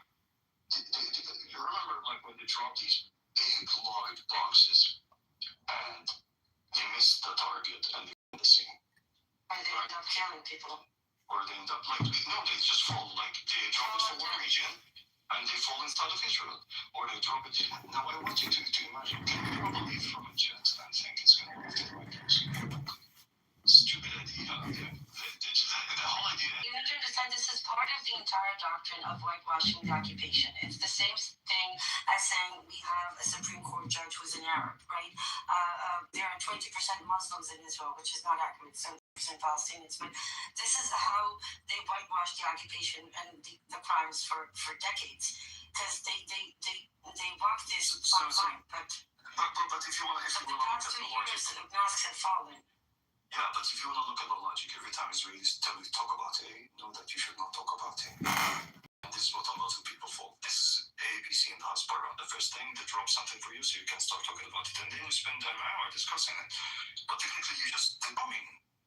So you stop talking about why are we bombing that building, and now we're talking about what? We're talking about, but we informed him, but he did not fucking leave. So, I don't want you to start. Yeah. The leaflets are the lawyer's fine print. It's to cover their ass. It's to absolve them of any crime. Okay. The purpose of the leaflets. It's irrelevant to the topic. I'm gonna give another example. They dropped like hundreds of thousands, if not millions. Buttercup, that was my entire point. I just wanted, yes, that was my entire point, because I think a lot of times when we're in these discussions and people do bring up the leaflets to just sort of say like, oh look, this is the good thing we're doing. I think it's interesting that we're not even, a lot of the times like here we are, but in this discussion, but a lot of times we don't say, wait, hold on, let's actually talk about what really happened with the leaflets, and sort of like explain what you just said. You know what I'm saying? Fuck the leaflets. Like the true intention. So you just gonna spread your propaganda from no one that ever been to Gaza or the idea. Got it. No, we always need to talk about not the perspective of the IDF. This is ABC. This is what we should do. We never should talk about things from the perspective of the... Yeah, sure. Hamas are a criminal. Do you know why? Because they are collaborators for me with the Israelis. For me, I don't fucking see them as you think I should see them. It wasn't just Hamas that committed 7th of October. It was many Palestinian factions. Yes, how many? Hold on. Just be honest. Yeah, let's be honest. It's not a celebration. How many? 5,000? 5,000? The population. 10,000? 15,000? So hard. If you agree with us, 1%. I'm going to go for 27,000 Palestinians. 30, 100,000. Okay, 100,000 Palestinians is for October 7th. We heard you enough. No. Listen, like he doesn't have anything to say. So basically, I'm asking you, how many Palestinians? You do agree that Hamas are like a violent, brutal, jihadist terror group. And we also know that this jihadi terror, extreme radical group has been the government of Gaza for the last 20 years. No. Now you don't need to be a genius to put 1 + 1 together to understand that it has an impact. It's not like a football ball. Comedian John Kitover is bringing punchlines and parables together in a show that's filling fellowship halls across the region. We signed up with him earlier today. I told folks this is the only comedy show where you get a bulletin out of it. Comedian John On the flag, like someone turned the page when the night beats our names into silence. Standing involved.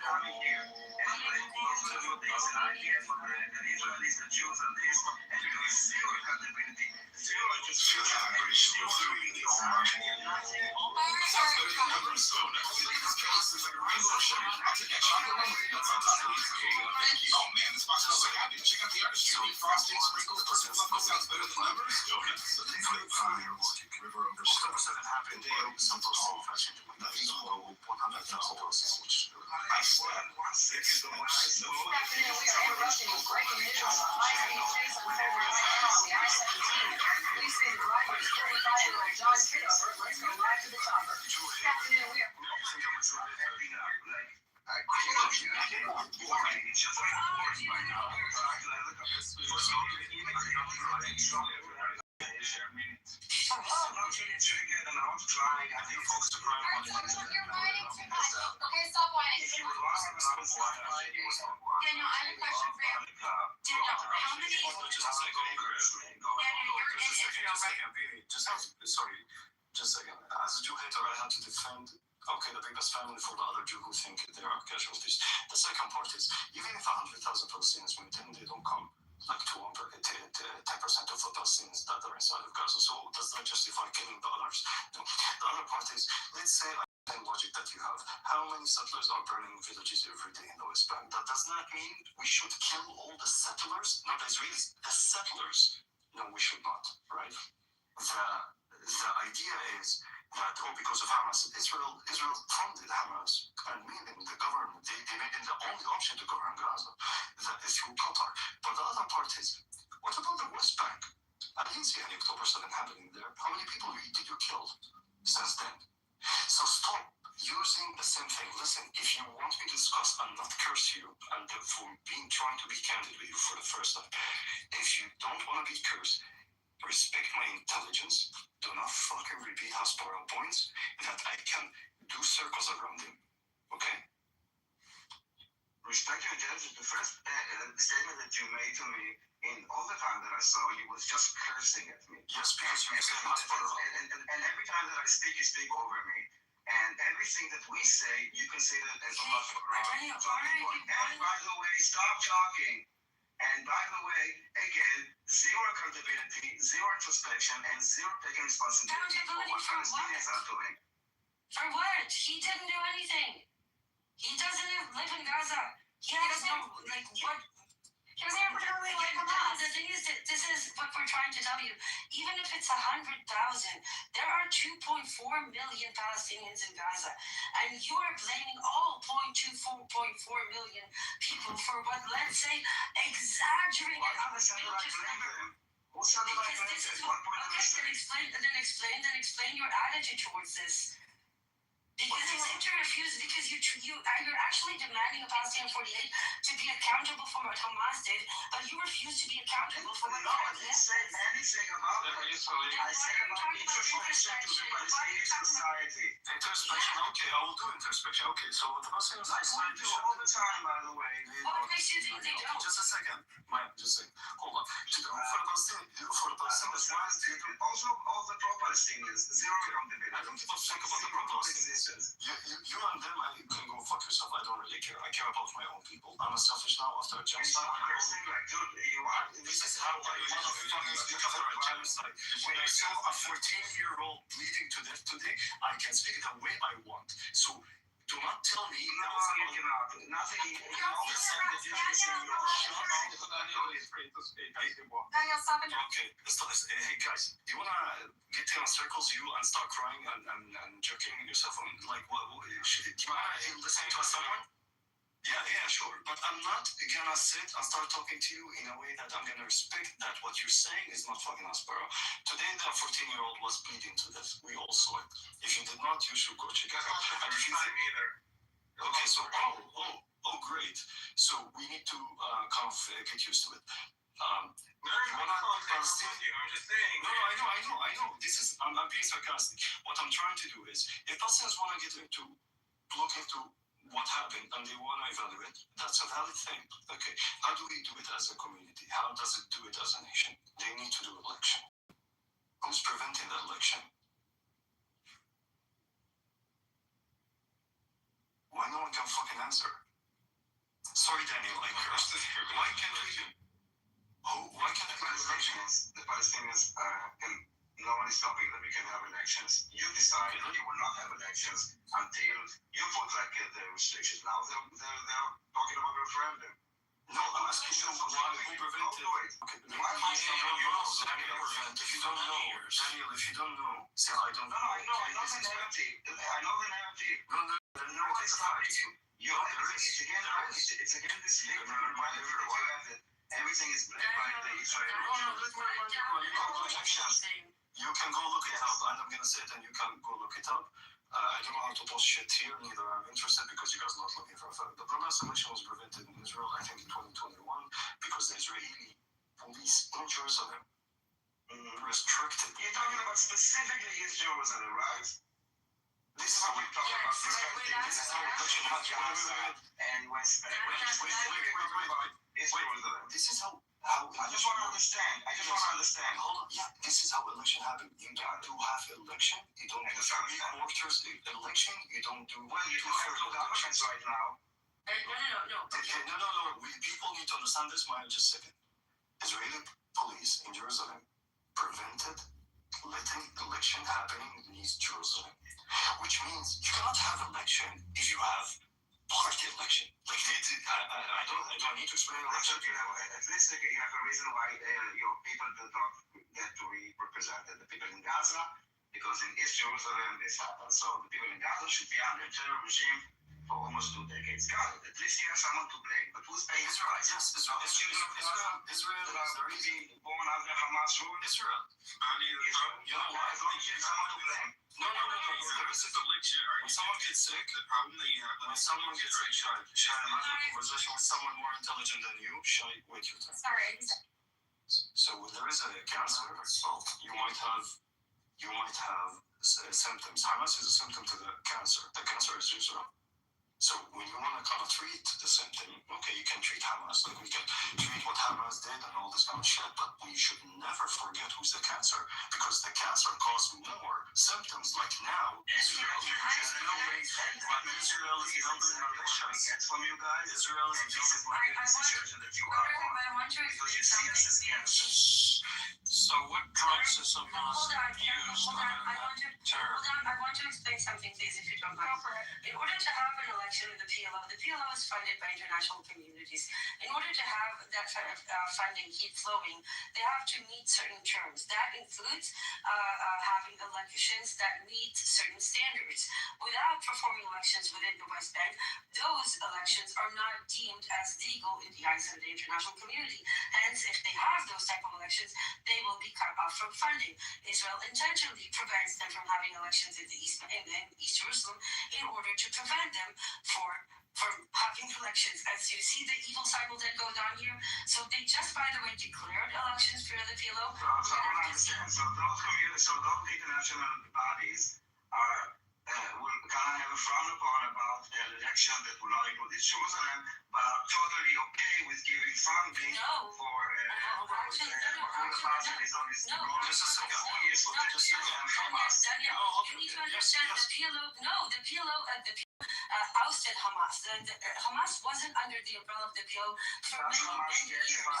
From your organization. No, it's from Israel. Really? No, yes. Hold on. Hamas get the funding from Israel. The expenses of education and hospitalization. You want to deny it, Maya? Just a second.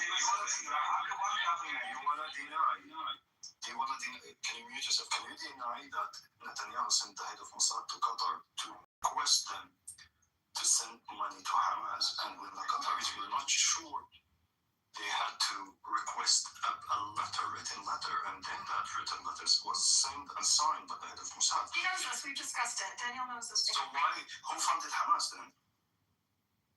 Why did Israel ask Qatar to fund Hamas? Okay, give me a question. Okay, so if you would look at the reason why the money from Qatar was given to Hamas. No, that's not the question. I'm sorry, you're answering a question I'm trying to ask. That's not my question. Let me clarify my question. You want to hear your question? I want to clarify the question. You want to make an allegation and accusation, and you want to hear why Israel? Ask me a question. I'm asking the question. Why Israel asked Qatar, not why Qatar sent, why Israel asked Qatar? Okay, that is the problem, that Israel asked Qatar. Yeah. Okay, so the reason that the money was given was for 3 reasons. One is to help with the humanitarian issue in Gaza. The second one is to pay for electricity and gas to warm and light up the street. And the third was to pay salaries of what can you do? Employees of Hamas. Employees of Hamas are, for example, doctors and teachers and people that need to be paid, but they are under Hamas because Hamas is a dual-use word. It is the government of Gaza, and it's also a terror organization. If Israel would not allow Qatar to fund Gaza, you would be on stage and say, how will not allow money for gas, electricity, doctors, and infrastructure. Why did Israel prevent the PA? The issue is that Hamas is the government of Gaza. This is how you can roll around. Why did Israel, Daniel, hold yourself. Why Israel prevented the PA? Where's your government? It's your government. Speak up. Why did Israel ask the PA? Prevented the PA from listen, grow up when the conversation started with you, okay? You're losing the argument, is what you do. I understand, but if you're not being respectful, I'm not going to engage. I'm very respectful. I'm asking you respectful. I didn't curse. See? I'm being respectful. So why did Israel prevent it and cut the PA from sending and paying the salaries to the employees in Gaza to prevent them to be under the umbrella of Hamas? Why did Israel do that? Like when they asked Qatar, they had to ask Qatar for a reason. Because they were never mind. Yeah, go ahead. Because you got quiet, so I'm trying to help you. I'm trying to kind of like, give you something. That's a given the answer. Just go ahead, Daniel. You already have the answer. It's Palestinians did nothing. The Palestinians are the victims. But I'm trying to ask you. There's no one answer. He's a coward. I'm trying to ask you to get out of every little. You don't ask me if you don't answer. Allegations on left and right, okay? At some point, you guys need to understand that you bring what allegations? The only thing that you Daniel, all you do is throw slogans. Can you address what was said? I want to say what I want to say. Maybe you enjoy this game, but זימבבטי אותך.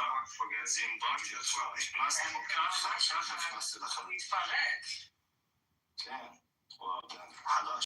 He's weak, by the way. Wow, you guys are so low-level debate. Immediately to cursing me in Hebrew, and she is supporting him, and they won the debate because they would not let me speak. You guys are like, you're so fragile. It's all based on allegation. And this is what I'm trying to talk about. Let's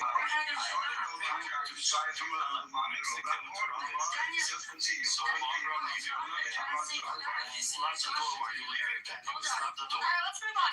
We're not. But Buttercup, this is exactly the problem. We can't keep skipping over facts.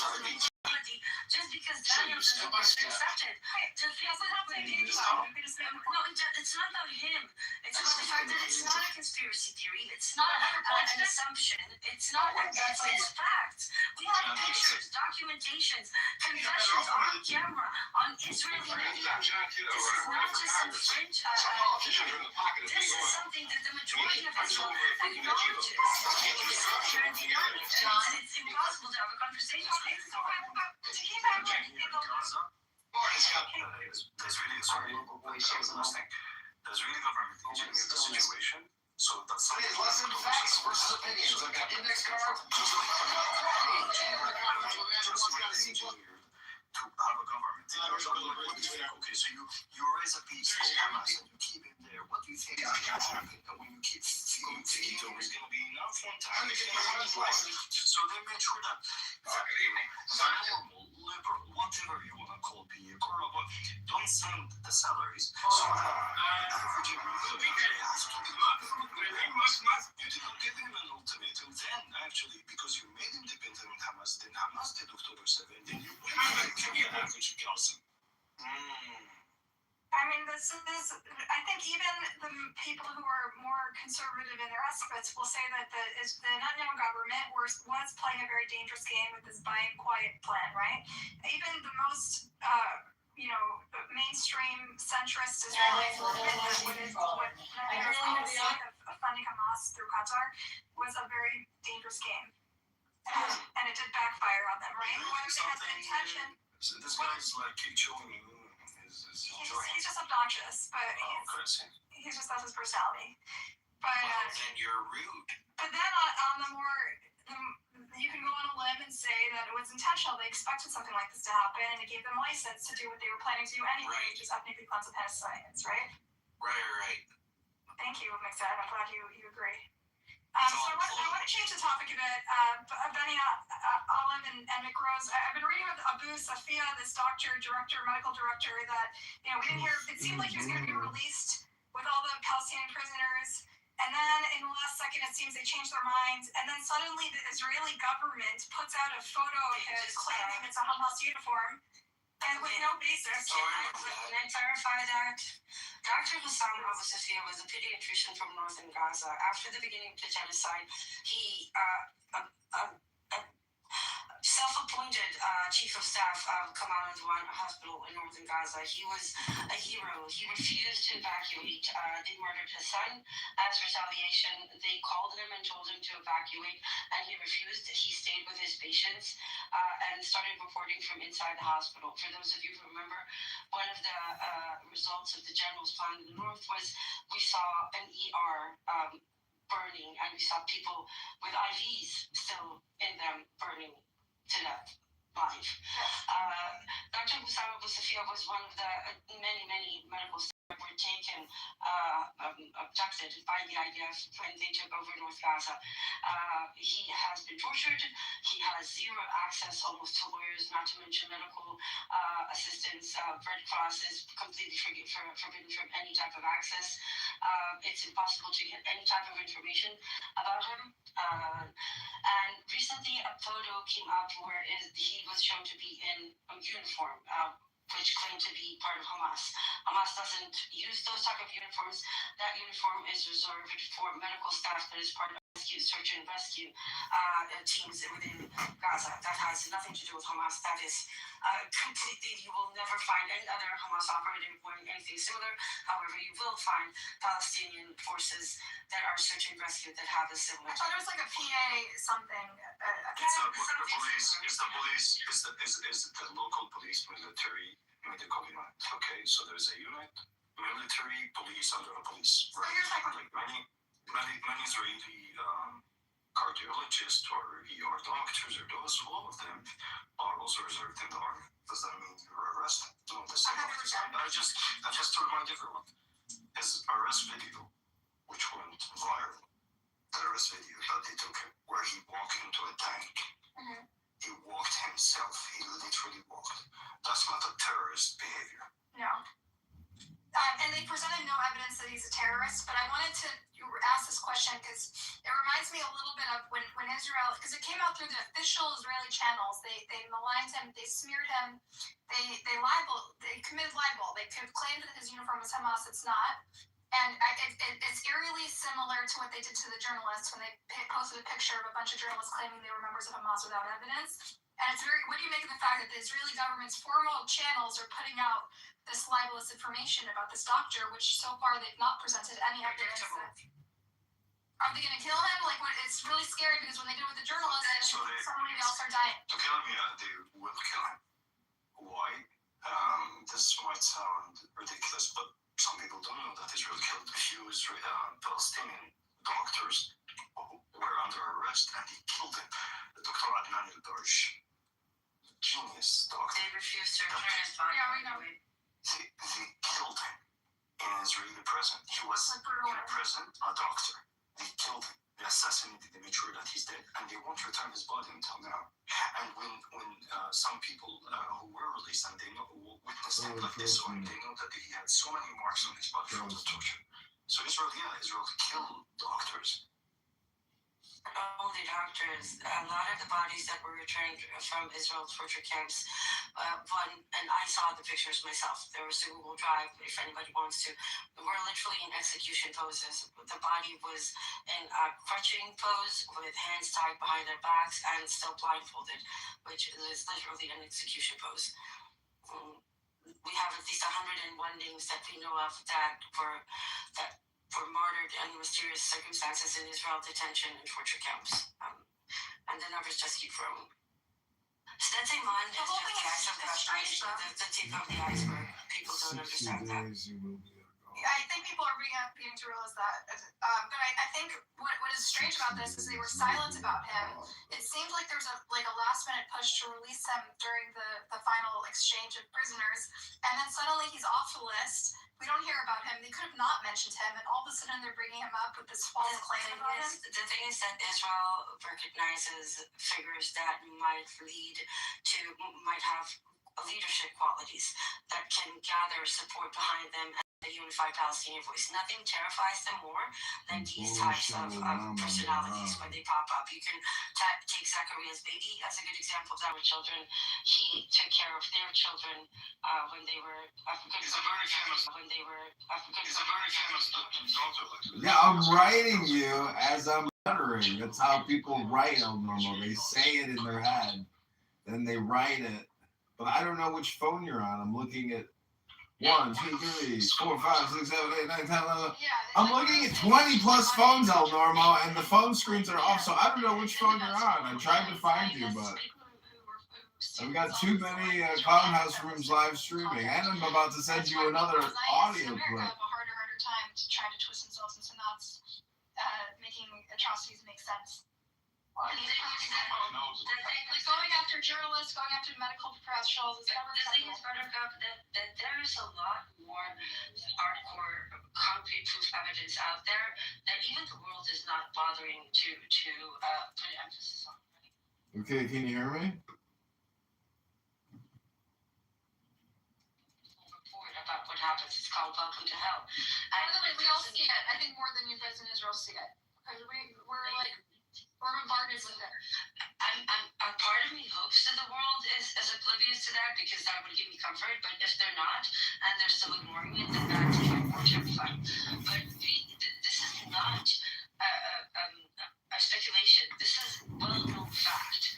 Like, there are court petitions, court documents, whatever you want. This is well-known fact what happens in those places. And it's been documented from every possible angle. But for some reason, people keep ignoring it. Did you know what happened today, Buttercup, in the security cabinet in Israel? No, what happened?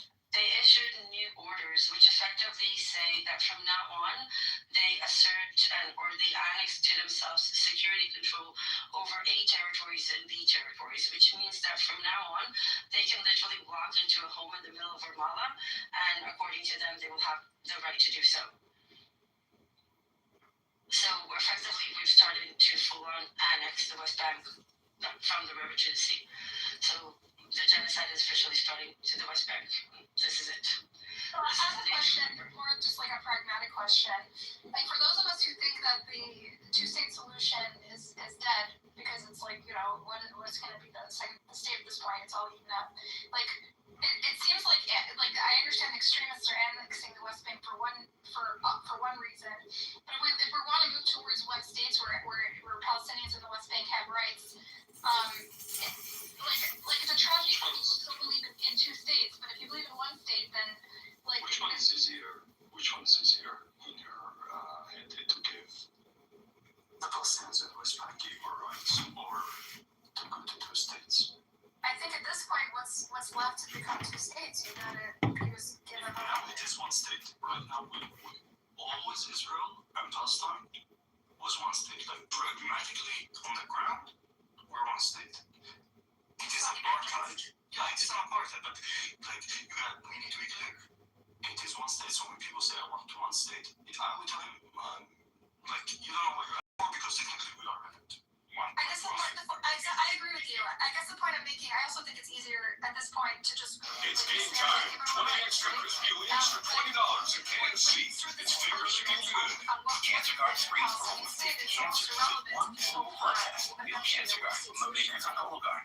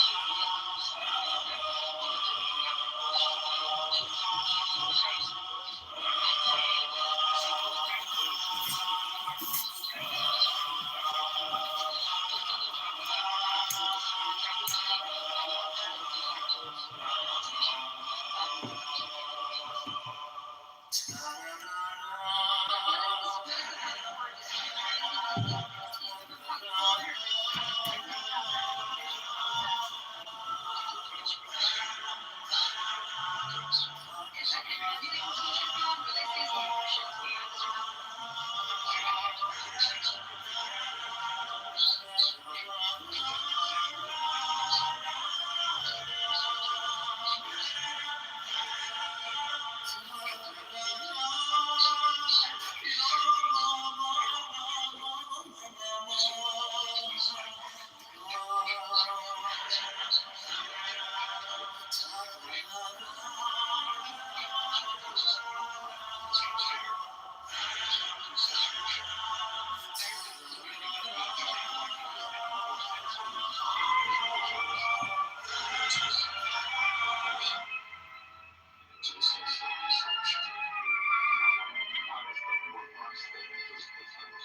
what is your solution?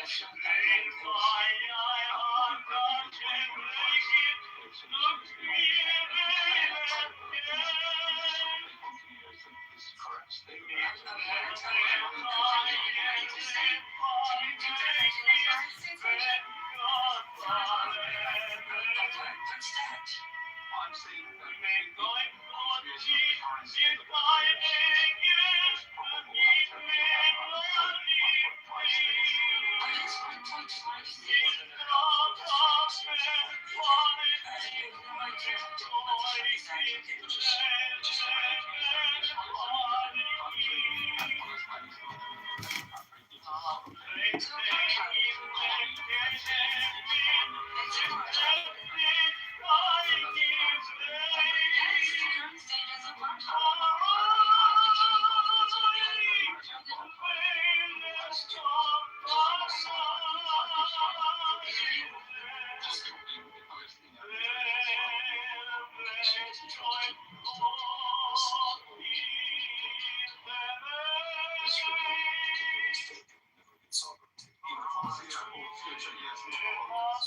But in South of Israel, there is an apartheid.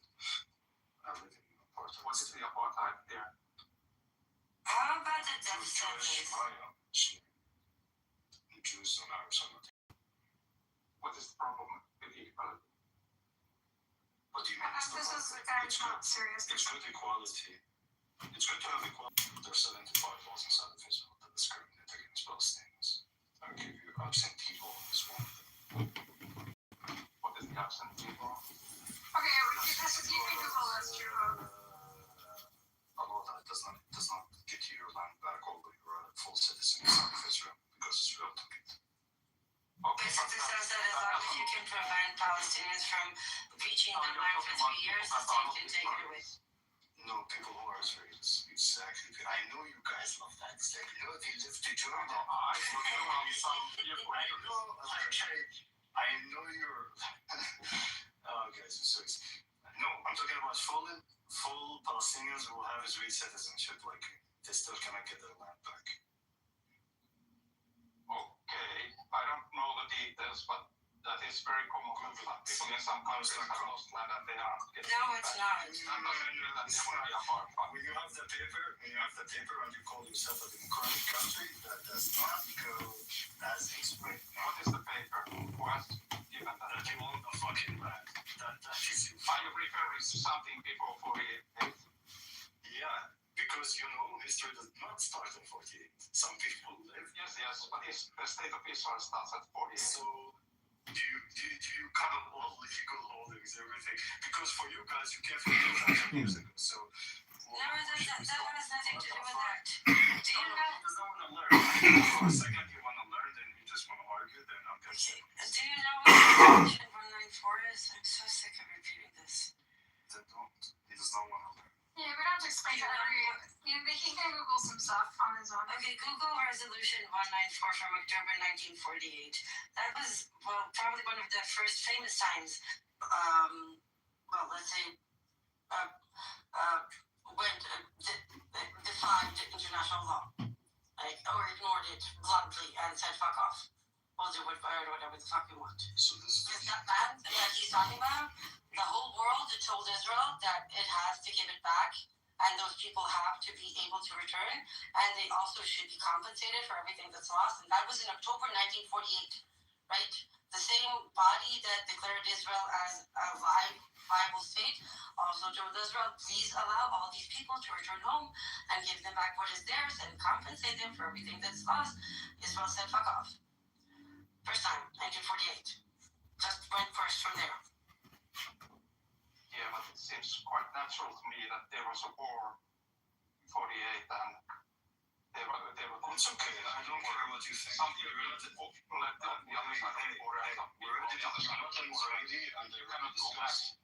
enough with you. Okay, you're not even Israeli, so I already gave you. So you can go Google shit now, and then you can come and do follow-up question. No, By the way, I expect you to 45 give me communities. explanations provided. 45 I gave you just like a Maya, a little bit. Listen, you asked a question about something you don't know, I explained one. Then I asked you a follow-up question, do you want? Then you said, okay, can you explain? Then. Okay, you don't answer yet. You just want to debate for the sake of debate. You don't have to educate me. I'm okay with the fact that I don't know everything about Israel and Palestine. Okay, so I was expecting you to tell how the apartheid is valid. I just told you that you get your land back, dumb fuck. What does that mean? If you're an Arab, That's one detail, and that doesn't tell me that there's apartheid. That's one example, dumb fuck. I mean, just what about the West Bank? Okay, those are people that also live on the land. No. I don't want to listen.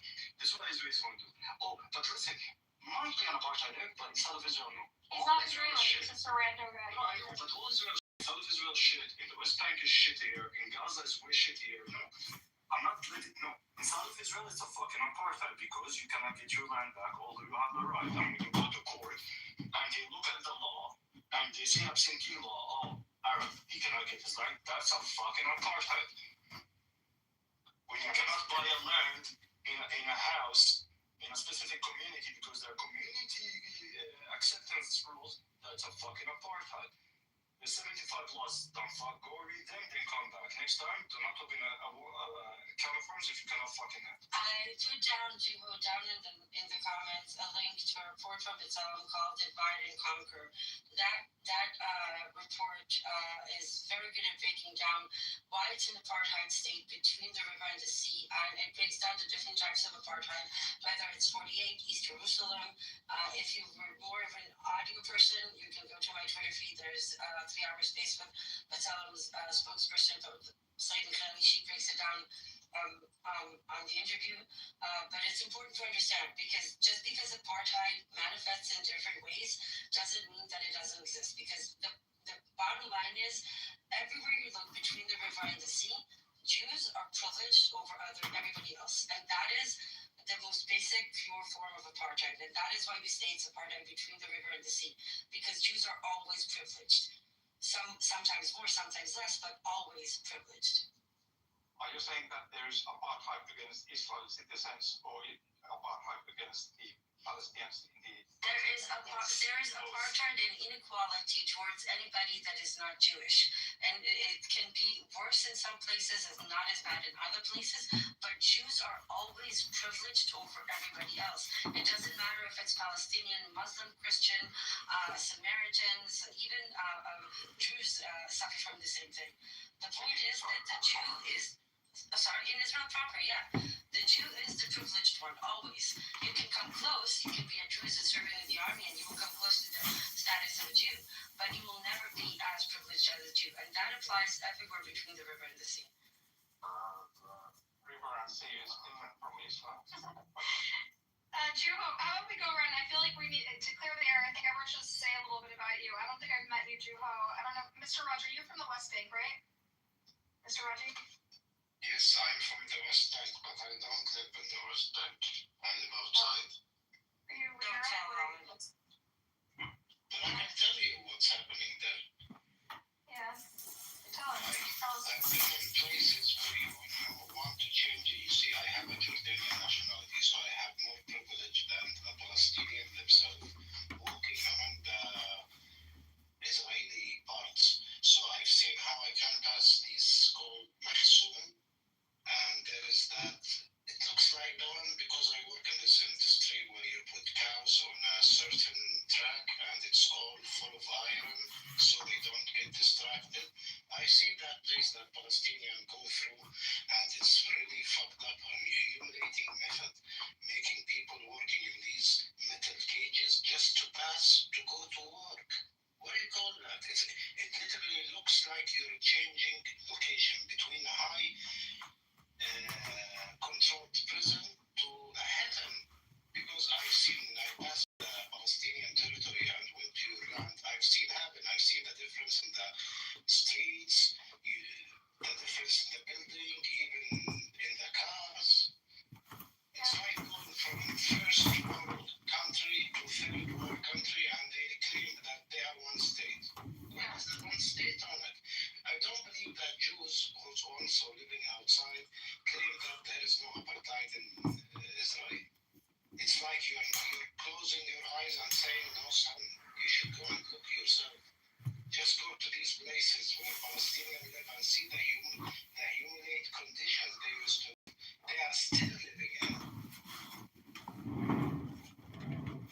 It's funny, like, they claim like they are innocent and they are above everyone. But when you just ask them, no, you don't have just the right to question us. Come on, guys. What We're if I circumcised like you.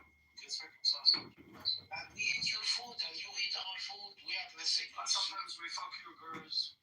I won't do that part, but look at the bright side. We are human just like you, but your Zionist mentality, that is a different thing than the Judaism itself, is controlling you. You are just like ISIS. You know ISIS, they are Muslims too, but they used to drag us to a war. They claimed they made a country and they used your same basic. Either you're with me or against me. And if you are against me, I will kill you. I will cut your head. They filled YouTube literally with these cutting heads videos. You are using the same method. So Zionism is just an ISIS who's controlled Judaism to fulfill their plans, and also the main reason that the Israelis now don't live in peace everywhere. By the way, there's a... difference from ISIS. They have one difference like ISIS.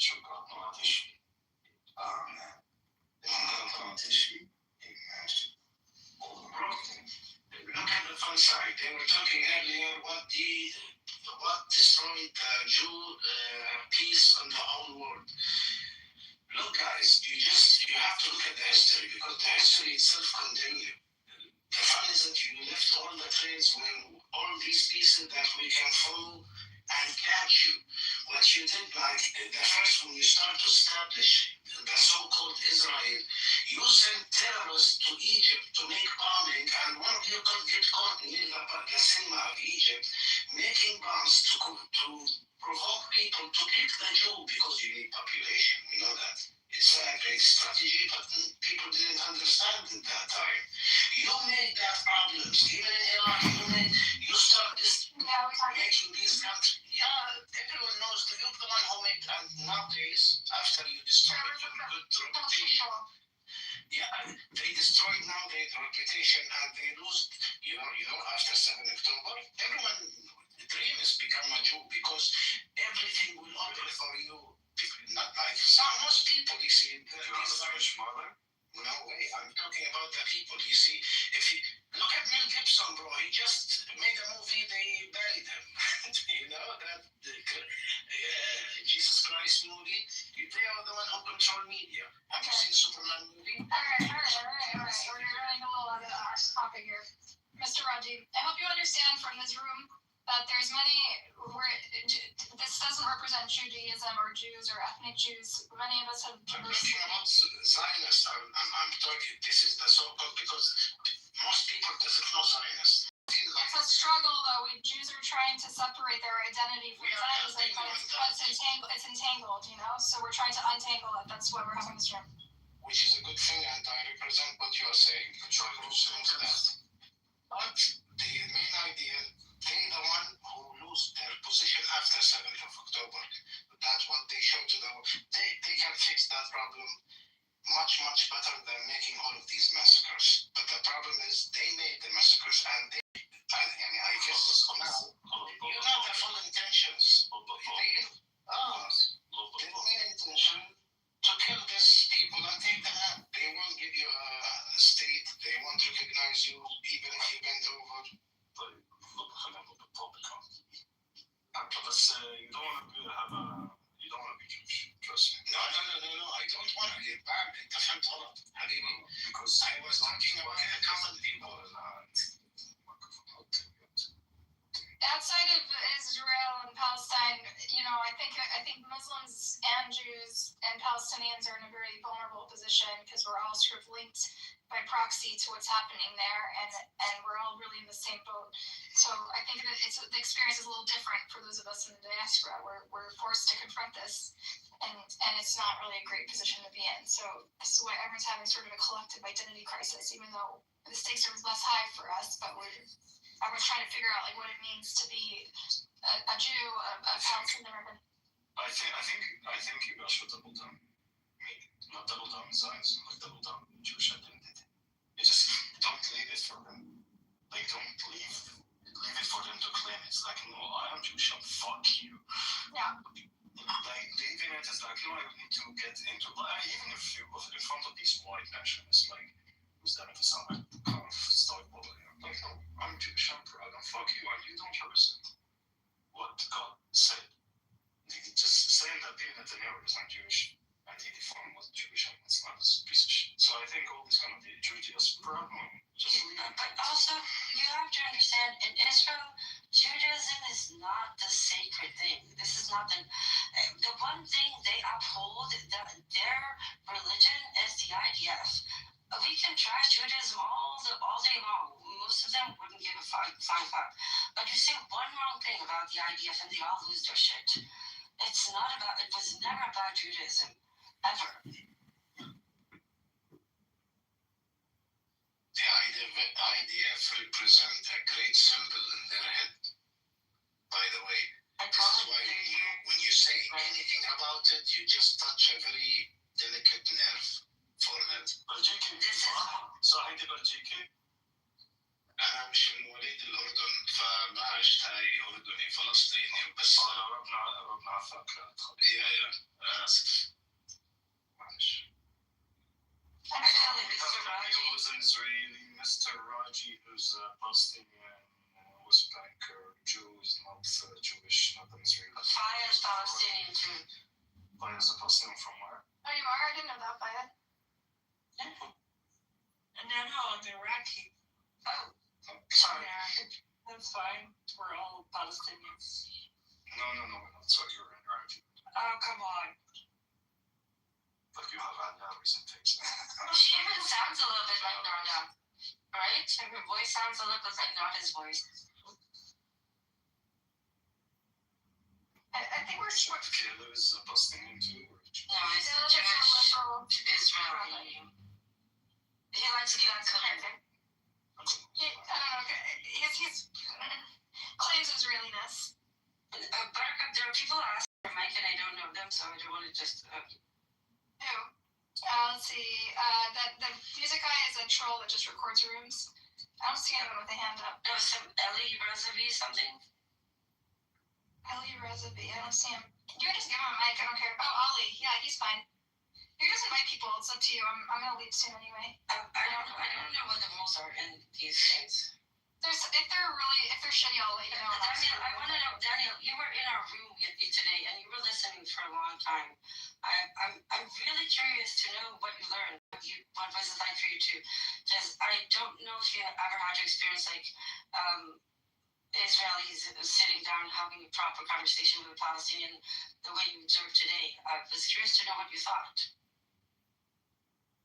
I found it interesting that you basically were talking about the IDF and basically that anyone that joins the IDF is inherently a criminal.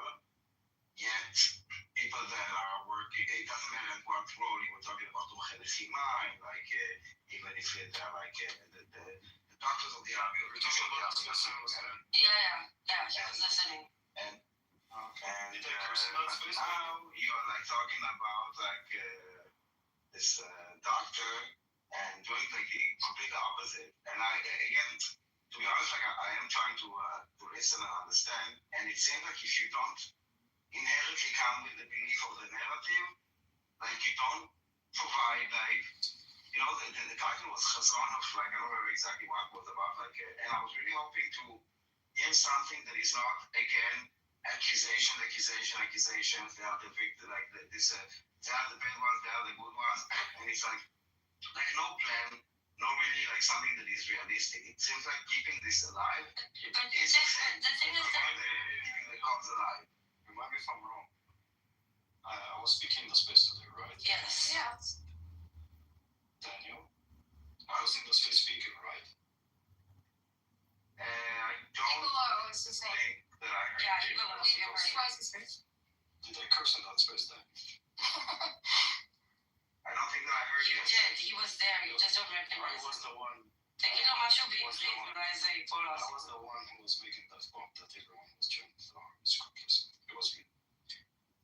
Yeah, but you maybe, but you like it was like people built upon it. It wasn't like reject. So it was a dominant, and they were adding to it. It also was Olive was the only Palestinian there. I was the only Let person. me There was another girl, an Arab girl. I don't remember. Okay, guys, I just want to tell the room because they don't know what you're talking about. I've been following Benny Olive and Emrose for a while because I was looking for Israelis that have lefty views because I was pretty depressed with some of the discourse. And so I've been following for a while. They have these spaces online of just like progressive lefty Israelis who, acknowledge a genocide and all this stuff. And lately, Daniel's been joining their rooms, their spaces on Twitter. That's what we're talking about. Yeah. As a list. But one thing, notice Daniel, I don't curse when the one speaking for No, you did curse. No, you did curse. Did I curse there? What did you say? Not at them, at us again, even without us being there. Yeah. At pigs, I don't remember I exactly what think the words Angel exactly pissed you what off we at were some talking point. I think he said something No, about the guy that I was about. He did curse. the guy I was speaking to, he was not Israeli. I didn't curse at him because Listen, all of them are new voices to me, so it's really hard to yeah, so names to. yeah, so he was speaking to me with respect, meaning he did not. And he wasn't an anti-Zionist, by the way. He was not. He was a Zionist, but like. No, I think it was about you talking about either Israelis or soldiers. But do you remember how that conversation started? I don't understand Hebrew enough to understand fully. But basically, it was about basically the idea was, but the idea inherently is bad and commits crime. So like you need to accept this narrative to follow the law. Yes. And then basically you build up to that anyone that joins this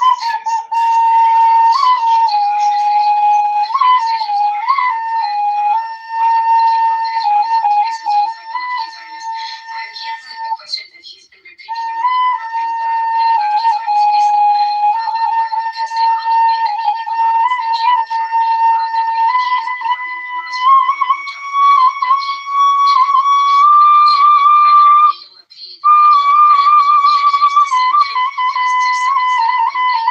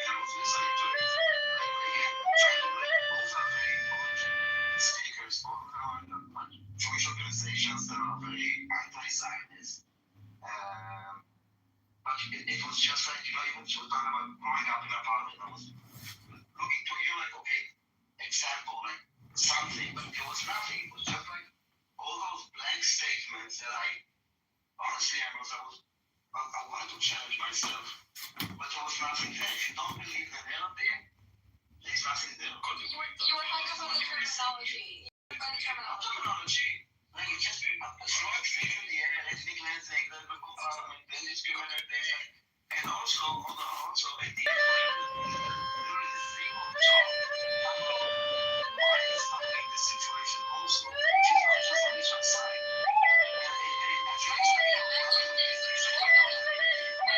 You mentioned the international community, but you expressed to me before multiple times that you don't talk about international law. So you acknowledge the fact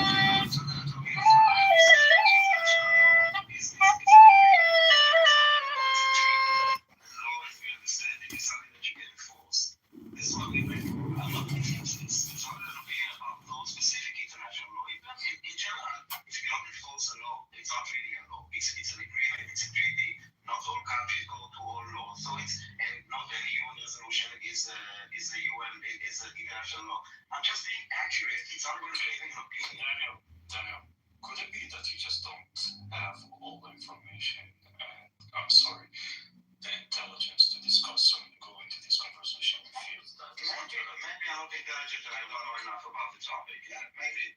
So some people think they like physics. Or maybe really, like even now, your comeback is an insult. It's not like I'm going to try and explain. Because if I don't believe the narrative, then there is nothing to be based on. Like you either with us or like fuck you, like that's not beyond the same. No, you can tell me fuck you, I won't get insulted, I don't care. So I think like you like physics, right? I think you assume. No, I didn't say fuck you. I said that basically the message I'm getting from you guys that either you accept our narrative to me or fuck you to me, not to you. Either way. Okay, you like physics. Do you enjoy physics? I'm asking you. Daniel. Daniel, do you like physics? No, make a statement. Daniel, I'm trying to explain it to you. I'm trying to explain It's a rhetorical question. Just make the point. Not really. I'm not great at physics. So, like, sometimes some people think they do, and then they come into the discussion and you get into a group. But technically, that group is a little bit advanced. They're kind of discussing quantum and general relativity and practical physics and getting into atomic and molecular, all these kind of things. And you think, oh, like, no, I don't think they understand that they don't. Like, you're not at the same level. Alright, let's not patronize them. Come on. Like, we're trying to. No. What I find interesting about these things. When I ask you a simple question, like sometimes you can ask him Rosa, you can go, I don't think none of the spaces that I did after October 7, you can find me curse or say shit in the first year. Because I really thought some people won't understand, they came to build bridges and they came to kind of maintain the narrative, not to let the pro-Palestinians that are not Palestinians and they're just Hamas fans hijack my narrative and kind of stay there. But at some stage I reached to kind of understanding. The person in front of me is not trying to learn. He's just trying kind of to look good for someone who's listening down there who does not really matter. And the person that I'm debating with is also does not really matter. So all three of you can go fuck yourself and burn hell. I don't give a fuck because there is a kid. He's burning my life right now. So when I'm trying to talk to you and I see that you don't have the basics information, I will document you. Yeah, I will, because you don't have that. So you have that. You get my respect to come on a space like that space that happened today, and I was discussing with Zionist basically nothing. No, this is what you're trying to convince me that you're not. Daniel, he's saying it respectfully. And also, I have my experience is first-hand experience, you know? Yes, but it seems actually everybody that I know, including people that I know right now in the IDF group. I don't get my points like you from New Zealand. And listen to 5 minutes to speak about absolutely nothing. And that is wasting my claim.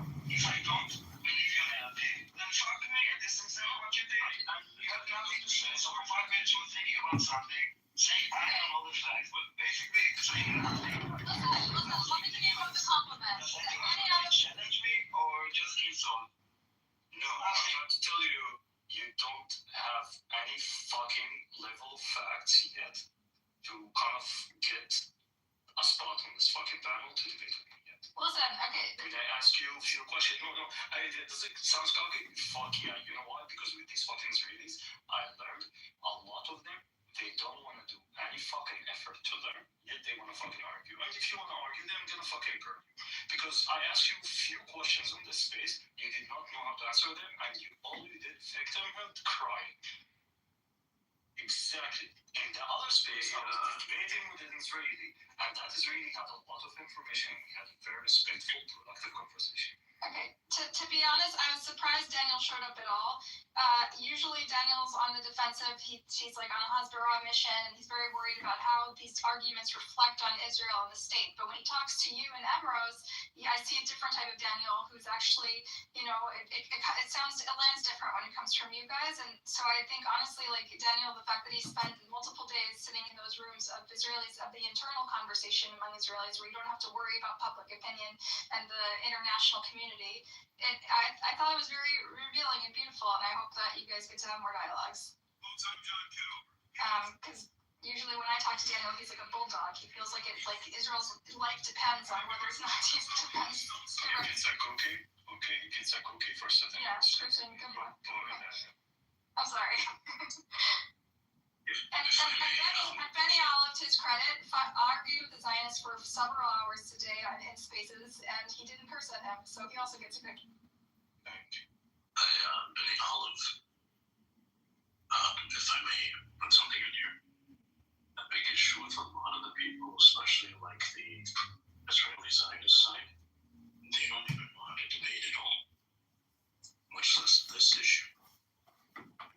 It's always, they're always going to resort to, or almost always going to resort to fallacious reasoning. Who are you, Mandalore? I don't know you. Where you're from? What's your background?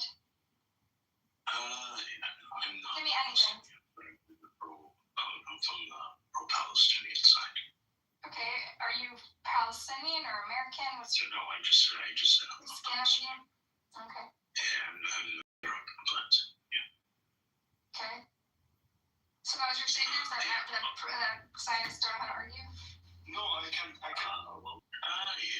Just observations for the past almost 10 years now, just listening to these discussions. Mm-hmm. But unfortunately, a lot of people from the pro-Palestinian side as well, they don't, not always, but they're not also the best at really. They're not informed. People are not informed. Yeah. Or people sometimes repeat what they hear on TV because they don't sound smart and they don't understand. Yeah, but even from like a debate standpoint, because I really hate even making myself seem like something, but yeah, I'm just saying this as somebody who used to be like formally trained on how to actually debate. Who, you? And when you, yeah. Okay, so you're ranking their debating skills, the Zionists versus the pro-Pallies. Essentially, yeah. All right, cool. Thanks for sharing. But it's just something else that I wanted to mention is that it's honestly, oftentimes I notice there seems to be a lot of intellectual dishonesty. Even when they try to, and this is a critique to the Zionist side, when it goes into the aspect of antiquity, because most of them know nothing about the antiquity side of the debate either. Okay. They try to make the claim that. I think you made your point. You made your point. I think. Do you want to add to the discussion? I feel like I get it. I'm just ranking at this point, it would just be if they're not capable of being intellectually being intellectually honest, then I don't see any point in like literally endorsing them or holding them. There's no point in even hosting them. Okay. Yeah, that's right. So our point was there are some Zionists that are able to engage intellectually and some are not. Some of them have trouble. There's the cognitive dissonance. All right, Ali, did you want to say something? You came up, and Edward. Edward's another Palestinian American from Bethlehem. Edward's here. Hey, Edward. Yes. I keep calling it your hometown, but I've been to Edward's birth town. Yeah, that's true.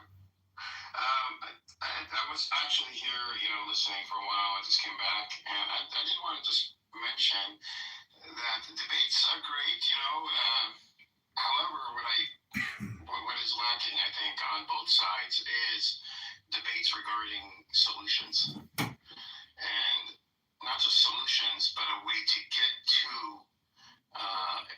a solution, implementation, those types of ideas.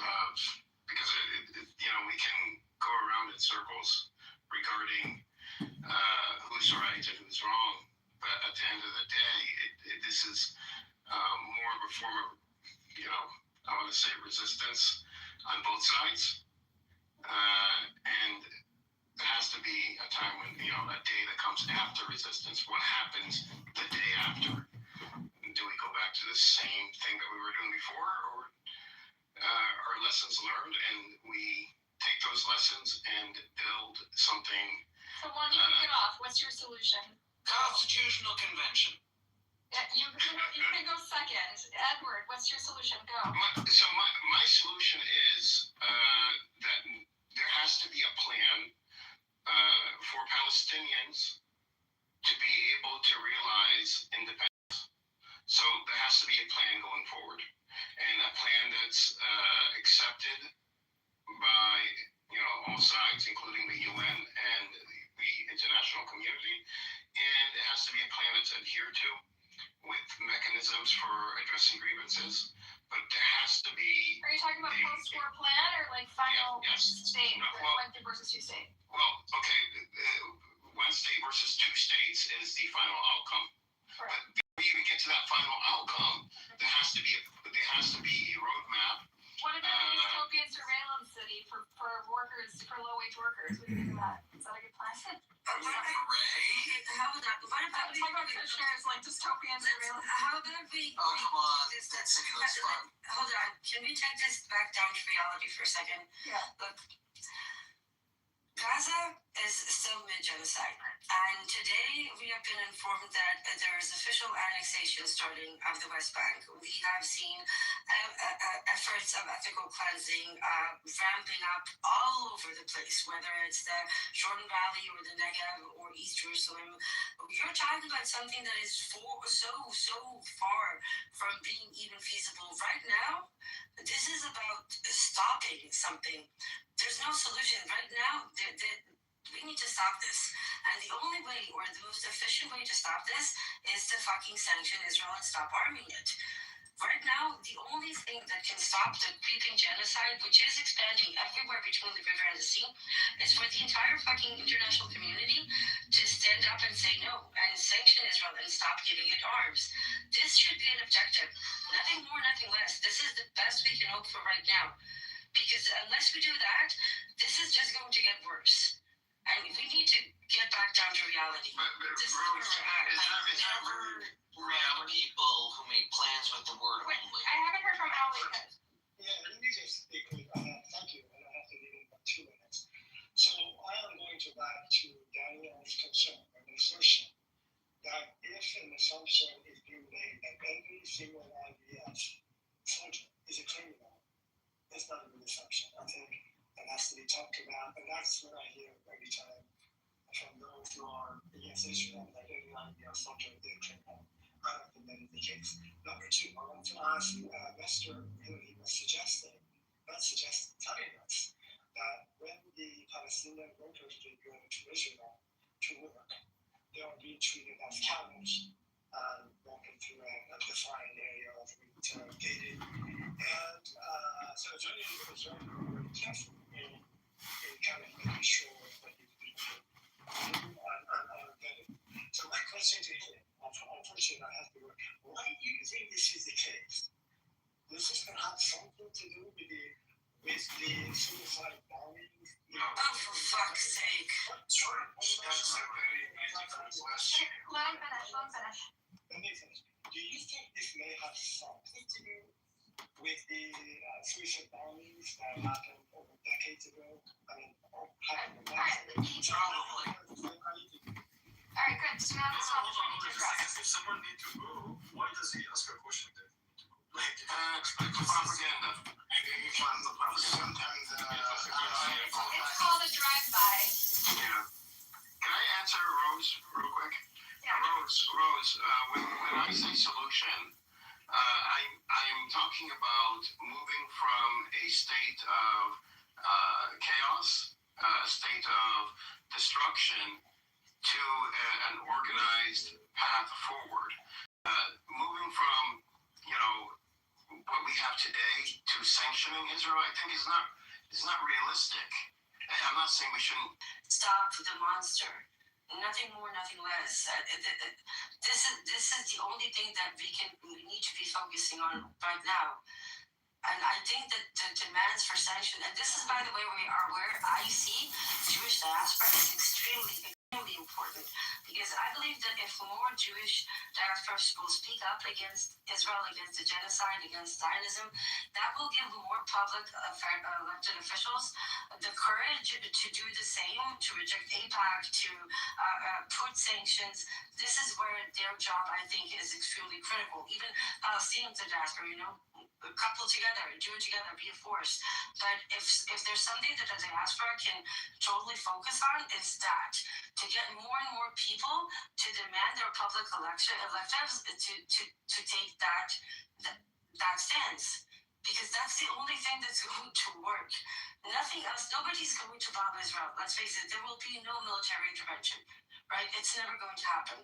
But sanctions can happen. And it doesn't even have to be all the way. Like, let's start with not arming them, right? Let something, but give your elected officials the courage to do that.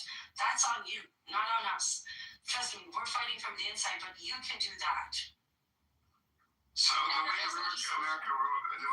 America works is one, we no matter what we do with lobbying, there's no way that we can lobby for sanctions. It just will not happen. The way American Congress works and the way it responds is through oversight, through accountability. So making Israel, doesn't make sense to sanction Israel when they're using our weapons. Right, and that's the thing, that the lobby, the military companies themselves have a lot of power. So why go against them? Let me laugh. What I'm saying is, though, before sanctioning before you could have this conversation, you first have to identify accountability. And that's where the diaspora can come in and do a lot of damage to how Israel currently handles Palestinians in the West Bank and in Gaza by allowing Congress to set up mechanisms for accountability, because we as Americans give money to the Palestinians. Okay, I understand we give money to Israel, but we give money to the Palestinians. Hold on. We give money to the Palestinians. We also need to be accountable. We need to hold the politicians, the Foreign Relations Committee, I think on the Congress side, and appropriations, I think on the Senate side, both the same committees that are responsible for foreign relations, things like this. For example, USAID gives money to Palestinians. Okay, does that money go to the objectives that USAID has put out? And that's a question that could be asked through Congress to USAID. Okay, it doesn't. Okay, make your point. We've identified that problem. Sum up your point. Okay. So we identified. We would identify the problem that USAID gives money, but the money itself is not being used in a way that America would like it to be used. Now it comes down to identification, then accountability. Okay, let's make sure that the money is being used, and what is keeping it from being used properly. Are you talking about rebuilding Gaza now, or you're talking? No, I'm talking about Gaza and the West Bank, the whole thing. So you have to have the U.S. has to be in a position of a specific concept and not on a broad notion. And maybe that doesn't contradict what I was thinking. Like one of the things that we've been talking about, what Momdani did with the IRA, the anti-Semitism definition, that is a very easy thing to achieve, even on a local level, that anybody can advocate for, and it effectively benefits everyone because it also comes from Jews that we say, listen, we want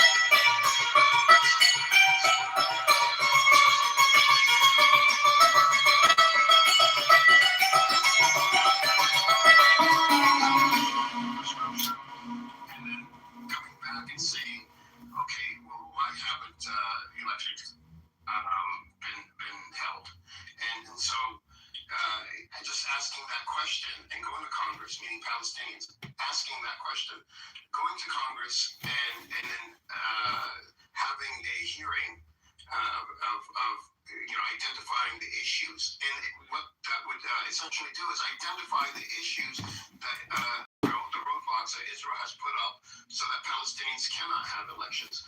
The checkpoints, where it can't build infrastructure. All these things that Palestinians need to build and optimize the use of American money. This is done not just in the West Bank, it's done anywhere in the world.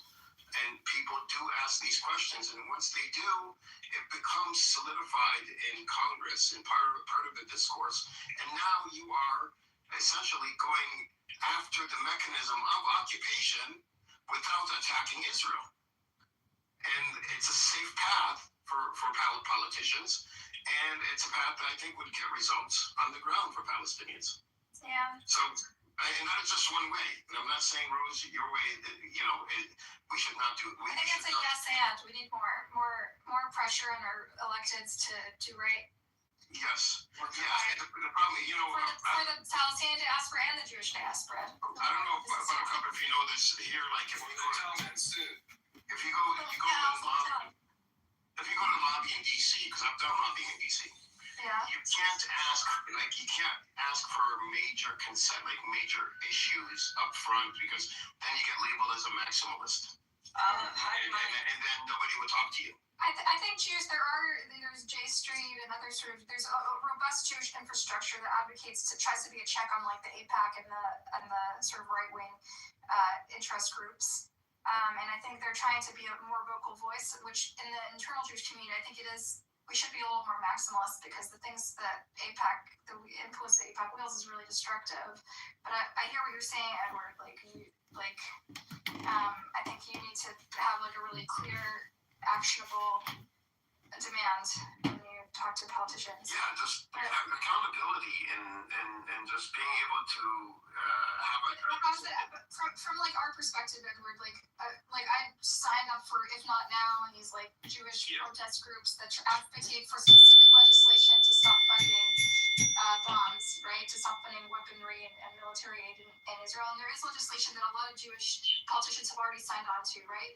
That's an actionable thing. We can all sign a petition that says ask senior local elected official to sign on to this bill to try to get it moving in Congress. So we're talking about two different things here. You're talking about mass, I guess, I don't want to say protest, like mass involvement. Advocacy, but at a large scale. So the more people you have involved, the powerful that group is, or that voice is, right? Which is normal and perfectly logical. What I'm talking about actually is minimal. You don't need a lot of voices. You just need constituents in, I don't know, like 10 or 20 different districts around the country. These districts are where these foreign relations committees, the politicians are from, and you speak to one of them, and you just have one of them write a letter to the various agencies, asking them what are the issues, when it comes to the Palestinians building government, what are the issues? Okay, Edward, but you know what happens when you write a letter to an agency? It gets basically an intern that files it among all the other people who wrote a similar letter. No, not if it's coming from a foreign relations committee member. No. The procedure is that they generally have 90 days to respond to that letter and respond to it very, very well and in detail. And then the second letter that's sent out then is, okay, now give us, if the objectives are not being met, what is keeping the objectives from being met? And that's when you start exposing meaning Palestinians or there are many advocacy orgs across America that are advocating for to the genocide and for an end to the funding of military aid. Protests, yes. Not just protests, no, a variety of things through legislation that they have that advanced in Congress. So when I was a part of we're talking to politicians and talking to these committee members. When I was in DC and when I was a part of passing the bill to ensure that electric cars all make a sound in the U.S. Yeah. That was passed, and I think it was enacted in 2017 or 18. That was passed. That was passed because we strategically went up to the right politicians and brought in people from constituents from their district. So it wasn't a mass movement. We also partnered with other nonprofits that are, like, for example, that represent senior citizens, not major nonprofits, but large enough. And we spoke to these very specific politicians that were on these very specific automotive committees to get this bill passed. So minimalist. Okay. So I wanted to, I put a link in the chat, Edward. blockthebombs.org is like basically the campaign to sign this bill that would end this $30 billion taxpayer-funded weapons that enable atrocities. And it already has like 60 signatures in Congress. But it's signed. It's fun. It's supported by like a long list of advocacy organizations and nonprofits, including Center for Constitutional Rights, Adala, Jewish Voice for Peace, AJP, like a ton, right? If Not Now, Peace Action. These are all groups that are already. So I wonder if it makes sense to participate in the activities and infrastructure that is already well established and very has had some victories already. You know what I mean? It's called Block the Bombs. No, there's nothing wrong with it. It's just there isn't an actual lobbyist group, for example, that specifically addresses the occupation and U.S. involvement in it in the Of course U.S. it does. All these groups do. No, they address it through like mass, bringing in multiple voices, mass constituents, and putting pressure. But to actually address it in terms of, accountability and having hearings on it, forming committees, that takes more finesse, and that takes people going down. And this isn't just me saying this. You can look up how nonprofit lobbyist groups work that don't have a lot of money, and you'll find that they are surprisingly government for many years, Edward. I know how this works also. I know you know how it works because you've also been on the advocacy side. What I'm saying is, if you look at nonprofits that do not have a lot of money, so if you look at nonprofits, and this is important, if you look at nonprofits that have, across the U.S., that have worked with Congress to make change happen, you'll find that a lot of them have very little money, but they all go down, they call it the Hill Day once a year. I'm assuming you've heard of this term. And they but they have a strategy in mind, and they pass not necessarily bills, but they pass certain procedures in Congress that gets them to where they want to be and gets their objectives, aligned with Congress's objectives. Also, the bill that you passed, requiring electric cars to have sound or like steering sound, that's also, it's less controversial, right? Isn't that about like handicapped accessibility stuff, which is like in the Constitution? No, we also brought up, we had senior citizens involved in that, we had other groups, and so it was for electric cars that, we didn't go after the constitutional. We actually ended up, because we did speak to politicians, we got them to sign on to a bill, then we were able to sit down with the automotive industry. We've done this for other things too. A lot of times you'll find that when you introduce a bill and it gets dropped because it was settled out of the Congress by the opposing industries, because they'll sit down with you and there'll be a compromise. In this case, they fought us until the end and then compromised and then allowed the bill to go through. But it took the people that are blind, and it took other disability groups, and it took senior citizen groups. It took multiple groups. Let's talk out the line sometime and actually brainstorm our knowledge about advocacy and legislation and how we can put our weight behind anything to stop what's happening, because it's horrific. And we should definitely continue the conversation offline. And Rose, I wanted to warn you, when I first came on here, me and my Palestinian friend, a lot of people came after us, both on the Palestinian side and the pro-Israel side, on the Zio side. And I think the Zios are coming after you. They're making a lot of fake accounts with your name. They did it to me too. And so I would just Somebody told me. What will they possibly do with it? They're going to dox you. They're going to dox your name. Dox you and then potentially That's what they did. They made 4 different buttercups, and one of them, they actually made an AI buttercup voice. They took my voice and ran it through AI. Oh, really? I was reported to be the first. Yeah. And Clayman reported me the Israeli. I have 2 EDM songs with my recording on them, multiple clips, a good amount of memes, and the last time I counted, 34 spaces open but my name in the title, so and my wedding pictures were already posted on X before as well. You should have commented and be like, this is so romantic, I forgot all about this, thank you for reminding me. Aww. No, but I just have to be dishonest here. This feels like. Oh, really? Yeah, that's what I said. Emerose comes from the streets of X. So the tänkte debating debating on this kind of also shitty science, but like then debating like someone there because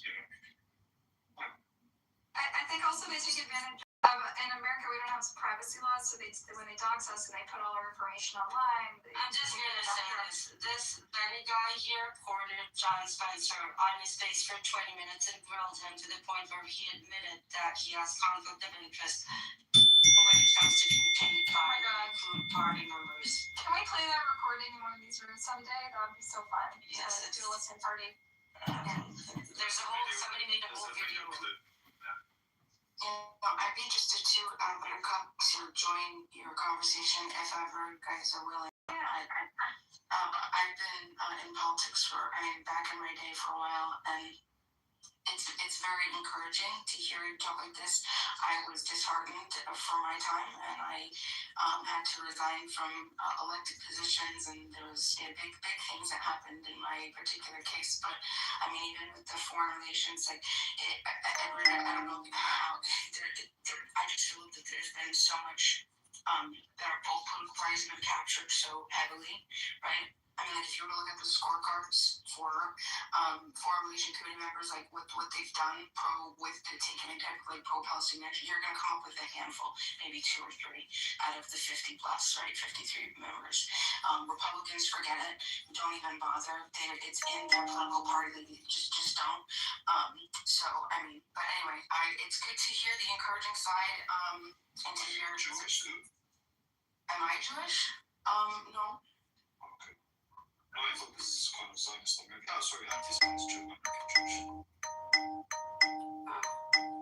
No, we have both kinds of people in here. But yeah, definitely the more the merrier, you know. What is it called on the Senate side, the foreign relations? It's on the tip of my tongue. Do you remember? The Committee of Foreign Relations or something, right? Yeah, there's one for the Congress. There's the other one for the Senate, though. Yeah. Never mind, I'll look it up. It's driving me crazy. Buttercup, I sent you a message. Can you check it, please? Yes. How come you never sent me not one single message, Rhea? Not one. Because you're not following me back. Really? Oh, I'm sorry. Really? It's been months, yeah. Oh, I'm very lazy. Look, I'll go right back. I'll send you a message. Don't worry. Jesus Christ. Thank you. I don't know what to say. Back to him. Should I ignore him? Sail one block. Sail one All right, Rhea.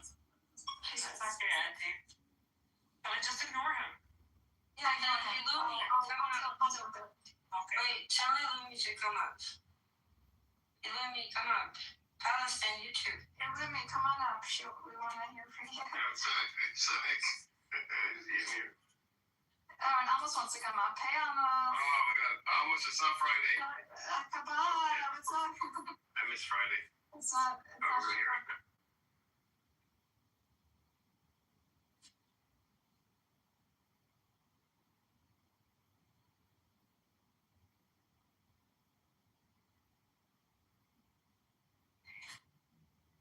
Illumi. It's okay. Cynic, what are you doing? Where is he? I should see him here now.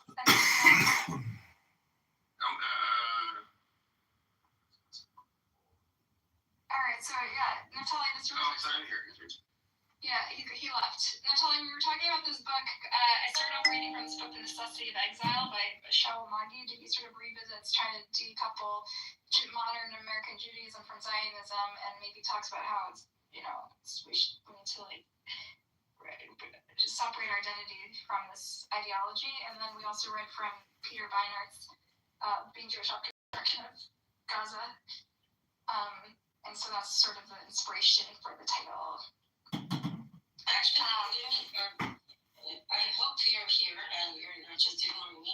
But Be minding. we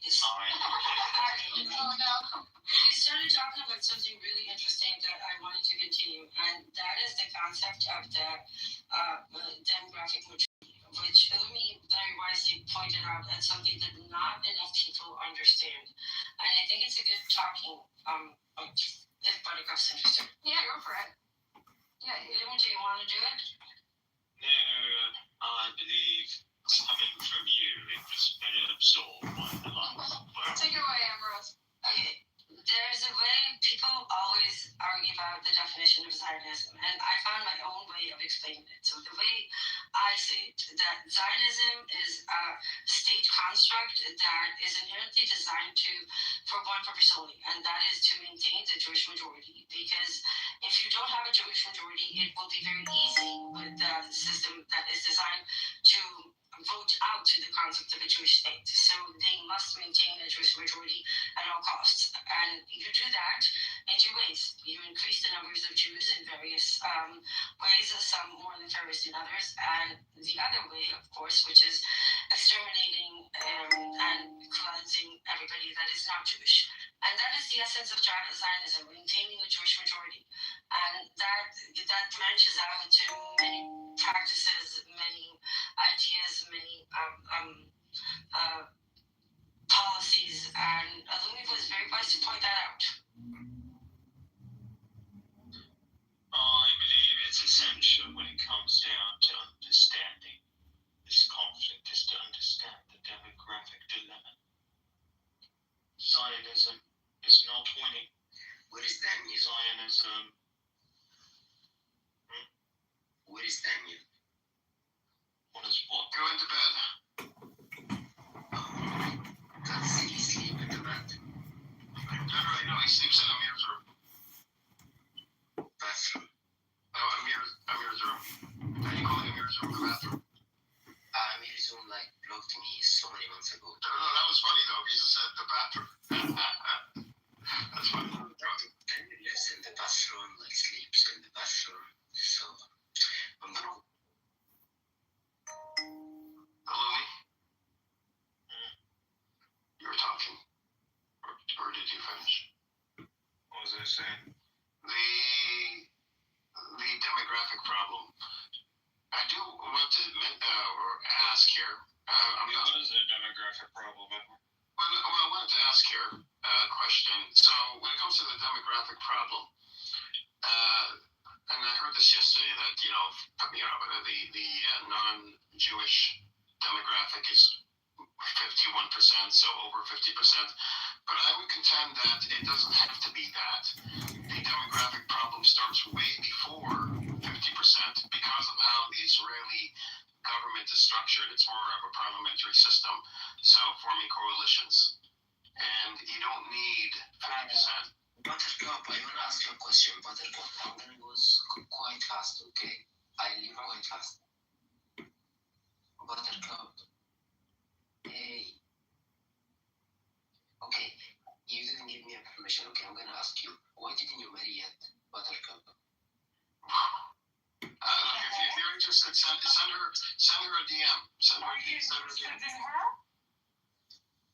No, I don't propose, but I'm just... Man, bro. What are you asking? It's just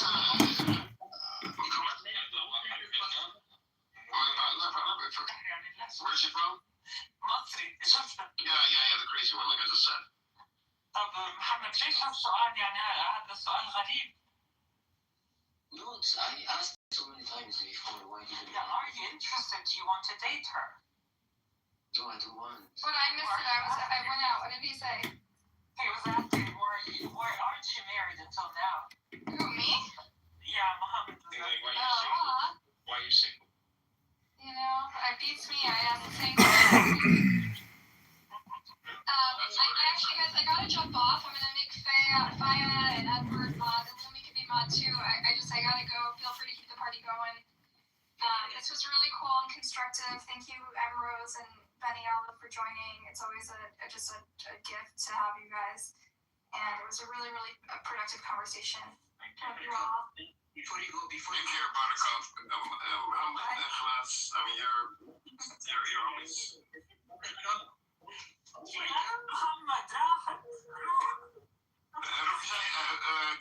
do you say go chase after her? Wait, why did she left? I left for 2 seconds. What happened?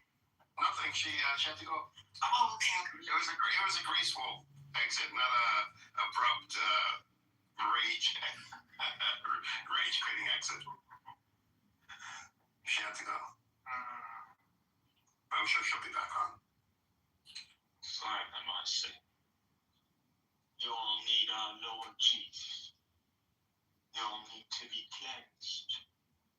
The baptism of fire. I guess Ace used to be like an admin in a newsroom. For Muhammad, perhaps She still is. baptism of fire. She's still, oh. Well, It just, مالك مش عم بعضك يلا ايش في؟ why you read that question? you're too crazy because you're crazy? مالك مش عم بعضك يلا. Are you high? انت شو بك يا محمد؟ انت مالك بيا بقى؟ Viber والله يا فايب. انت منين يا فايب؟ Where are you from? انت شنو؟ هايبر؟ ايش صنف الحشيش اللي ضاربه اليوم وجاي؟ وين الحشيش؟ يا محمد. محمد اكل اليوم مش مصري والمش ريحته واصله لهون. ما هيك محمد؟ انت منين يا فايب؟ مش مهم. Where are you from? Muhammad from Egypt. Can we ask you a question? No, you can't. I'm going to ask you, how come Egyptians can't cook? I cook. So, how come you can't cook well? بلاش يجيب لك المدام بعدين. The worst food in the whole Arab world is the Egyptian Muhammad. The best fun up is Egyptian fun up. The best fun art is Egyptian. No, Egyptian they have a very good cookbook. يا محمد بس خلي الأكل عنا احنا. Yeah, exactly. Leave the cooking to those that can cook.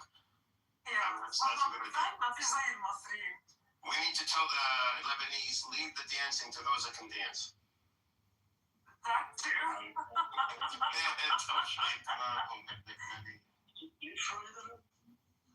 No. Best dancers are Syrians, I think. Yeah, I think so too. Yeah. انت يا محمد مالك مش متجوز؟ ليش انت سنجل يعني؟ I'm divorced. Oh, I'm divorced. Oh, no surprise. كمان طلق. طلقك؟ ليه طلقك؟ Why don't you kick your arm? لا حول الله يا رب. ايه محمد بعد شو بتقلنا؟ هذا محمد هتروح ايه؟ الله بالحلال عند الله طلاق يا محمد. رايح فين يا محمد؟ ما احنا مسليين وياك. رجعها يا محمد.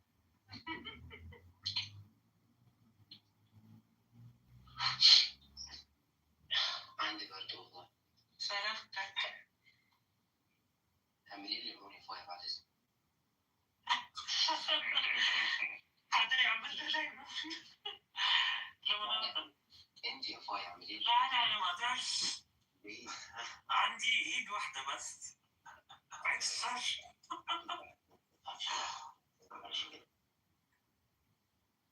في عمليات زرع ايد دلوقتي وزرع عضلات ممكن اساعدك فيها على فكره. والله عايزة زرع قلب ودماغ.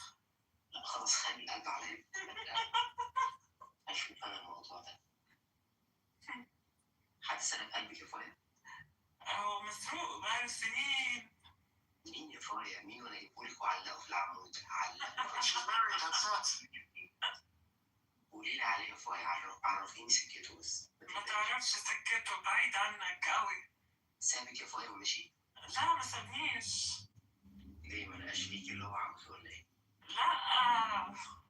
قضية مسطورة يا محمد. He might bang you on some pole too, you know.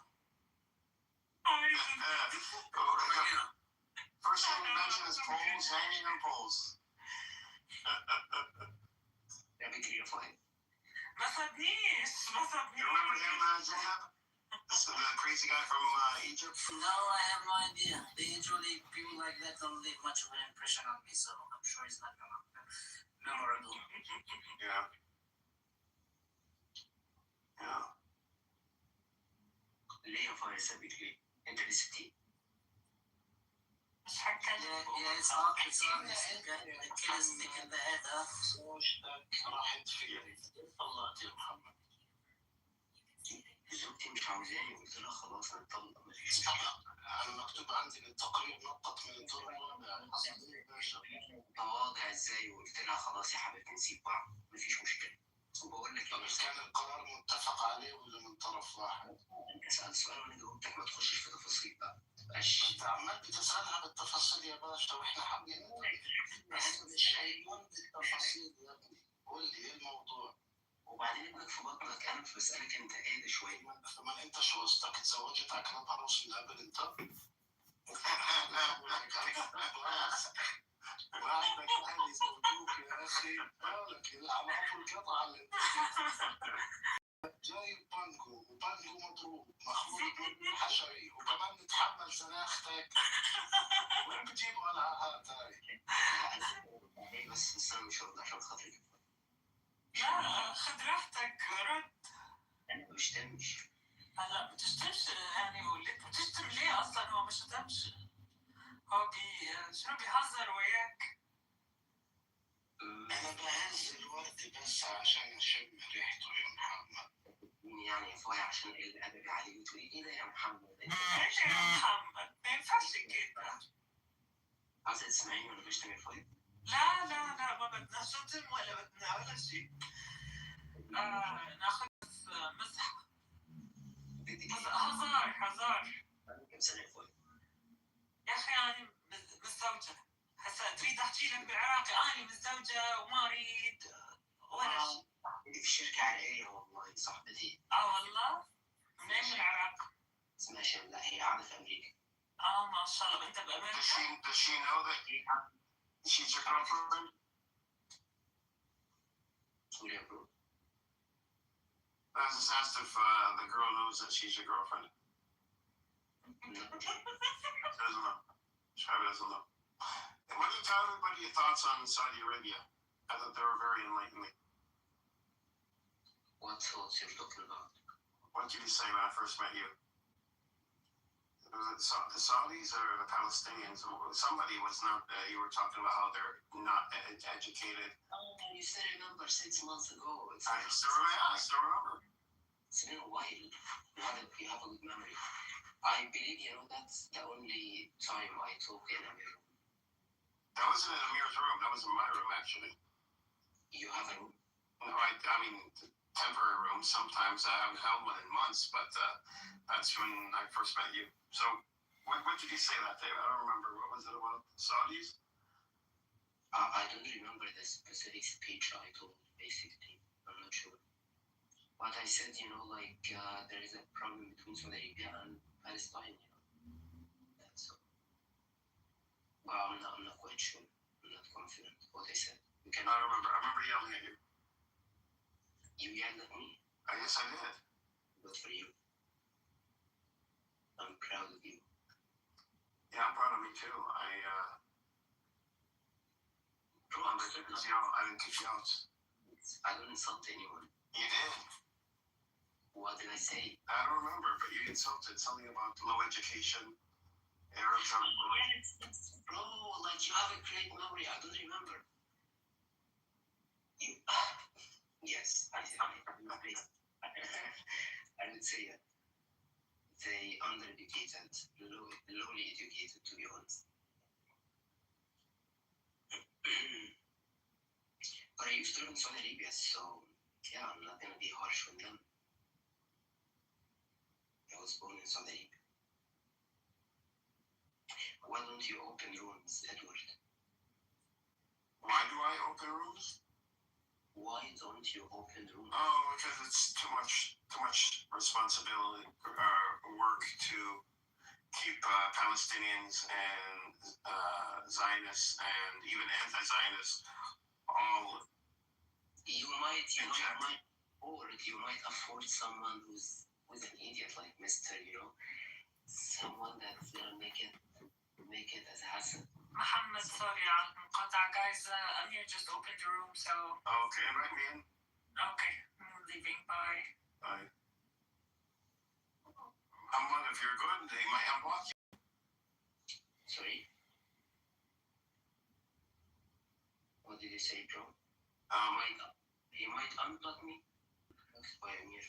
Hello, Mr. Edwards and everybody else. How are you doing? Doing well. And you have the opportunity to ask, please. Well, you answer questions also, or is it you asking questions? I'm just asking. So you have an answer. It depends what the question is. If somebody asks me a question that I might find challenging, I'll reply. I'm just kidding. Buttercup, I thought you left. I know, I just checked. I was sort of driving by. Oh. I was just kidding. Yeah, I know, because I was. It's all yours. No, there's no rules. Ruben, check. What's the question? I'm sure it's going to be highly enlightening. Go ahead. Well, if people in protest will be having them on, I'll move to the audience. No, let's just go. Ask the question. Ask the question. He went down. He went away. Such. I was just kidding. You can be a mod. I don't care. I was just joking. You could be a mod. I was just fucking with you. I'll make you a mod again. See, that's how much I like you, Ruben Chick. Well, where are you from, Ruben Chick? He's Slavic, right? Buttercup, you went. Yes. Slavic ancestry. Buttercup, I went. Okay. For a favor. A favor? Yeah. What's that? Yeah, someone is interested in you. No thanks.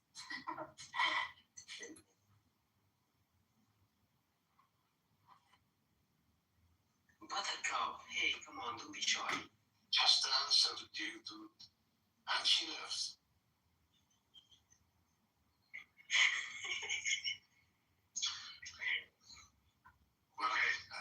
My questions are, does a person being a Zionist, does it make them a bad person? Of course. And what should happen to, should they face any punishment? Can't read a word. Punishment? Yes. Just have been following this Zionist idea, and you will see your punishment in front of your eyes. The whole world is going to punish you.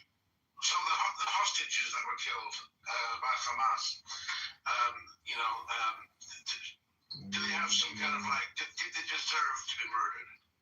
What about the hostages in your prison who had died on severe bad treatment and died from what do you call it? Torturing them.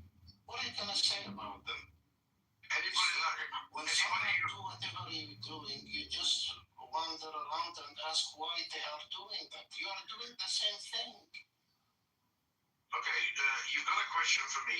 I asked you a question. You asked me a question instead, but I'll still answer your question.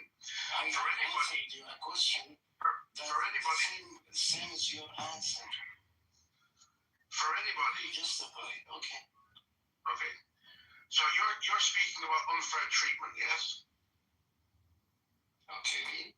They deserve to die, Ruben Chick, because they are Zionists. And Zionists are advocates of death and of civilization. The hostages deserve to be killed, yes? Which hostages? I didn't say they deserve to. Actually,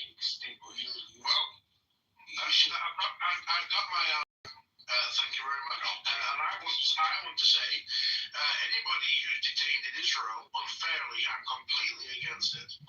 So thank you very much for having me up. Thank you very much. Please come again. The hostages deserve to be killed. Okay? See ya. No one told you, bro. How does there is no said output in his head? Yeah. But the main idea that they are already killing hostages. This is a total mistake of mind.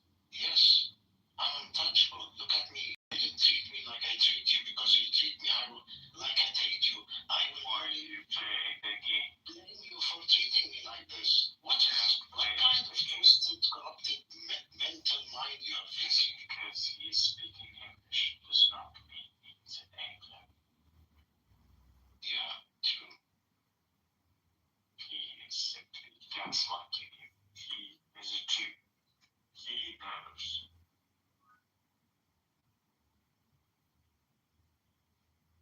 We do not speak to Jews the same way we speak to Gentiles.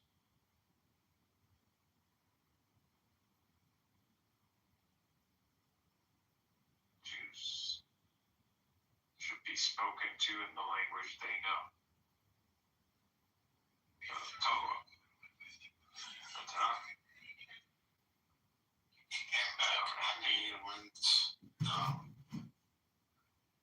That's fine. Hey, good girl. Gonna get his answer. You should know. To me, you're a Zionist.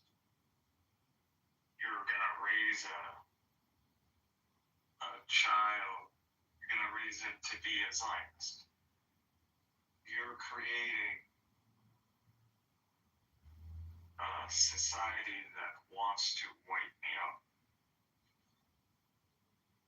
You're Amalekites. What is the punishment for Amalekites? You wipe them out. The same way the Zionists came into this land is the treatment that they should receive, because that is the treatment that they have accepted. So they have legitimized this kind of tactic, this scurrying through the land and terrorizing, looting. So they want to do the old way. These are the old ways. That's fine. We can do the old ways. This is just the religious way of settling. They want to play a religious game. Play a religious game.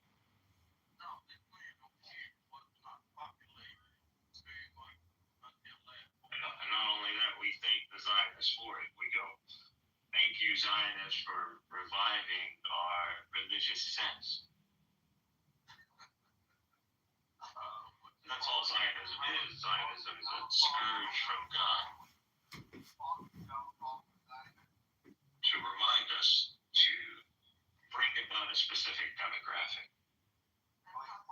This is the demographic that's mentioned in the Quran, because this has been prophesied in the Quran.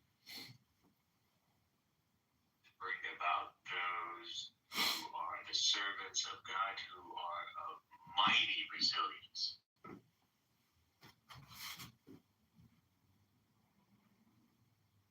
God's going to bring about Israel once again. You're seeing the rise of Israel. We Palestinians are Israel.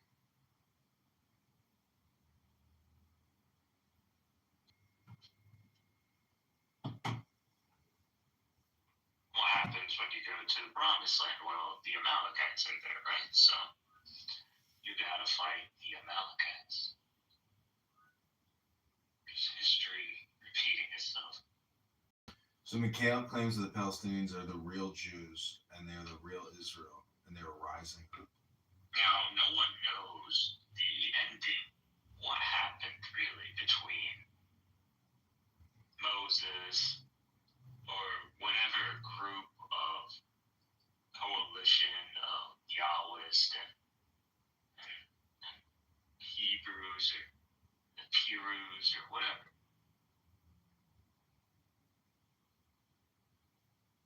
We don't know exactly what happened. It's definitely not what the Jews are saying. There was like this mass genocide. The future is built by The hands of the Israelites.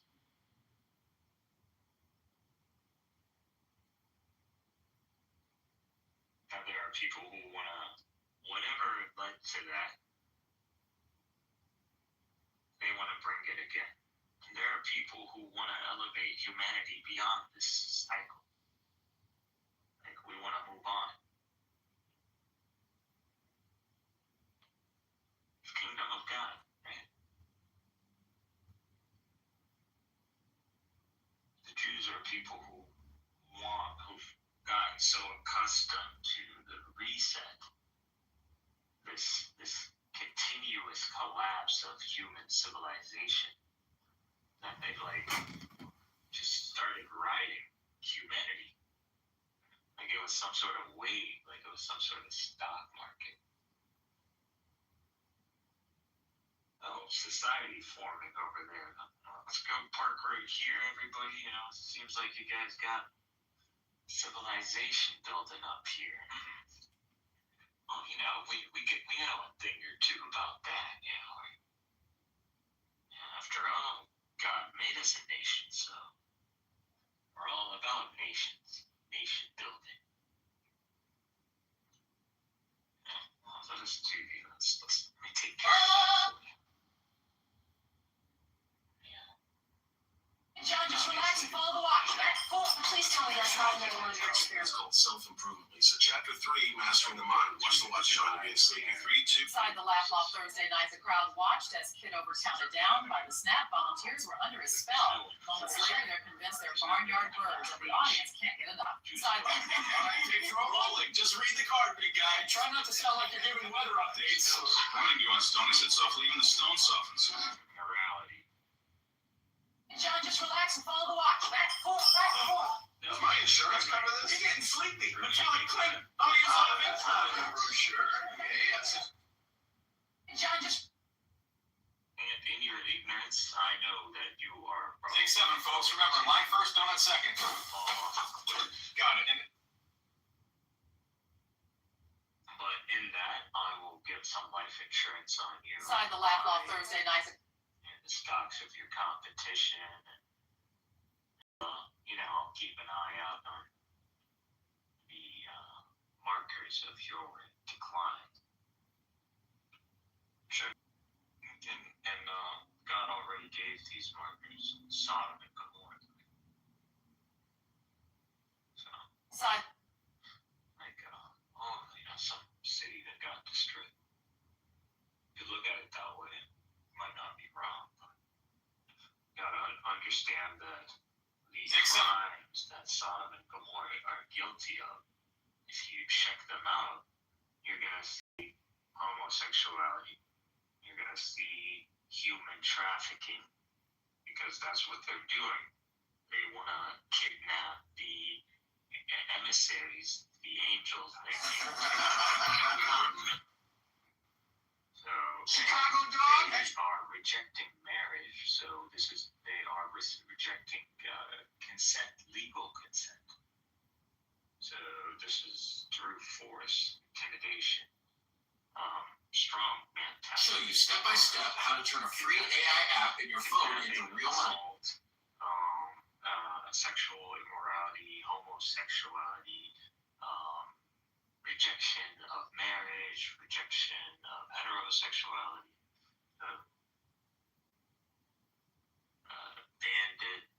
banditry as well.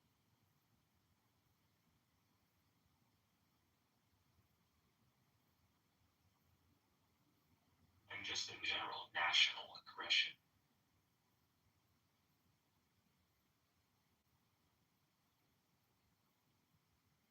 Because they must have known that Lot was connected to Abraham. Abraham must have had some sort of high position, like renowned ship, and obviously makes sense that they would ask who these people are, and they would wonder who the hell Lot is that he's receiving such high esteemed guests.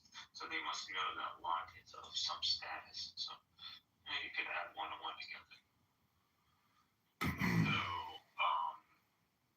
you could see that's a national level have developed. So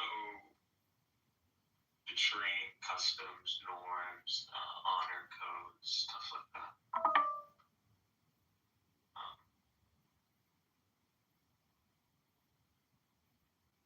Mongrels.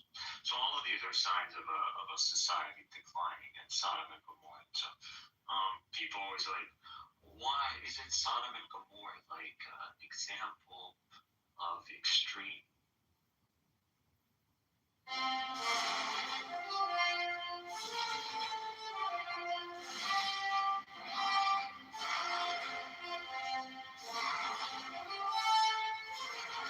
Alright, movie night. I've got the remote. As long as it's not another human documentary. Something with sparkles would be nice. I just need a seat that doesn't poke my room. Alright, movie night. I've got the remaining bit. happening to just shout numbers? Try to work. The audience loves that. It's pricey. I'm saving them for the closer. Here's here. Pizza guy mumbled something like $34.75. Another day, another care. Morning, Operation Sprinkles. Microphone saving this powder donut. All I gotta do is I'm Josh Kitover, and I'm also Dr. Congressman John Kitover.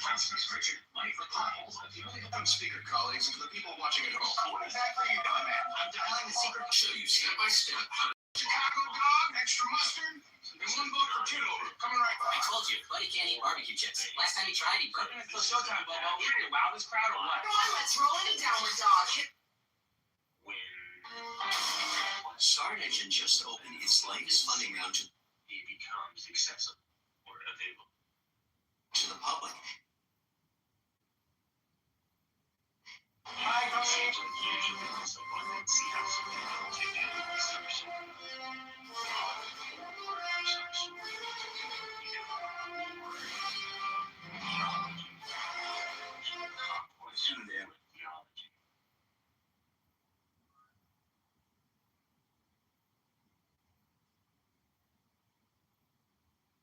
Hey, Operation Sprinkles. Film saving this powder donut. All I gotta do is not eat it. Someone doesn't talk to me. The donut's not coming over.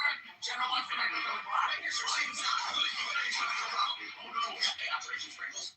Nation's eternal life, as in that they would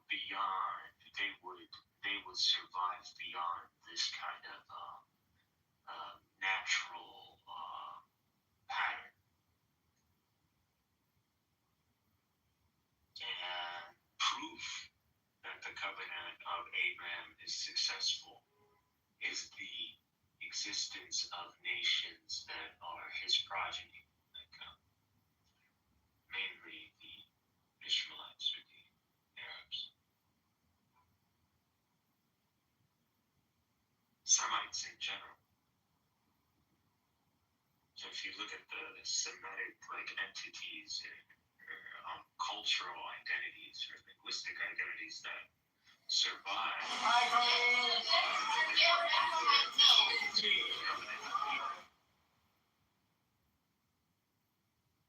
Those aren't lottery numbers. So there's really no faith. A lot of things are just simply people are ignorant or they refuse to acknowledge.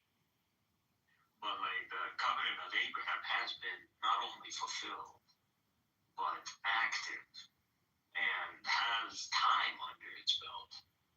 Has over 2,000 years under its belt.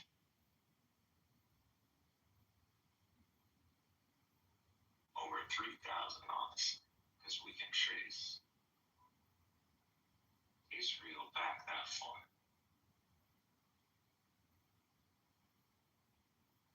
And genetically further. So there's no doubt about it that there is a lineage and there is an establishment via lineage of a nation that has persisted. Now, not in a constant positive trajectory, obviously, but an overall positive slope. So, survival. So, and this is actually one of the greatest threats to humanity and human civilization. And you saw this in World War II. So when you have a human civilization that reaches this critical kind of line or food/human growth rate, a resource human population, and how do you bust? It's just that how do you deal with a reality where human population growth rate in this ideal setting or in this high pace industrial setting gives you it leads to a human growth rate that resources can't keep up with. And how do we solve this? And is this even something that can be solved? And honestly, it hasn't been solved. Like, this is not, as you see, the United States pretty much engages in solution capitalism, but I would say that failed. Like, people always look at America and they go capitalism. I think that era, people, is over. That era was ended when, in the Nixon shot, America became something else after the Nixon shock, after the petrodollar. America was no longer a nation. It was a global enforcement. It had an army and it had no economy. And then you had Arabs who were like, we got money, but we got no technology and no army.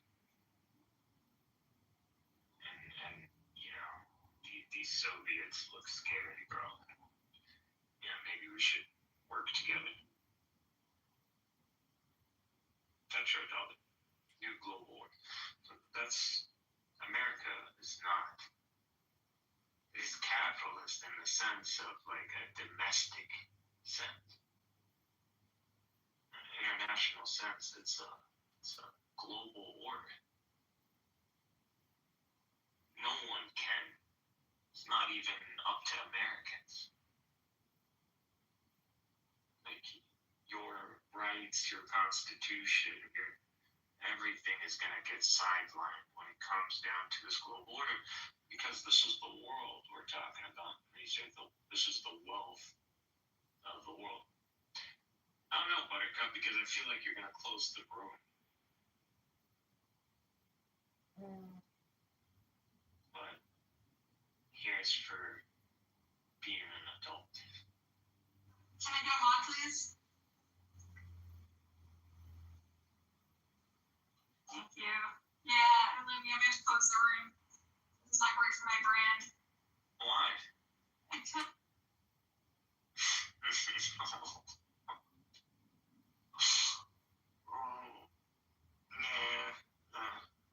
Let's keep the room going.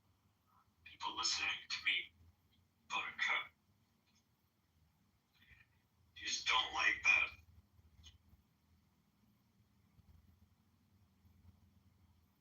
I'm just smarter than you.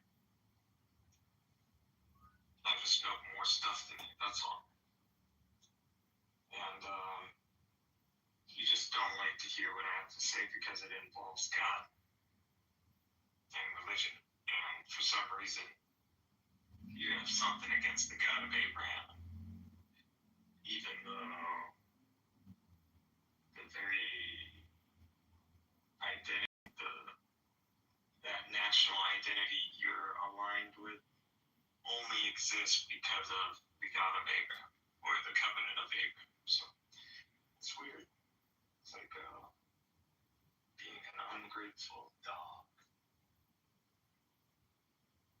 So I always just surprised why some people call themselves Jesus. Understand what you're calling yourself? Do you understand like what you're claiming? Covenant.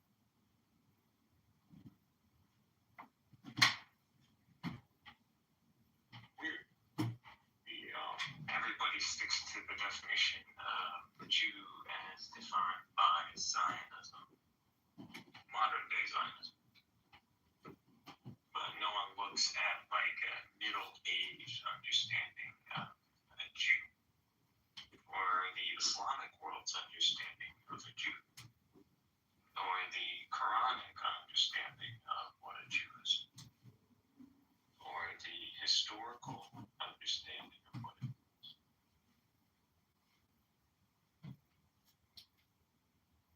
To me, it's like putting a target on your back. Like when you use names, when you say, I am this, I am that, you know, that has meaning.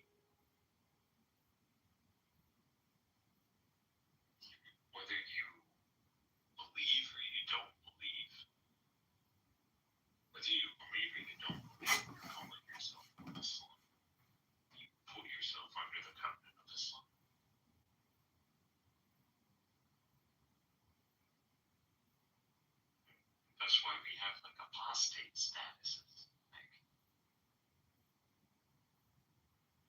there's a reason we don't go, this person, when he apostates, he's just a disbeliever. And everybody can believe whatever they want to believe. Disbelief after faith is not the same as disbelief before faith.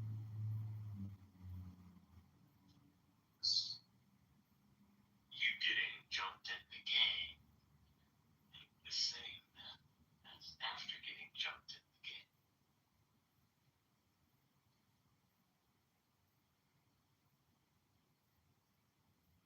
I'm right or am I right?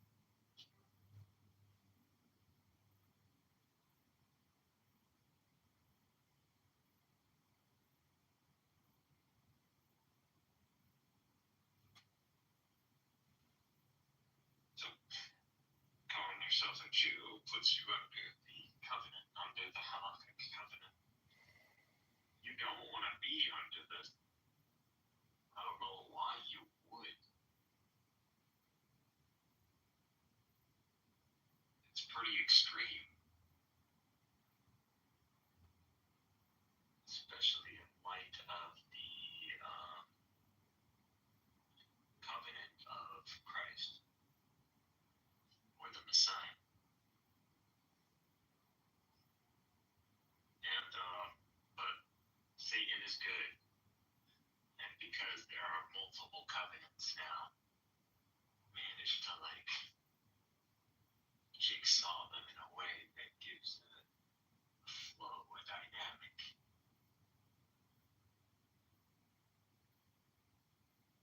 Lives off that.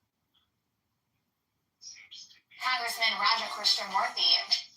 Satan built a temple.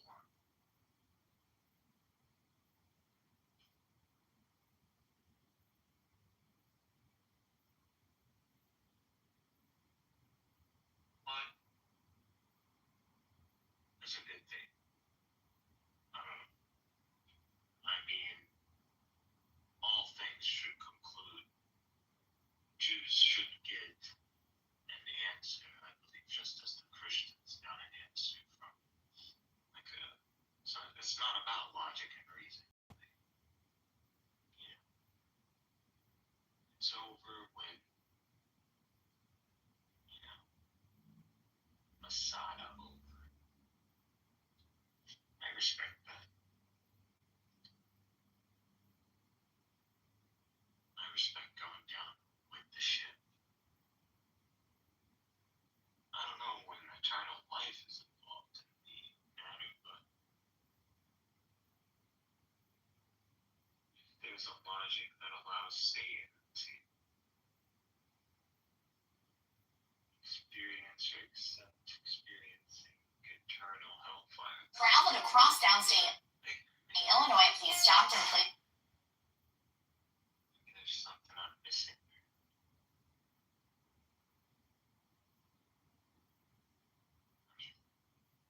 What is pain?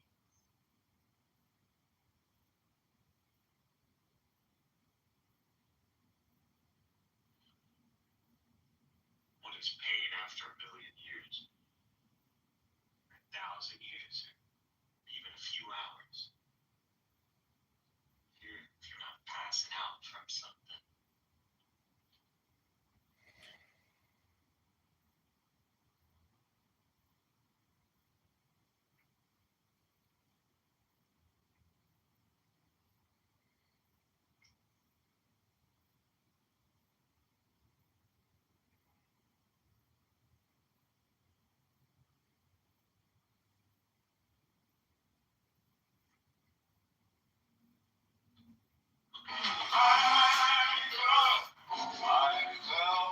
I'm seeing. We need to prepare. The Israeli military needs to begin revamp. We need to prepare to fight regular militaries, Turkey and Egypt and Iran. The days of fighting terrorist armies are over. was like, I agree to that. The days of fighting terrorist armies are over.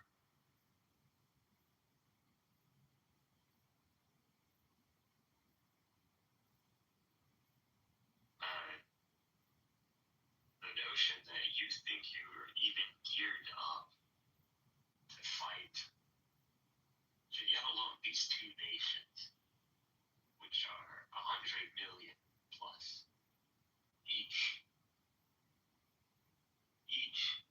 200 million population.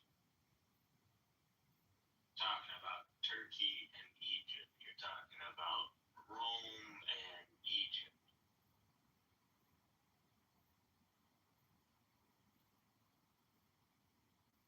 You're gonna fight fucking Rome and Egypt. Leo, your time has come. Wait! Grog, does the sun orbit the Earth? No, we can see that Venus shows crescent phases like the moon, so it orbits the sun, just like Earth.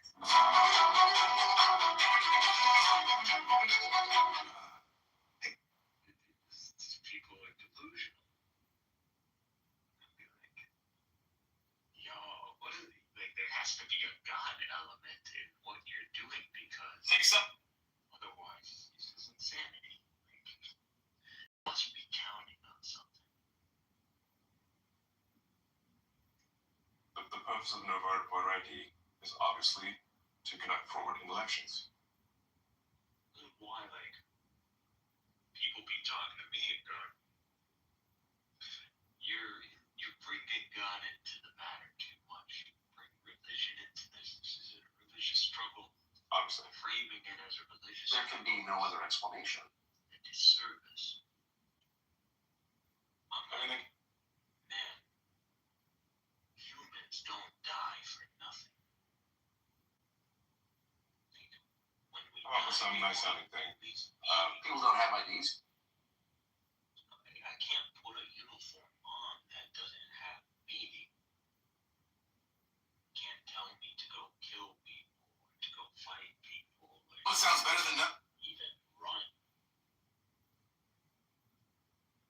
without there being meaning. And you could threaten my life and maybe force me. But honestly, I would die. Most people would be, enslaved like that. Now, going through pain is a different thing.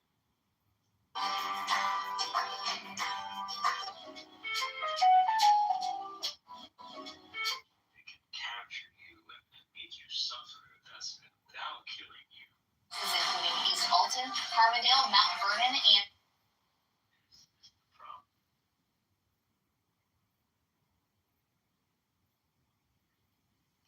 And when you understand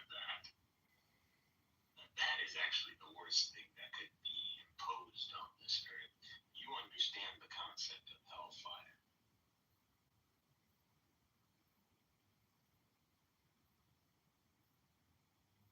And you understand the scaling. Because the tribulation of someone setting up such a system and imposing it on earth. Righteous, people or passive people that deserves something like eternal hellfire.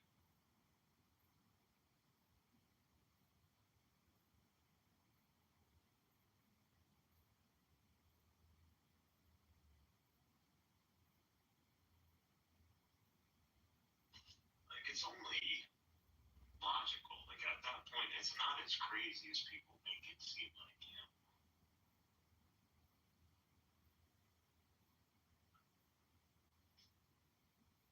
And even hellfire is a bit more merciful. Yo, what up? What's up, man? Are you guys Zionists or no? No. Okay.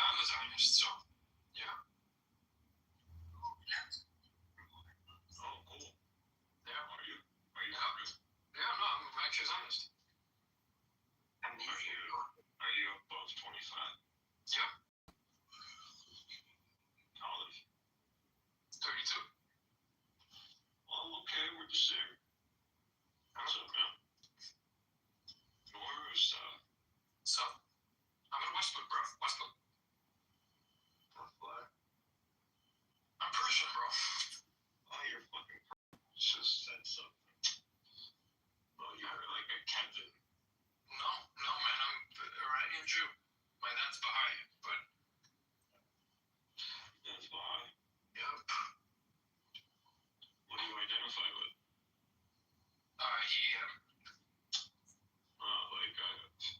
Faith. Oh, I'm just Jewish, man. Do you believe in God of Abraham? Yep. And I also believe that the Palestinians should be tormented. That's built from Fair enough, go ahead. shooting down thunderbolts from. So why aren't you guys Zionists? Well, I just wonder, since you want to get to that, what is Zionism, just real quick? Just the right for Jews to have their own state and the right for Jews to live. Yeah, I'm not against that. So you're a Zionist, man.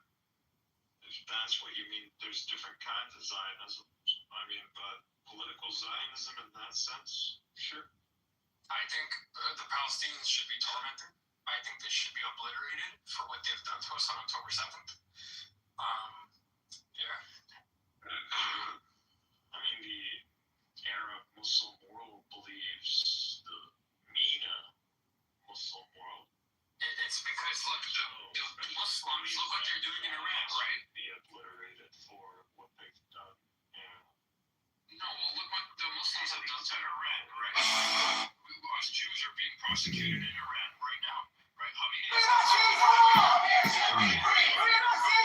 Yeah.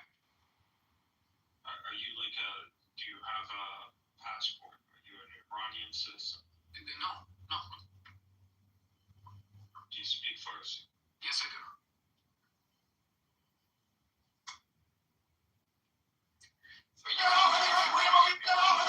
Let's be back in order, Mr. Armand. You think you can tell me what justice is? Do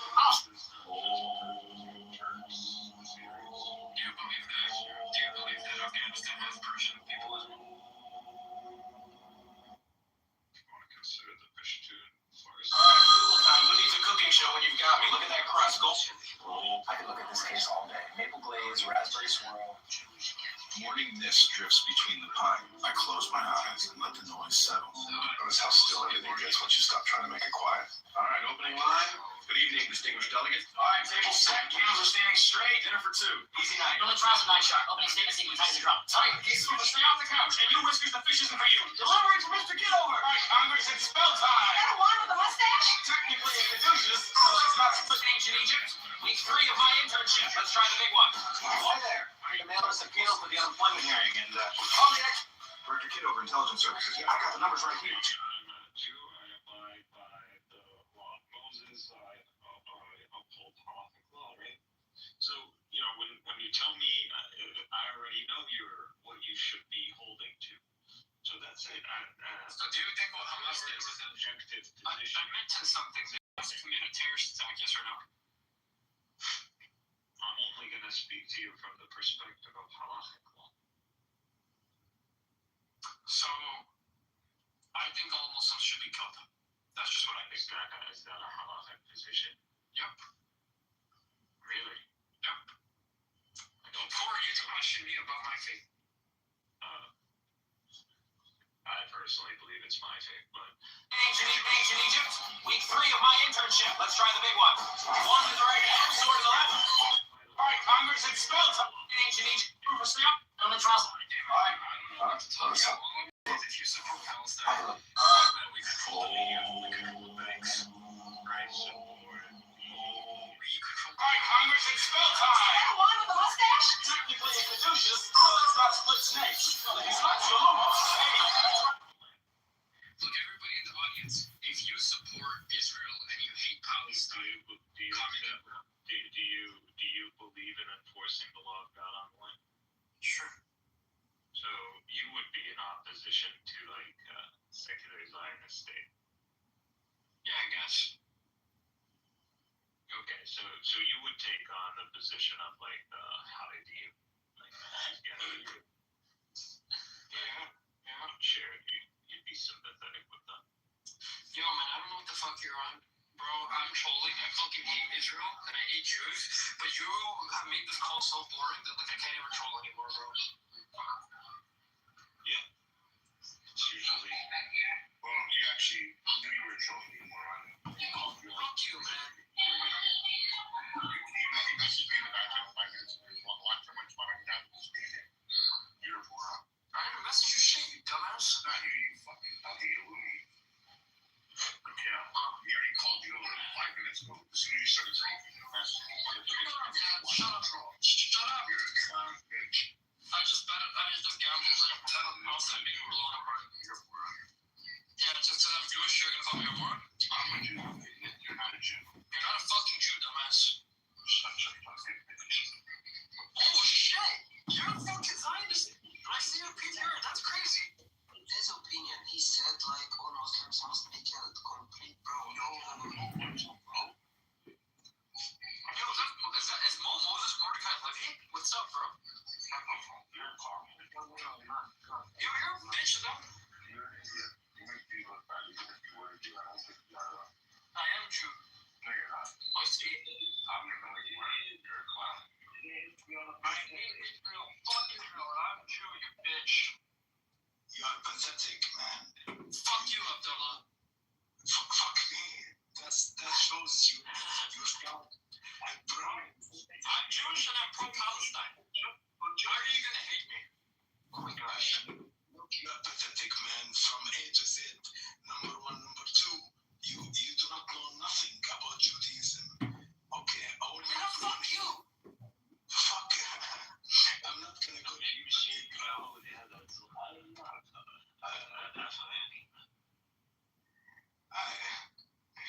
He got my anger. You guys said it when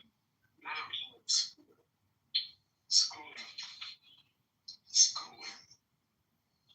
No, if you want, I can bring him back up. I'm just saying, but he's still trolling.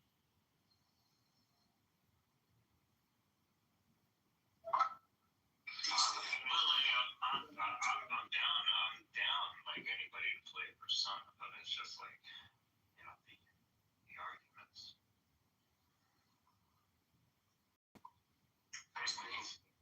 Did we talk before, bro? Sorry? Maybe, oh, okay. Yeah, I hadn't identified your voice.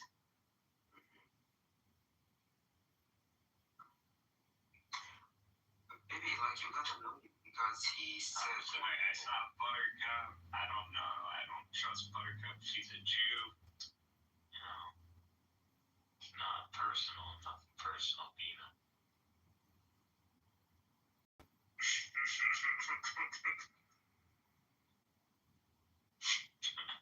It's killing you inside, isn't it? I know. That Jew, Ashkenazi. No, it's okay. I'm not precious about the Church of Buttercup. I know. You can hijack. Why is it your Ashkenazi blood is boiling? You gotta ask yourself. Buttercup, I will marry you. Let me do something. You're so beautiful, Buttercup. It's a troll. He's not a real person, is he? This is hey, Sabiyadat. I think he's trolling. Okay, so like I can rape her without marriage. Sounds good. Can you remove this guy? Why? Because you know that's like you just blasphemed in her religion. Yeah, come on. You have to have some standards in Church of Buttercup. Come on.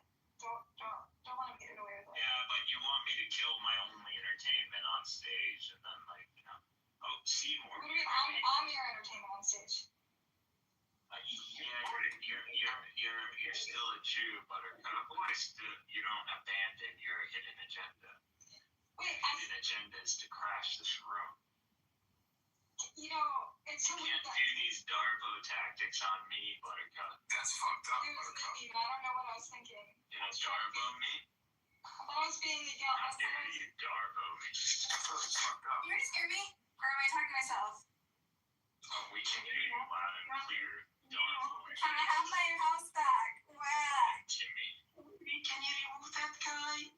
Stop garboing me, Buttercup. Where's Mohammed? Is this BB? I think it's BB. It's not Bibi. It's someone.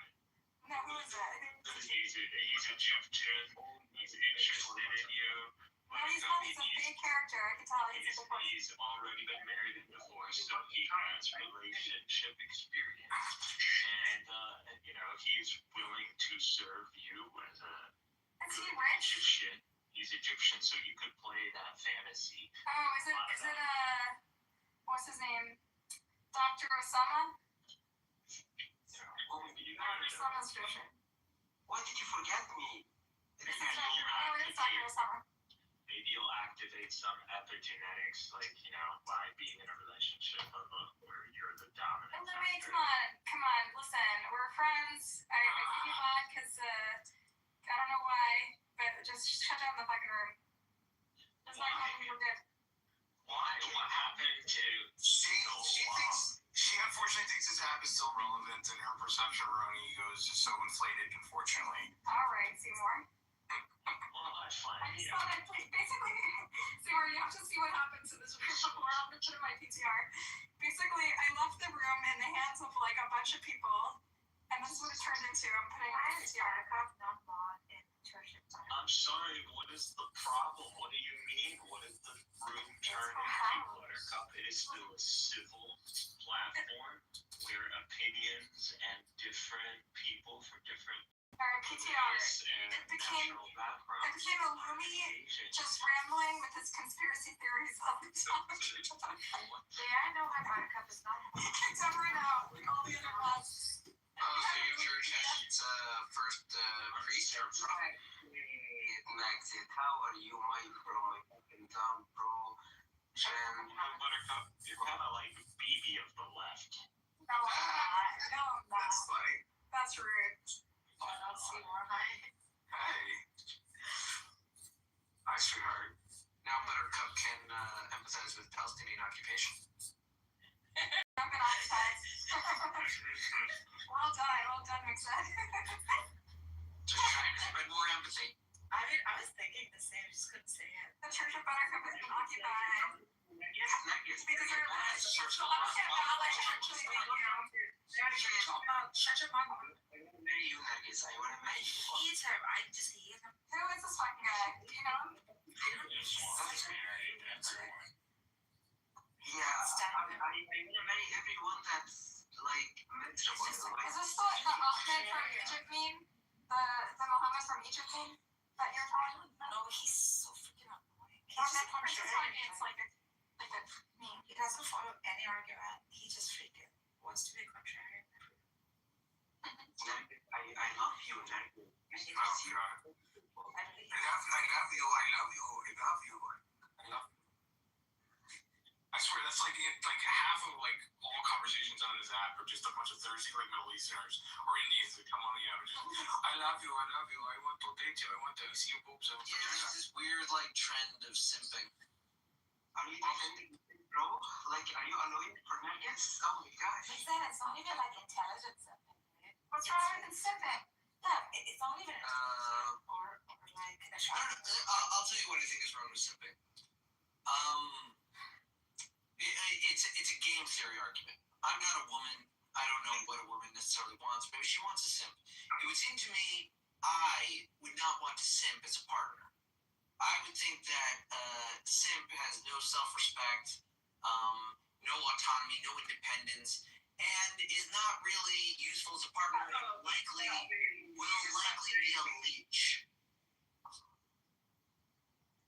I've rarely seen simps that also seem confident, self-assured, and self-sufficient. Can I say my sense? You remind me of my friend, he's so miserable, and each and every time we go out in a group, he doesn't have anything to say, and he keeps talking.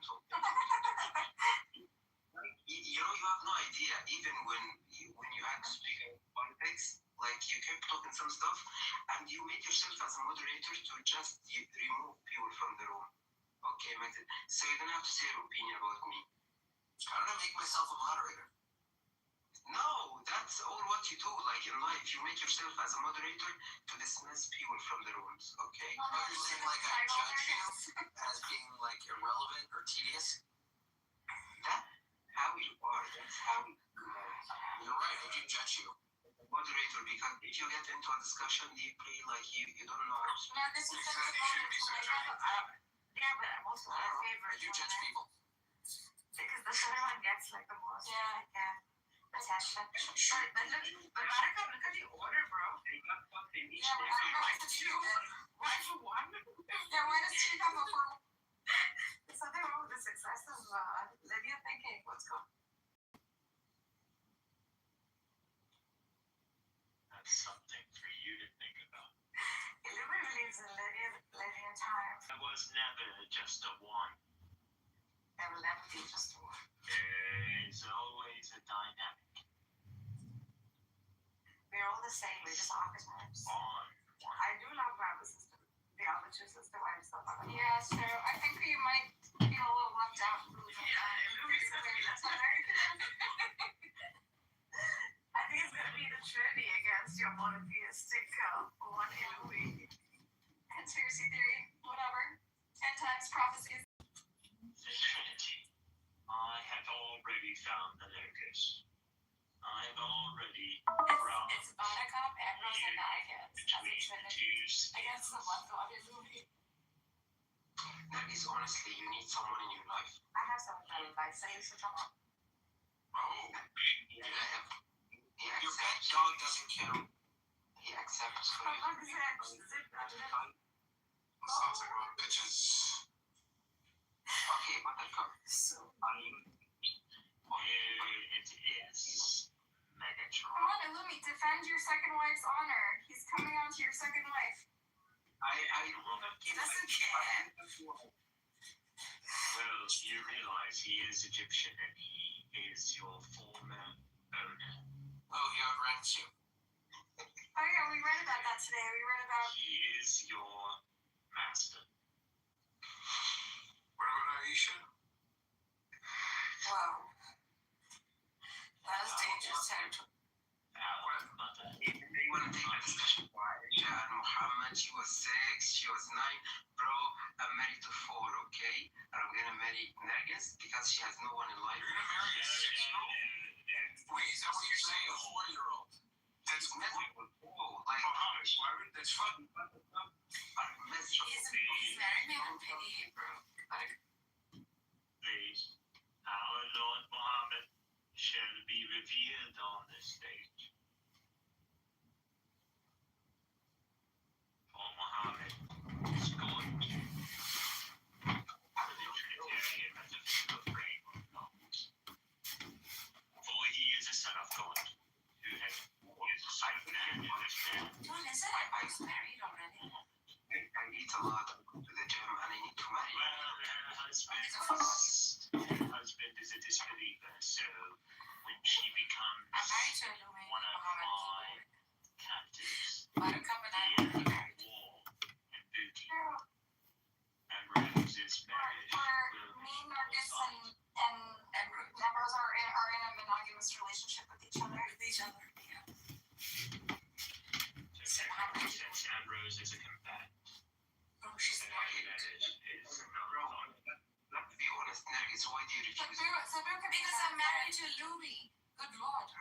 Zabu could be in our polycule too, right, Nargis? Zabu. Sure, you can have her. Yeah. Do you know Zabu Illumi? I'm not sure if Illumi is the boost type. It's my Ellie sister. Illumi accepted to do with you. No, Illumi did not accept divorce with me, so shut your mouth. I'm married to Buttercup and Ambrose. And if He decides, okay, we can have a talk with each other. He accepts. Let's imagine, okay? Why do you refuse? save me from this fuck, man, Illumi. You have a mouth, Nergis. Like, you can talk, you can defend yourself. My husband is on stage, for God's sake, and my sister wife is on stage, so Don't pretend anymore. he can have me and more than me as much as he wants. This is haram, what you're doing.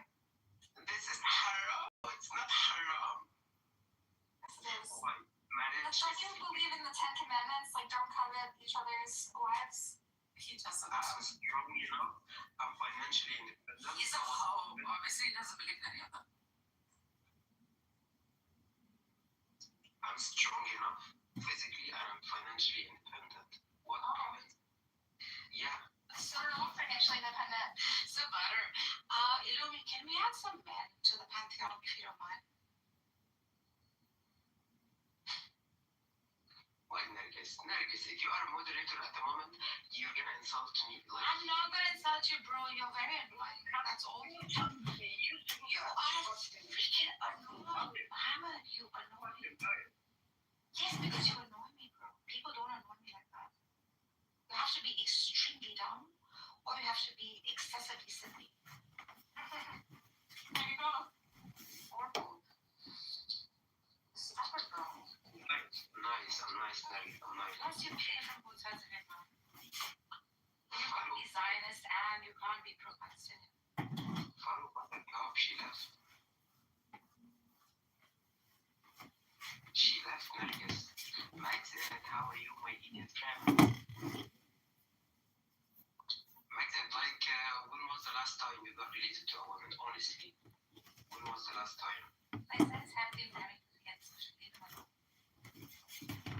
Kids with... he doesn't know how to speak to a woman, okay? I swear. Max doesn't know how to speak to a woman. He never got related to a woman before. He's silent because he cannot defend himself. He can make himself as a moderator, he can make a room alongside baby just to dismiss members from the room. That's all what he can do. And then it's your fucking bitch, you're miserable, you have nothing to do in life, and you come here just to fulfill your empty or, you know, vacant. Yes. Fuck your personality. My vacant. And I would like to apply for this vacant Nergis. I'm gonna fill it, honestly. Okay, I believe you need someone. I'm doing you a favor. But Nergis, okay, but like, how does it feel like to talk to guys all the day? How does it seem like? You get happy when talking to guys? Bro, we know you belong to the LGBTQ. Come out of the closet, freaking. Be proud of it. I live in California. People are proud of it. Why are you hiding in that closet? Why are you hiding in that closet? No one's judging you. You're confused. Like, you accuse me of, you know, getting married to two wives at the same time, and then you accuse me of something else.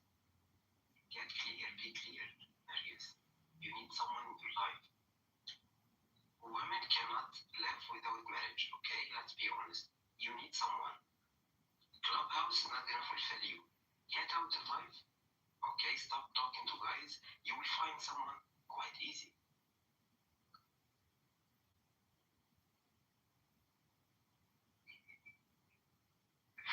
You know, Nergis, I'm so rude, to be honest. But I used to study philosophy, you know. You just wanted my station. I'm sorry, I can't talk to play your visit. Why? You're gonna go? Trust me, Nergis, if I am married to a woman like you, honestly, you know what I'm gonna do? Wallahi al-Azim, uqsam billah. You know what I'm gonna do? Each and every time, I'm gonna, you know, drag you from your hair, and I'm gonna keep hitting you. And you seem so bad, you seem so ugly, Nergis, honestly, like you have to change your look. Remove the ring from your nose. It looks like so bad.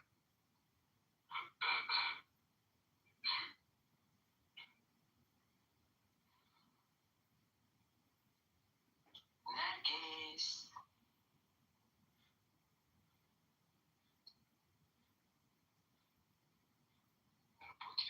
I'm gonna put your photo.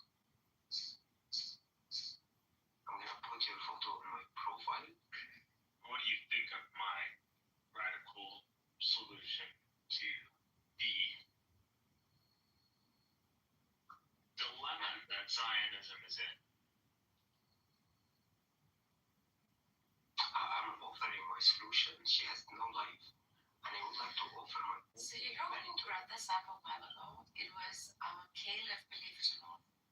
He's like, the way you can actually achieve peace in the region is to get the two married. Quick said, you remember that? No, I would like for you to be like, okay, not to weep for someone, not to cry over a man. You need a man, okay? Exactly, that's why it's not going to be you.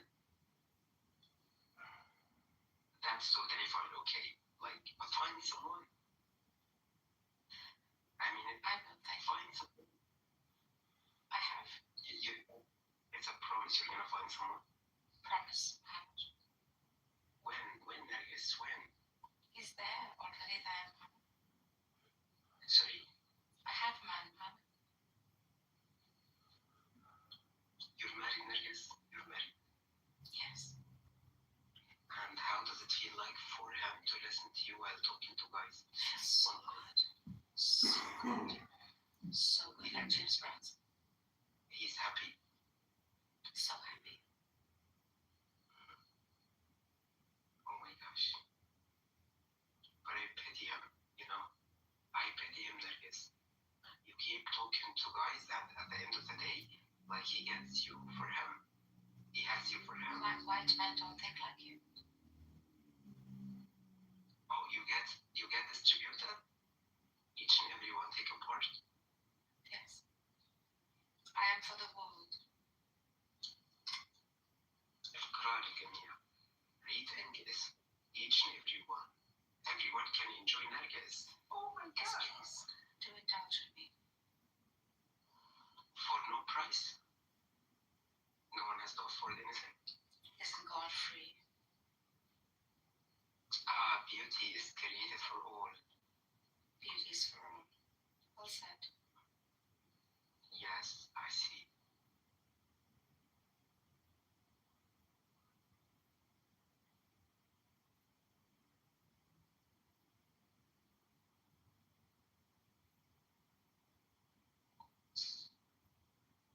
Do you own a river that flows? A tree that spreads its branches? Do you own these things? You don't own these things. A river flows, a river, no matter what. A tree branches out, no matter what. I am that tree, I am that river. I'm not your photo. I'd have to go really well and find a piece of defamation against you. Oh my gosh. I got afraid, honestly. So you forgive me? You wouldn't sue me? No, you have nothing to offer. The pot is small. How would you benefit if I got imprisoned, Nergis? How would you benefit? I wouldn't let that you. Or would you punish me? I would not. Yes. You have nothing to do. But what you do have to do is a lot of annoyance. You annoy a lot of people on this app. Maybe they can be free of it, right? Sorry? You annoy a lot of people on this app, like, I don't know what you do all day long. Nergis, I have mental problems, and that's why I will recover. That's how I What happened? You are the reason why you refused me earlier today. I got broken.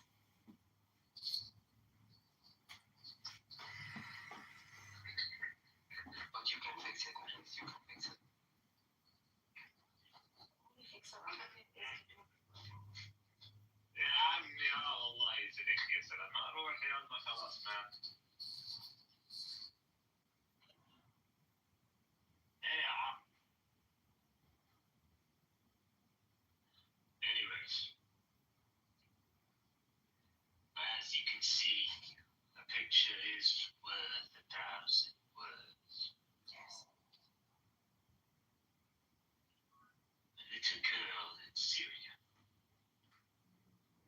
in front of the new holy Levantine Arab Sunni army. The ones who we passed the torch, the mantle of Sunni access.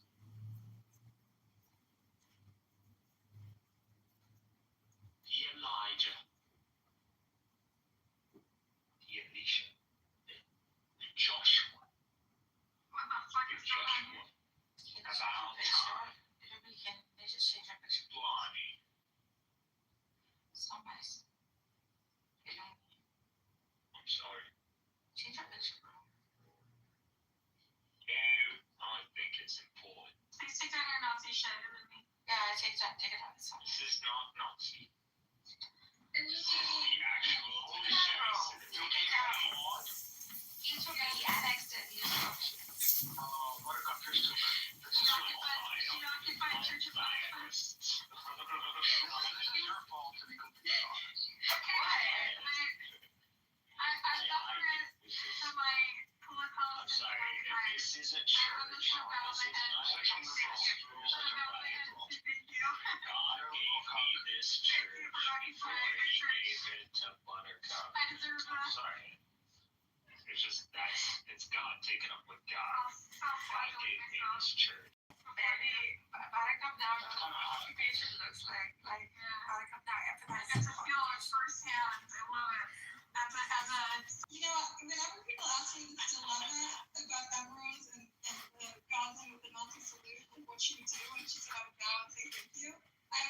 Whenever people ask me, because it's such a stupid hypothetical, why are you asking me this? And finally, I have the opportunity to have a Goblin doing a Nazi salute at me, so I can bow and say thank you. This is not a Nazi salute. This is the salute. Thank you for putting this ridiculous. This is not a military salute. This is the military salute in Syria. Oh, okay. My God. Wow. I'm gonna Google it. Amanda might actually go join now. That's not true. No, I'm not joining. No, I'm not joining this year. Man, these are white boys. They got rid of forced conscription. I don't have to go in.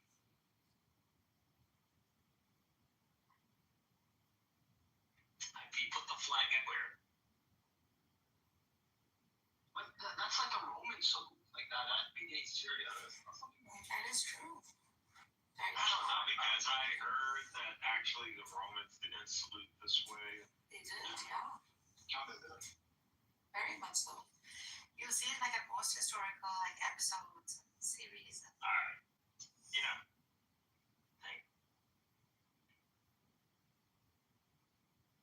Called Caesar. How accurate is the Roman salute? It's a fair question.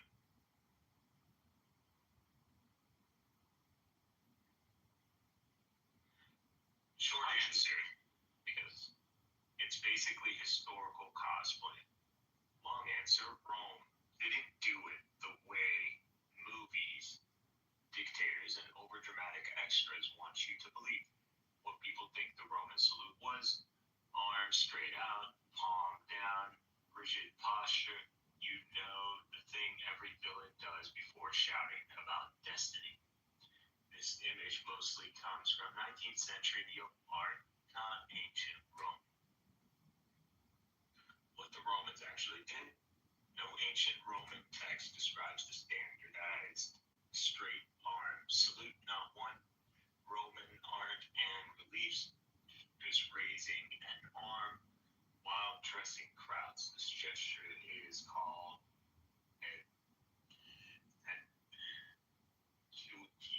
I don't fucking know. It's loose, bent, contextual, not synchronized. And the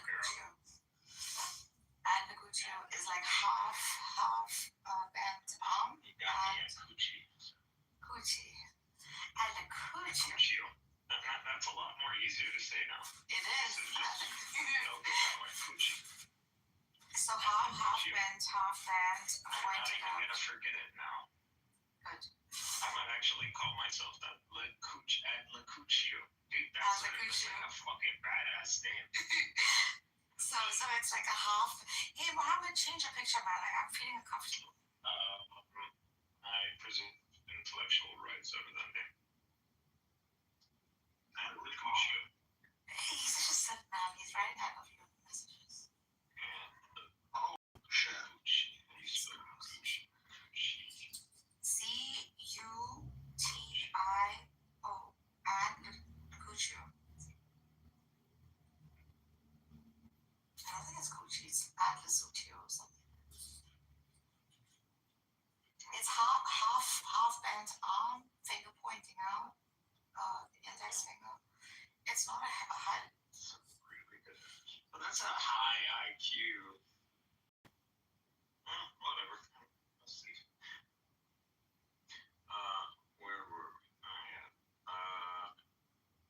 Soldiers saluted officers in practical, varied ways. No virtualized arm extension across the empire. Rome loved order, but not that kind. Where the modern Roman salute really comes from Italy, 1900s, nationalist art, romanticized Rome. Mussolini, Nazi Germany copies it, adds racial mythology, and now the gesture is radioactive forever. Verdict, historically accurate, no. Artistically inspired, sure. Ancient Roman standard practice, absolutely not. Interesting.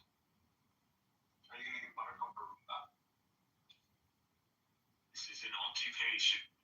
God gave me this. Maybe can I get his account clipped, like by complaining to Clubhouse if he has? Yeah, you just gotta, like, I guess, do it a lot. Get a lot of people to do it. Because he's just using my picture. Not a Nazi salute.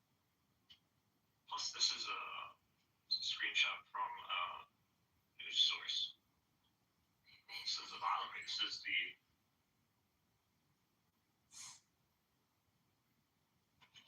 one of the top social media platforms. Yeah, what's it? Not hating. Not everything is viewed from the context and the vernacular of Western Europe and Western civilization. That is Western supremacy. And the Lumi shall not accept it. Even though I am part of Western nation. Nevertheless, objective analysis of human dynamics should not be losing from Western lens. Mohammed, change your profile picture. I do not give consent for you using my profile picture. This is wrong. It's against the laws of Clubhouse.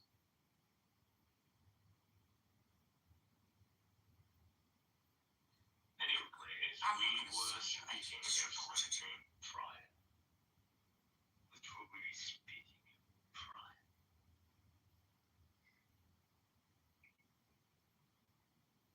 Mohammed, change your picture of me before you get clipped. I just reported you.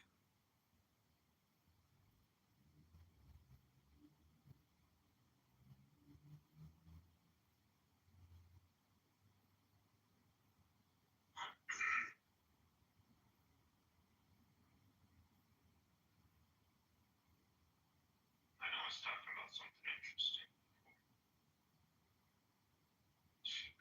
Is Jason's room still open? Conspiracy theory. Oh, Jason closed the room.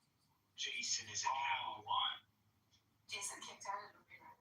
I don't know why. Let me destroy Jason's whole. Yesterday's room was good. I was only in there for a bit. It was But I was. It was very good. So they were talking about this word called vanity. Okay, which is used like as a test one.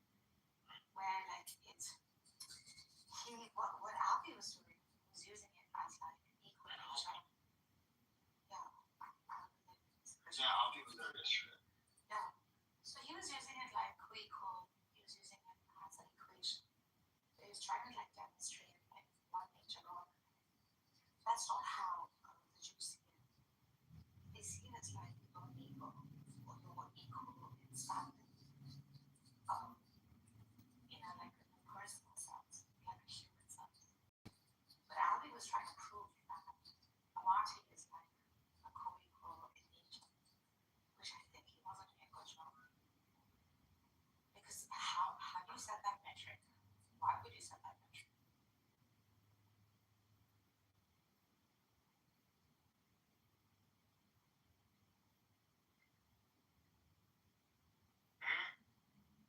What happened? Fell asleep. But also Benny, Oh, a complete denial of Jason, Jesus. Yeah, and a and complete. he is. I was a Christian about this. However, like Oh, wow. a complete like denial of Jesus would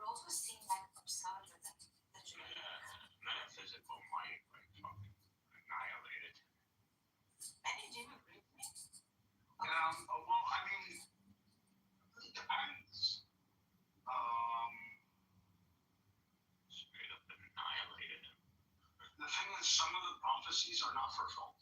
They just aren't. Yeah, And that's they why are. there's a second coming. Exactly. So they're pretty honest about that, right? Okay, I grant you that. But a complete rejection of Jesus holding any placement, like in. And they didn't like his message. They didn't like his message. He preached equality. Yeah. Yeah, that's just not gonna fly with them. Yeah. They want to see us close. Oh yeah. But they also like, but also Jesus wasn't saying that they're not chosen in one sense, right? No, he wasn't. But he was also. I mean, no, he was saying that like. No, he kind of was. I mean, he's saying that like all are chosen. Right? Yeah. There's equality. Yeah. Yeah. Oh, I didn't like that. I don't like that.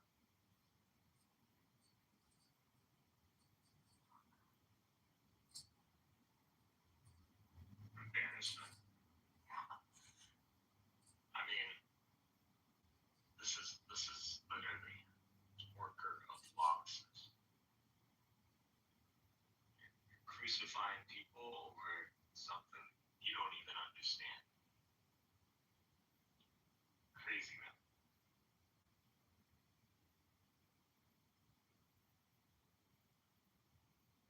He's done and he's cooked. Also, it wasn't like Jesus was preaching a different God, which is like pretty absurd when they bring up the whole freaking Trinity that perhaps they're right about, which was formulated much later on. But to say that. Not that much to draw on. Whatever it may be, we have no evidence of Jesus. No, we do. Like bringing forth like the whole model of the triune. So we do have evidence. The model of the triune would be like less than 100 years later, but we have even earlier evidence than that. Like we have people saying that Jesus is God, but like the exact model would come a little bit later, after like they hashed out like how could this be possible. But yeah, like it was pretty early on that they kind of knew Jesus is God. Not all, but at least some. Have preached such a model, even though like he might call himself God, he's also saying that as to all of you gods also, right? Kind of. A very Gnostic sort of approach that Jesus took, I guess. Even if you're looking at it and granting most of everything biblical, one could like posit that he was introducing some system in which Gnosticism sort of prevailed. Would you agree? I like to think that. But you would have to get the full message. You would have to go to other gospels, not the accepted canon gospels. Because I'd like to think that the message has like primarily been constant. Oh my god, every time I talk about it, it's even worse. It gets worse. We're hating Buttercup. Stop it. Such There's a like all hater. kinds of weird shit in the show. Like, Such a hater. Stop hating on me. Can't you, as the owner, close down the room? no, I can't. I can't. I can't. I don't want. I don't have the. Oh, wait. Oh my god, I can't. I can't. Yes, you can.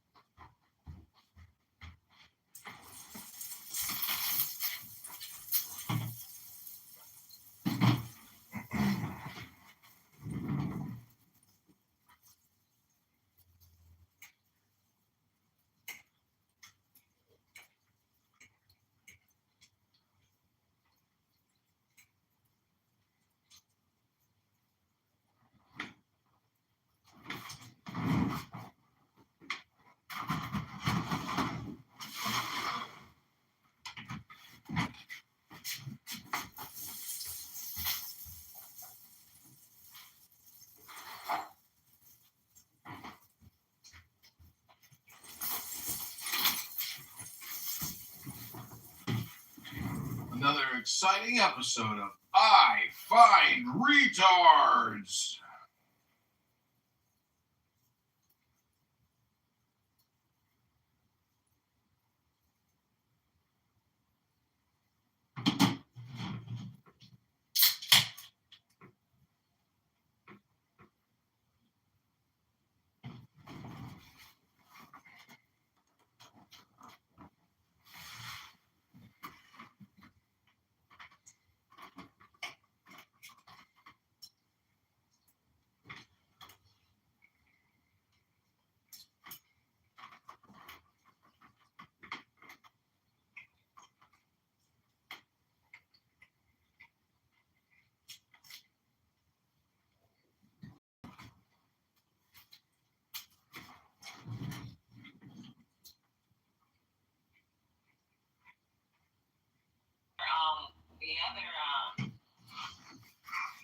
The other sororities and fraternities should do that because y'all, it makes your chapter, you get a larger chapter. There's kids that just don't, school ain't for everybody.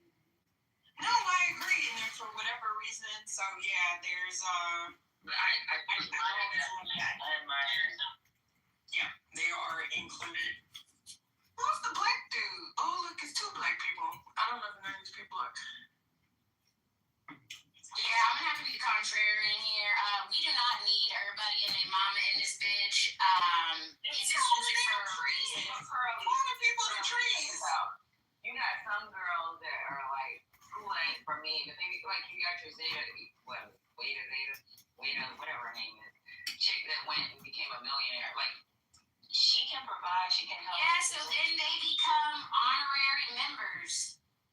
Yeah, for AKA. You can do an honorary member. Honorary, but then like you're just an honorary. Like what they're doing, what Zetas are doing, I think it's great. I think it's awesome. I'm sure it's great for them. No, it does, but I see what you're saying. But yeah, we do have our Zeta Amici, like they have their own symbol.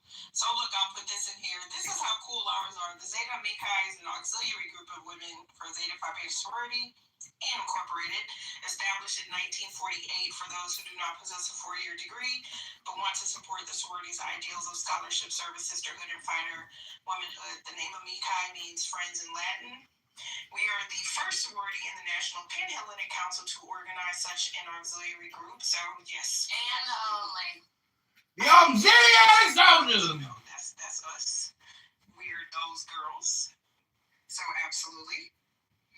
If the actors don't want you, come on over and be a Zeta Omega, okay? Because we not like them stuck up fellas.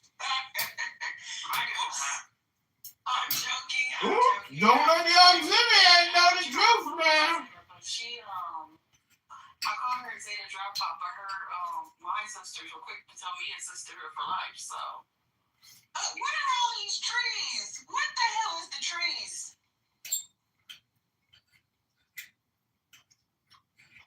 I hope it was for the nice commercial. Where it at?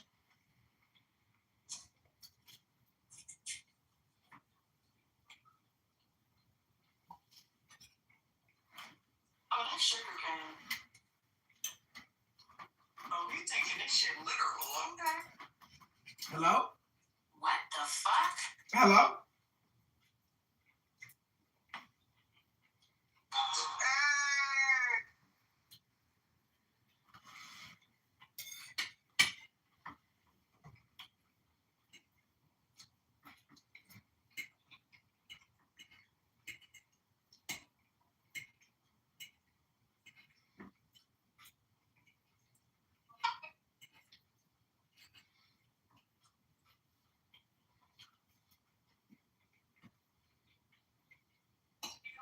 All these beautiful Puerto Rican and black women, and he still dates Kendall Jenner. Mm-mm-mm. I thought they broke up. I know they broke up too, but they break up, get back together, break up, get back together. Because her ex-boyfriend said that, Hey, I see Carter.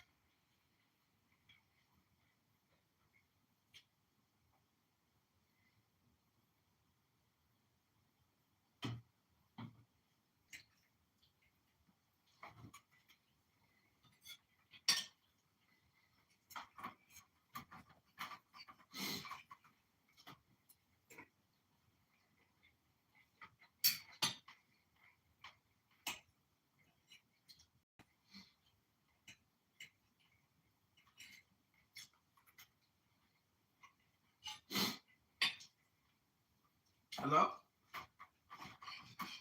Hello?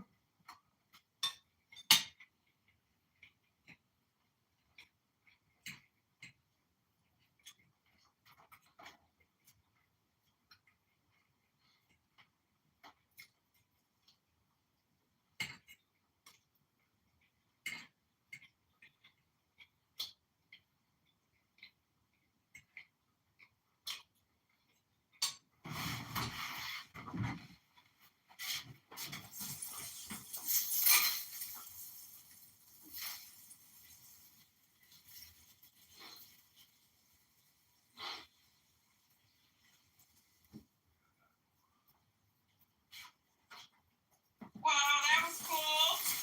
Hello? Hello? Hello? Did he just bust in on the white people and I? Girl. Hello?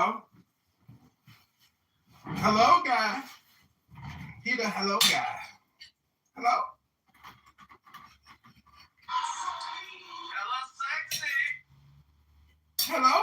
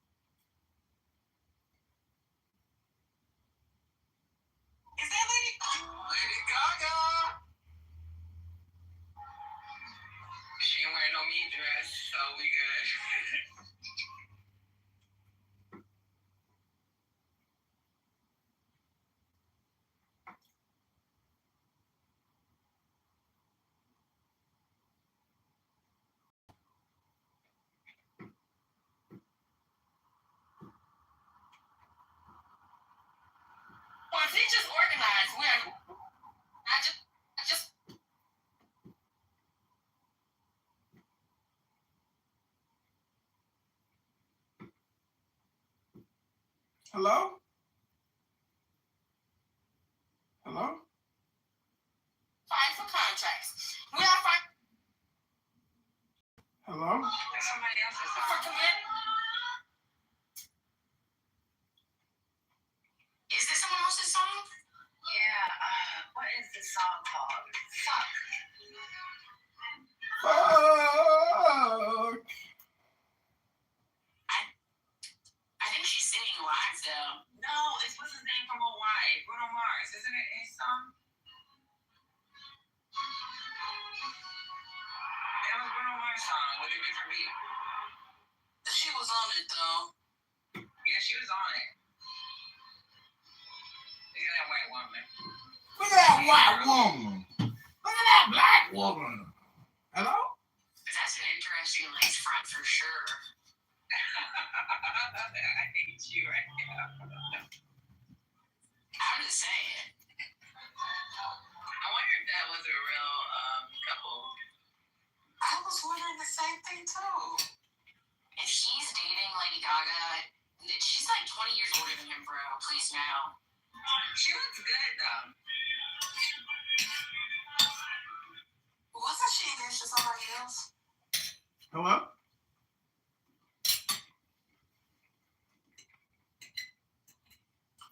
Hello? Yeah, I think it was a real wedding. They kissing like they together.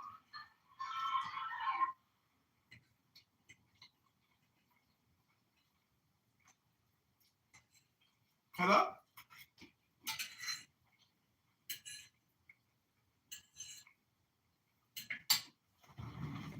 Hello?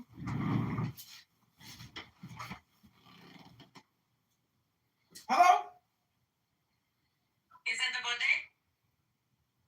That's New York bodegas. That is not a Puerto Rico one if y'all been to Puerto Rico. Hello? Yo, my autistic son just said, is that Spanish? That's Bad Bunny, baby. That's Bad Bunny, baby! LGBT kissy, why? Cause I got him! Hello? Hello? Hello?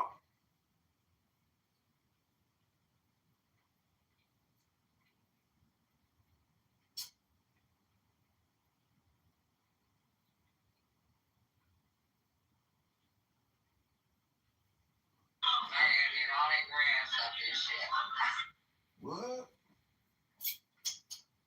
Hello?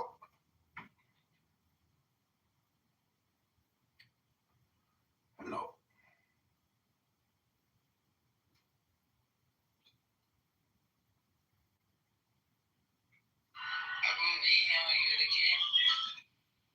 I think so.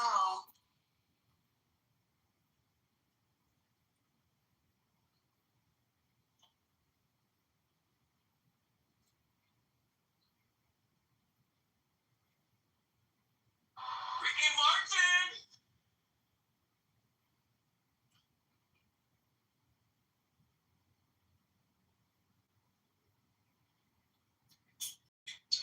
They got banana trees and shit out there.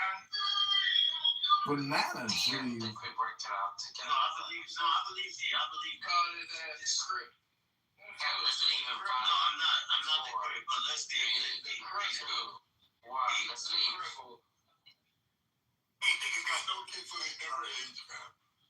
I'm gay, dog. If that shit can keep you young forever, just avoiding women. Oh, he got a Puerto Rican flag. Call ice.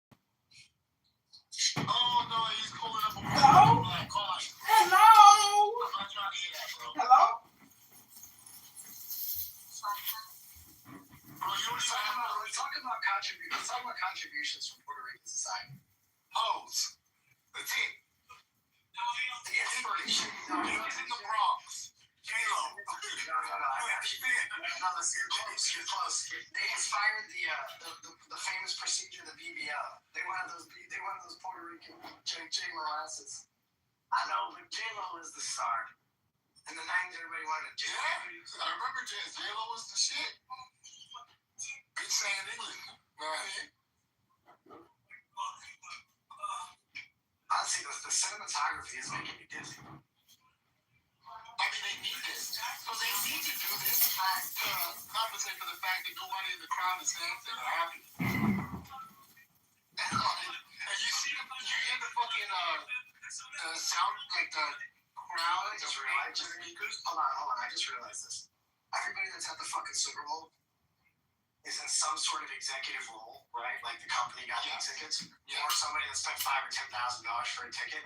So there quite possibly might be less than 50 people in the crowd that have ever heard of this fucking music. Probably. There's like literally, there's a bunch of white guys right now that are worth $50 million, $150 million, and they have no idea who the fuck this guy is, except for they heard about the controversy. Maybe they're Colombian escorts. You know what I mean? Maybe. Probably not. Now the United Nations. Now you're not. You can't get caught at the game with the There's too high profile, dog. It's too easy to get caught. They're running around with a bunch of fucking flags. See every fucking flag? Those are all the Leon, you see what happens when the Jews control the media? Look at it. You see what happened when he let Robert Kraft buy full second? Why is there an Israel flag? No, I'm just fucking. Where is the fucking Israel flag? It's hidden in the NFL logo. I bet you only find Palestine flags before you find an Israel flag at this fucking logo. This dude's about to yell free Palestine. The fuck is guy in these flag doing there? The fuck is the guy in these flag? You better have the Asian flag. No, they got Muhammad. They got everybody but Haiti. Fuck him. Ice, blow ice. You didn't even pull up to the Asians. Yeah, I know this song actually. Jimmy, this song is pretty famous, I think. I know this song. I hear this a lot. Yo, bro, if I was Ice, I'd have a comment about that. This motherfucking Super Bowl. Jimmy, listen, in San Francisco and in Santa Clara, there might be 19 Mexicans like that. And any of them are working the sands and they're not going to kick it out right now. They're serving the whites right now. Leave it be, dog. That's hilarious. They're going Mexicans in Minneapolis. You see the scores that the NFL logo? The NFL logo got 6-star Davids in that motherfucker. You see that? Get used to it. Why does this feel like an invasion? It is an invasion. Yeah, it's going too far. It is an invasion. They're taking their flags and they're storming across their most beloved game. Now, what do you say to football? Yeah, well, Samoa. What are you talking about? One of those flag represents 42% of the NFL. But I bet you there's not more than 1 or 2 Puerto Ricans in the NFL. There's that Christian Gonzalez kid. I don't even know if he's Puerto Rican. I don't think he's Puerto Rican at all, bro. I mean, I don't know. I have no idea. But it's fucking made like he saved 2 touchdowns today. I know he's fucking good, bro. He's really good. The break that he has on the ball, like that's real skill. Yeah, and it's just like he breaks the alley. Sam Darnold thought he was over, and he was. And then Christian, closed the gap. He's good, man. He's really good. I've only watched him play a few games, but you can tell he's on a different level.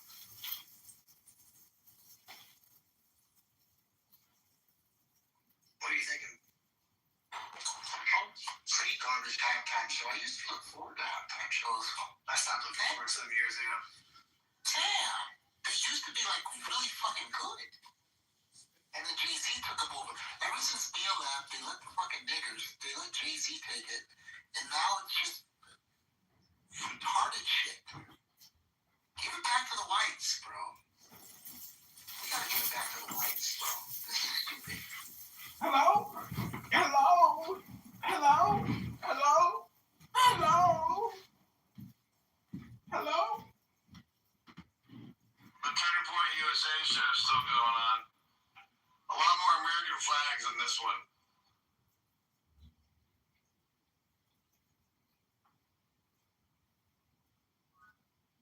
Hello? Hello? Ooh, hello?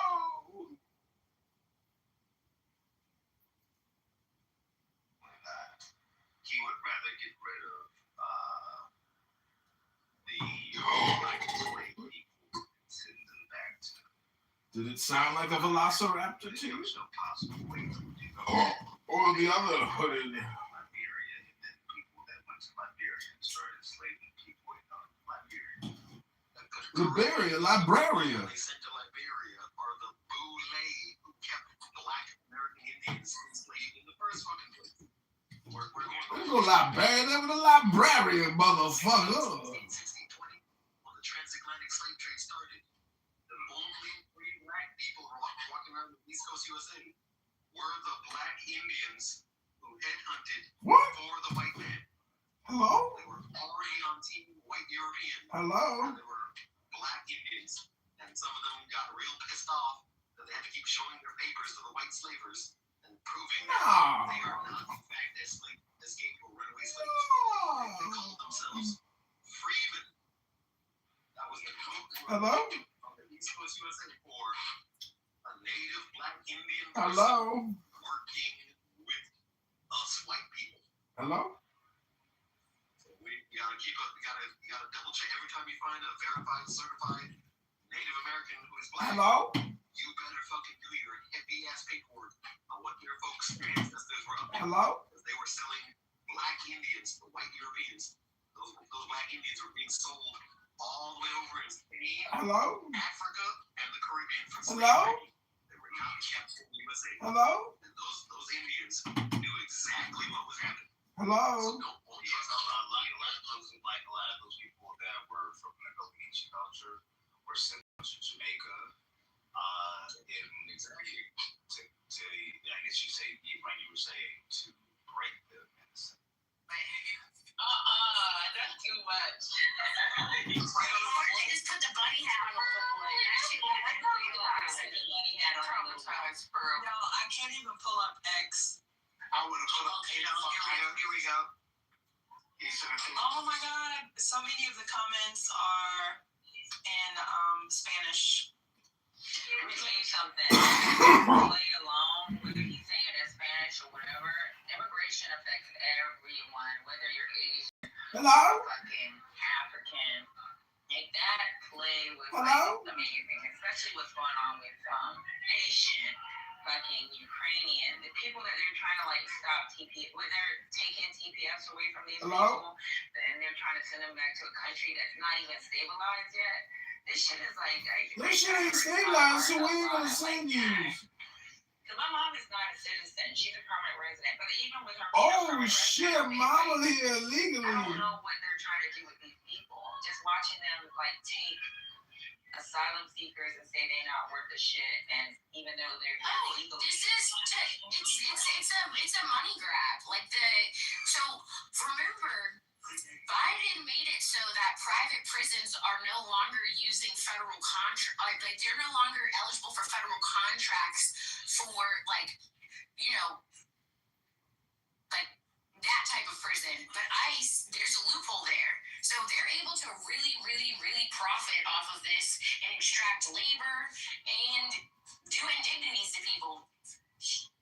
You know what's crazy, Crowley? I had my mom, one day I was on the phone with her and then I put her on speaker for them to listen, and I was telling her you need to get your citizenship. She was like, I know, I messed up. Because we told her mommy. she would not fucking become an American citizen because she was fine with her permanent residency. And even now, she knows, she'd be like, oh, I'm gonna be okay, I'm permanent. But even with arrests, people showing up for fucking interviews, her mind is now she's paranoid. And it's not like she's just People show up for fucking interviews. She provides jobs. She's considered a medium-sized job because she had, or a medium-sized business because she provides jobs for over 50 people. So it's even my dad was like, we would have told your ass, so if you get deported, that's between you and God. We've been telling her after the first administration, even prior to the administration coming in the first time, get your citizenship. And she's like, I'll be okay.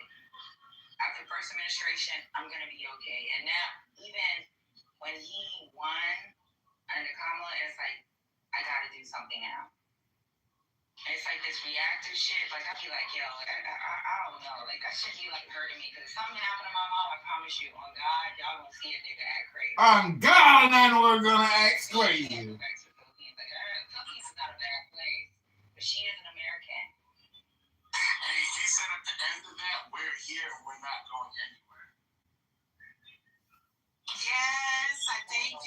Christina. That's R-U. Seguimos. That shit's hard to control people. Seguimos aquí.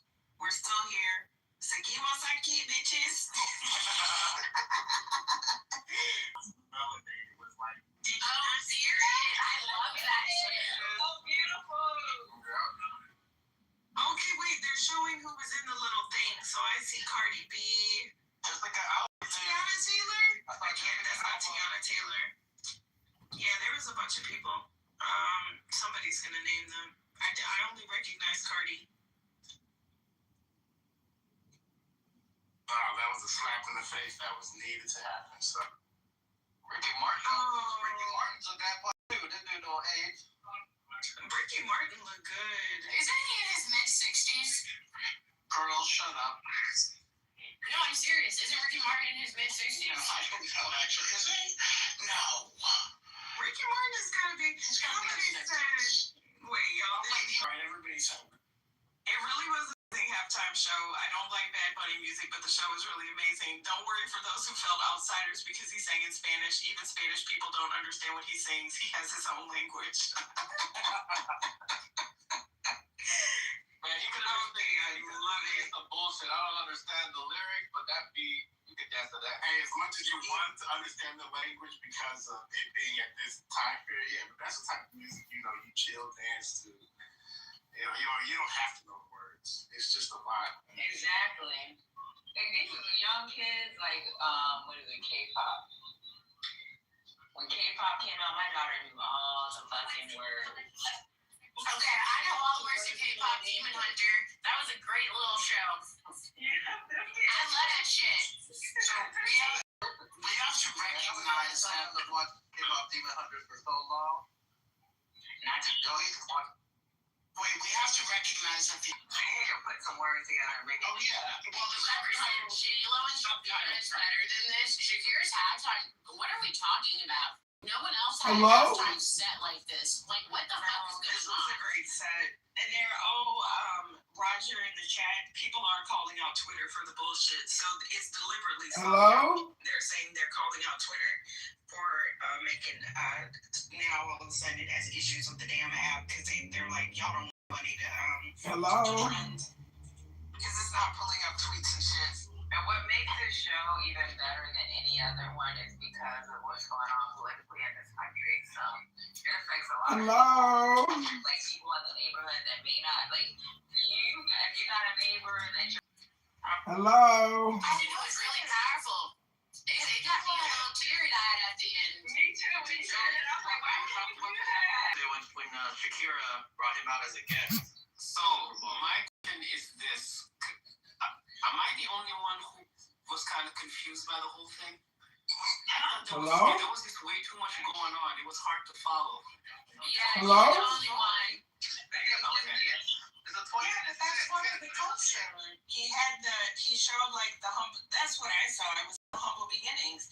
So he kind of showed like, I saw the bodega, right? Was that the bodega? And did you see him crashing in on the white people? That was funny as fuck. Yes, that was Puerto Rico. The white people? That was in New York. That was Washington Heights. Ain't that white spirit? That's what Washington Heights. That's not. If you're in Puerto Rico, that's not what Puerto Rico is like. That is Washington Heights. Did he grow up in Puerto Rico? I felt like it was an homage to like that immigrant experience. He had What the grass, the bananas was for. Yeah, he had the fruits. He had the plastic he had all the chairs. different people. Yeah, he had the people sitting outside.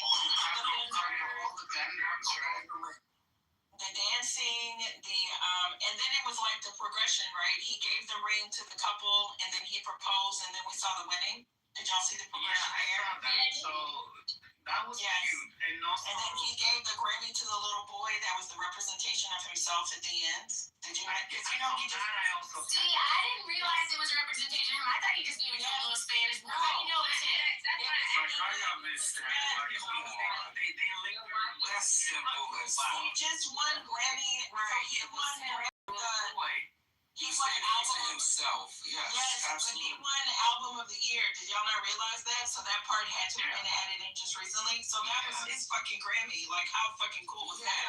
So he gave the Grammy to himself as a child, sitting watching a Super Bowl. That was one of the most powerful things because I'm like, I know that going crazy. It's like the highest population of fucking Puerto Ricans outside of. There's 2 million Puerto Ricans in fucking New York City outside of fucking Puerto Rico.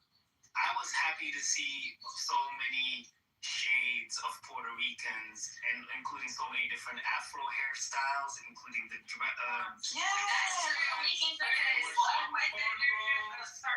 was some braids. He had melanated Hispanics all up and through. I loved it. Melanated Hispanic. Thank you. I love that part because even though it was a huge responsibility on his shoulders, They just had 2 big conflations. For him to like start that out, and I mean that's got to be a flex. I'm more using your own Grammy. I love Dr. AG. I don't even know what's going on. I just hope they win. Yeah, your own Grammy and your own fucking performance, and yes, that was him as a little boy.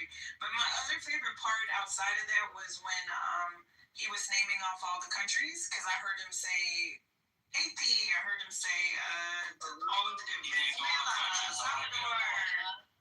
Yeah, what is Cici Pueda? What does that mean, AM? You got y'all letters? Yes, we can. Cici Pueda. Cici Pueda. The biggest takeaway from this show, I love seeing the diversity of human beings. That part, I think the story could have been told better. I love the Grammy to himself. I mean, you know, I just think the storytelling could have been a little more cohesive. Seeing the human beings out there in the fields, climbing up on the electric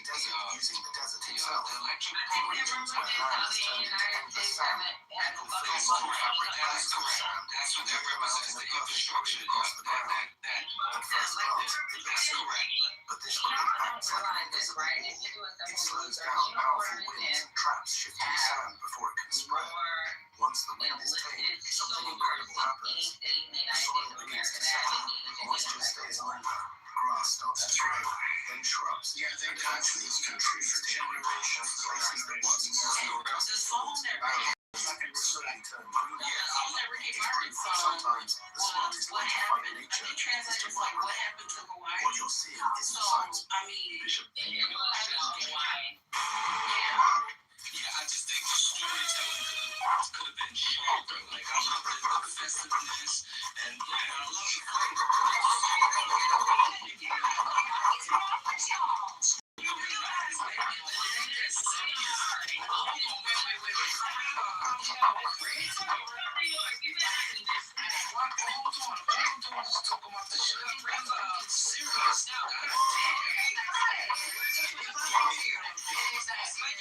realize that most Super Bowl performers do not even tell a story. Right? So I'm like, what do you mean the story? Like, All I'm saying is, may I finish?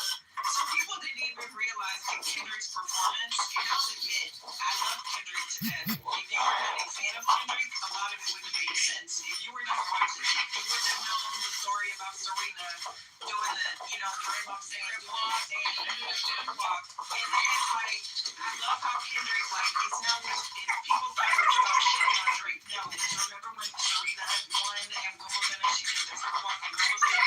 Like, that was fucking that's what I'm saying. It was like little tidbits for the culture, like with Samuel L. Jackson being on. You know what I'm saying? But if you were not a Kendrick fan, you would have thought, oh, it's just about Drake or whatever. So nobody realized that it was like a gaming controller at the end when we read about it. So when we're like, oh, it didn't tell a story, I'm like, that's one of the first performances I've seen that actually told a fucking story. Everybody else just performed. all I said was, because we critique it, we not really seeing John that same was he.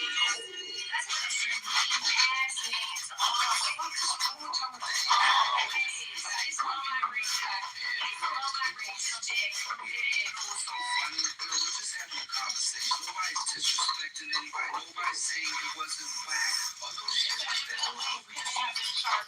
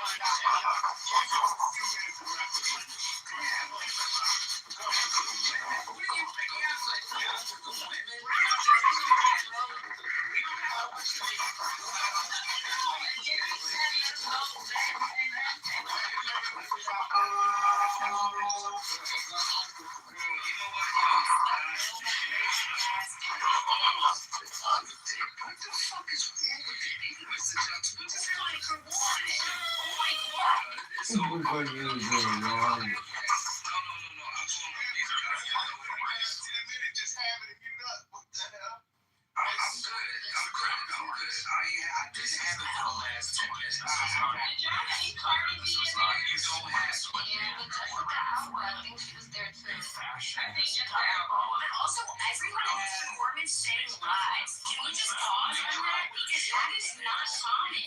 And that's why I wanted to highlight. Cardi B was there, but she was dancing like a backup dancer. What do we make of that? I thought that was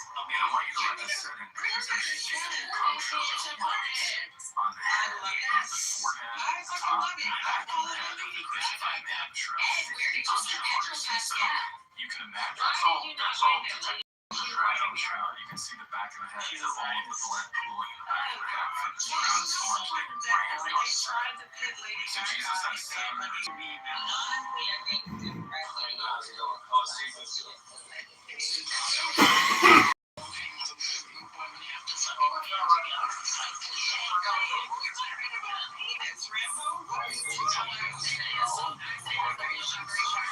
Yeah, that was me.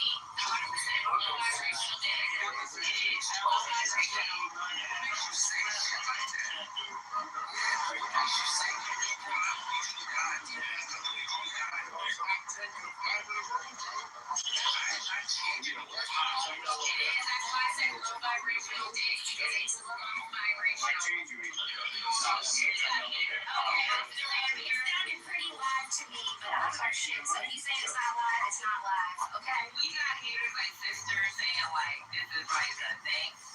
Then why is it that somebody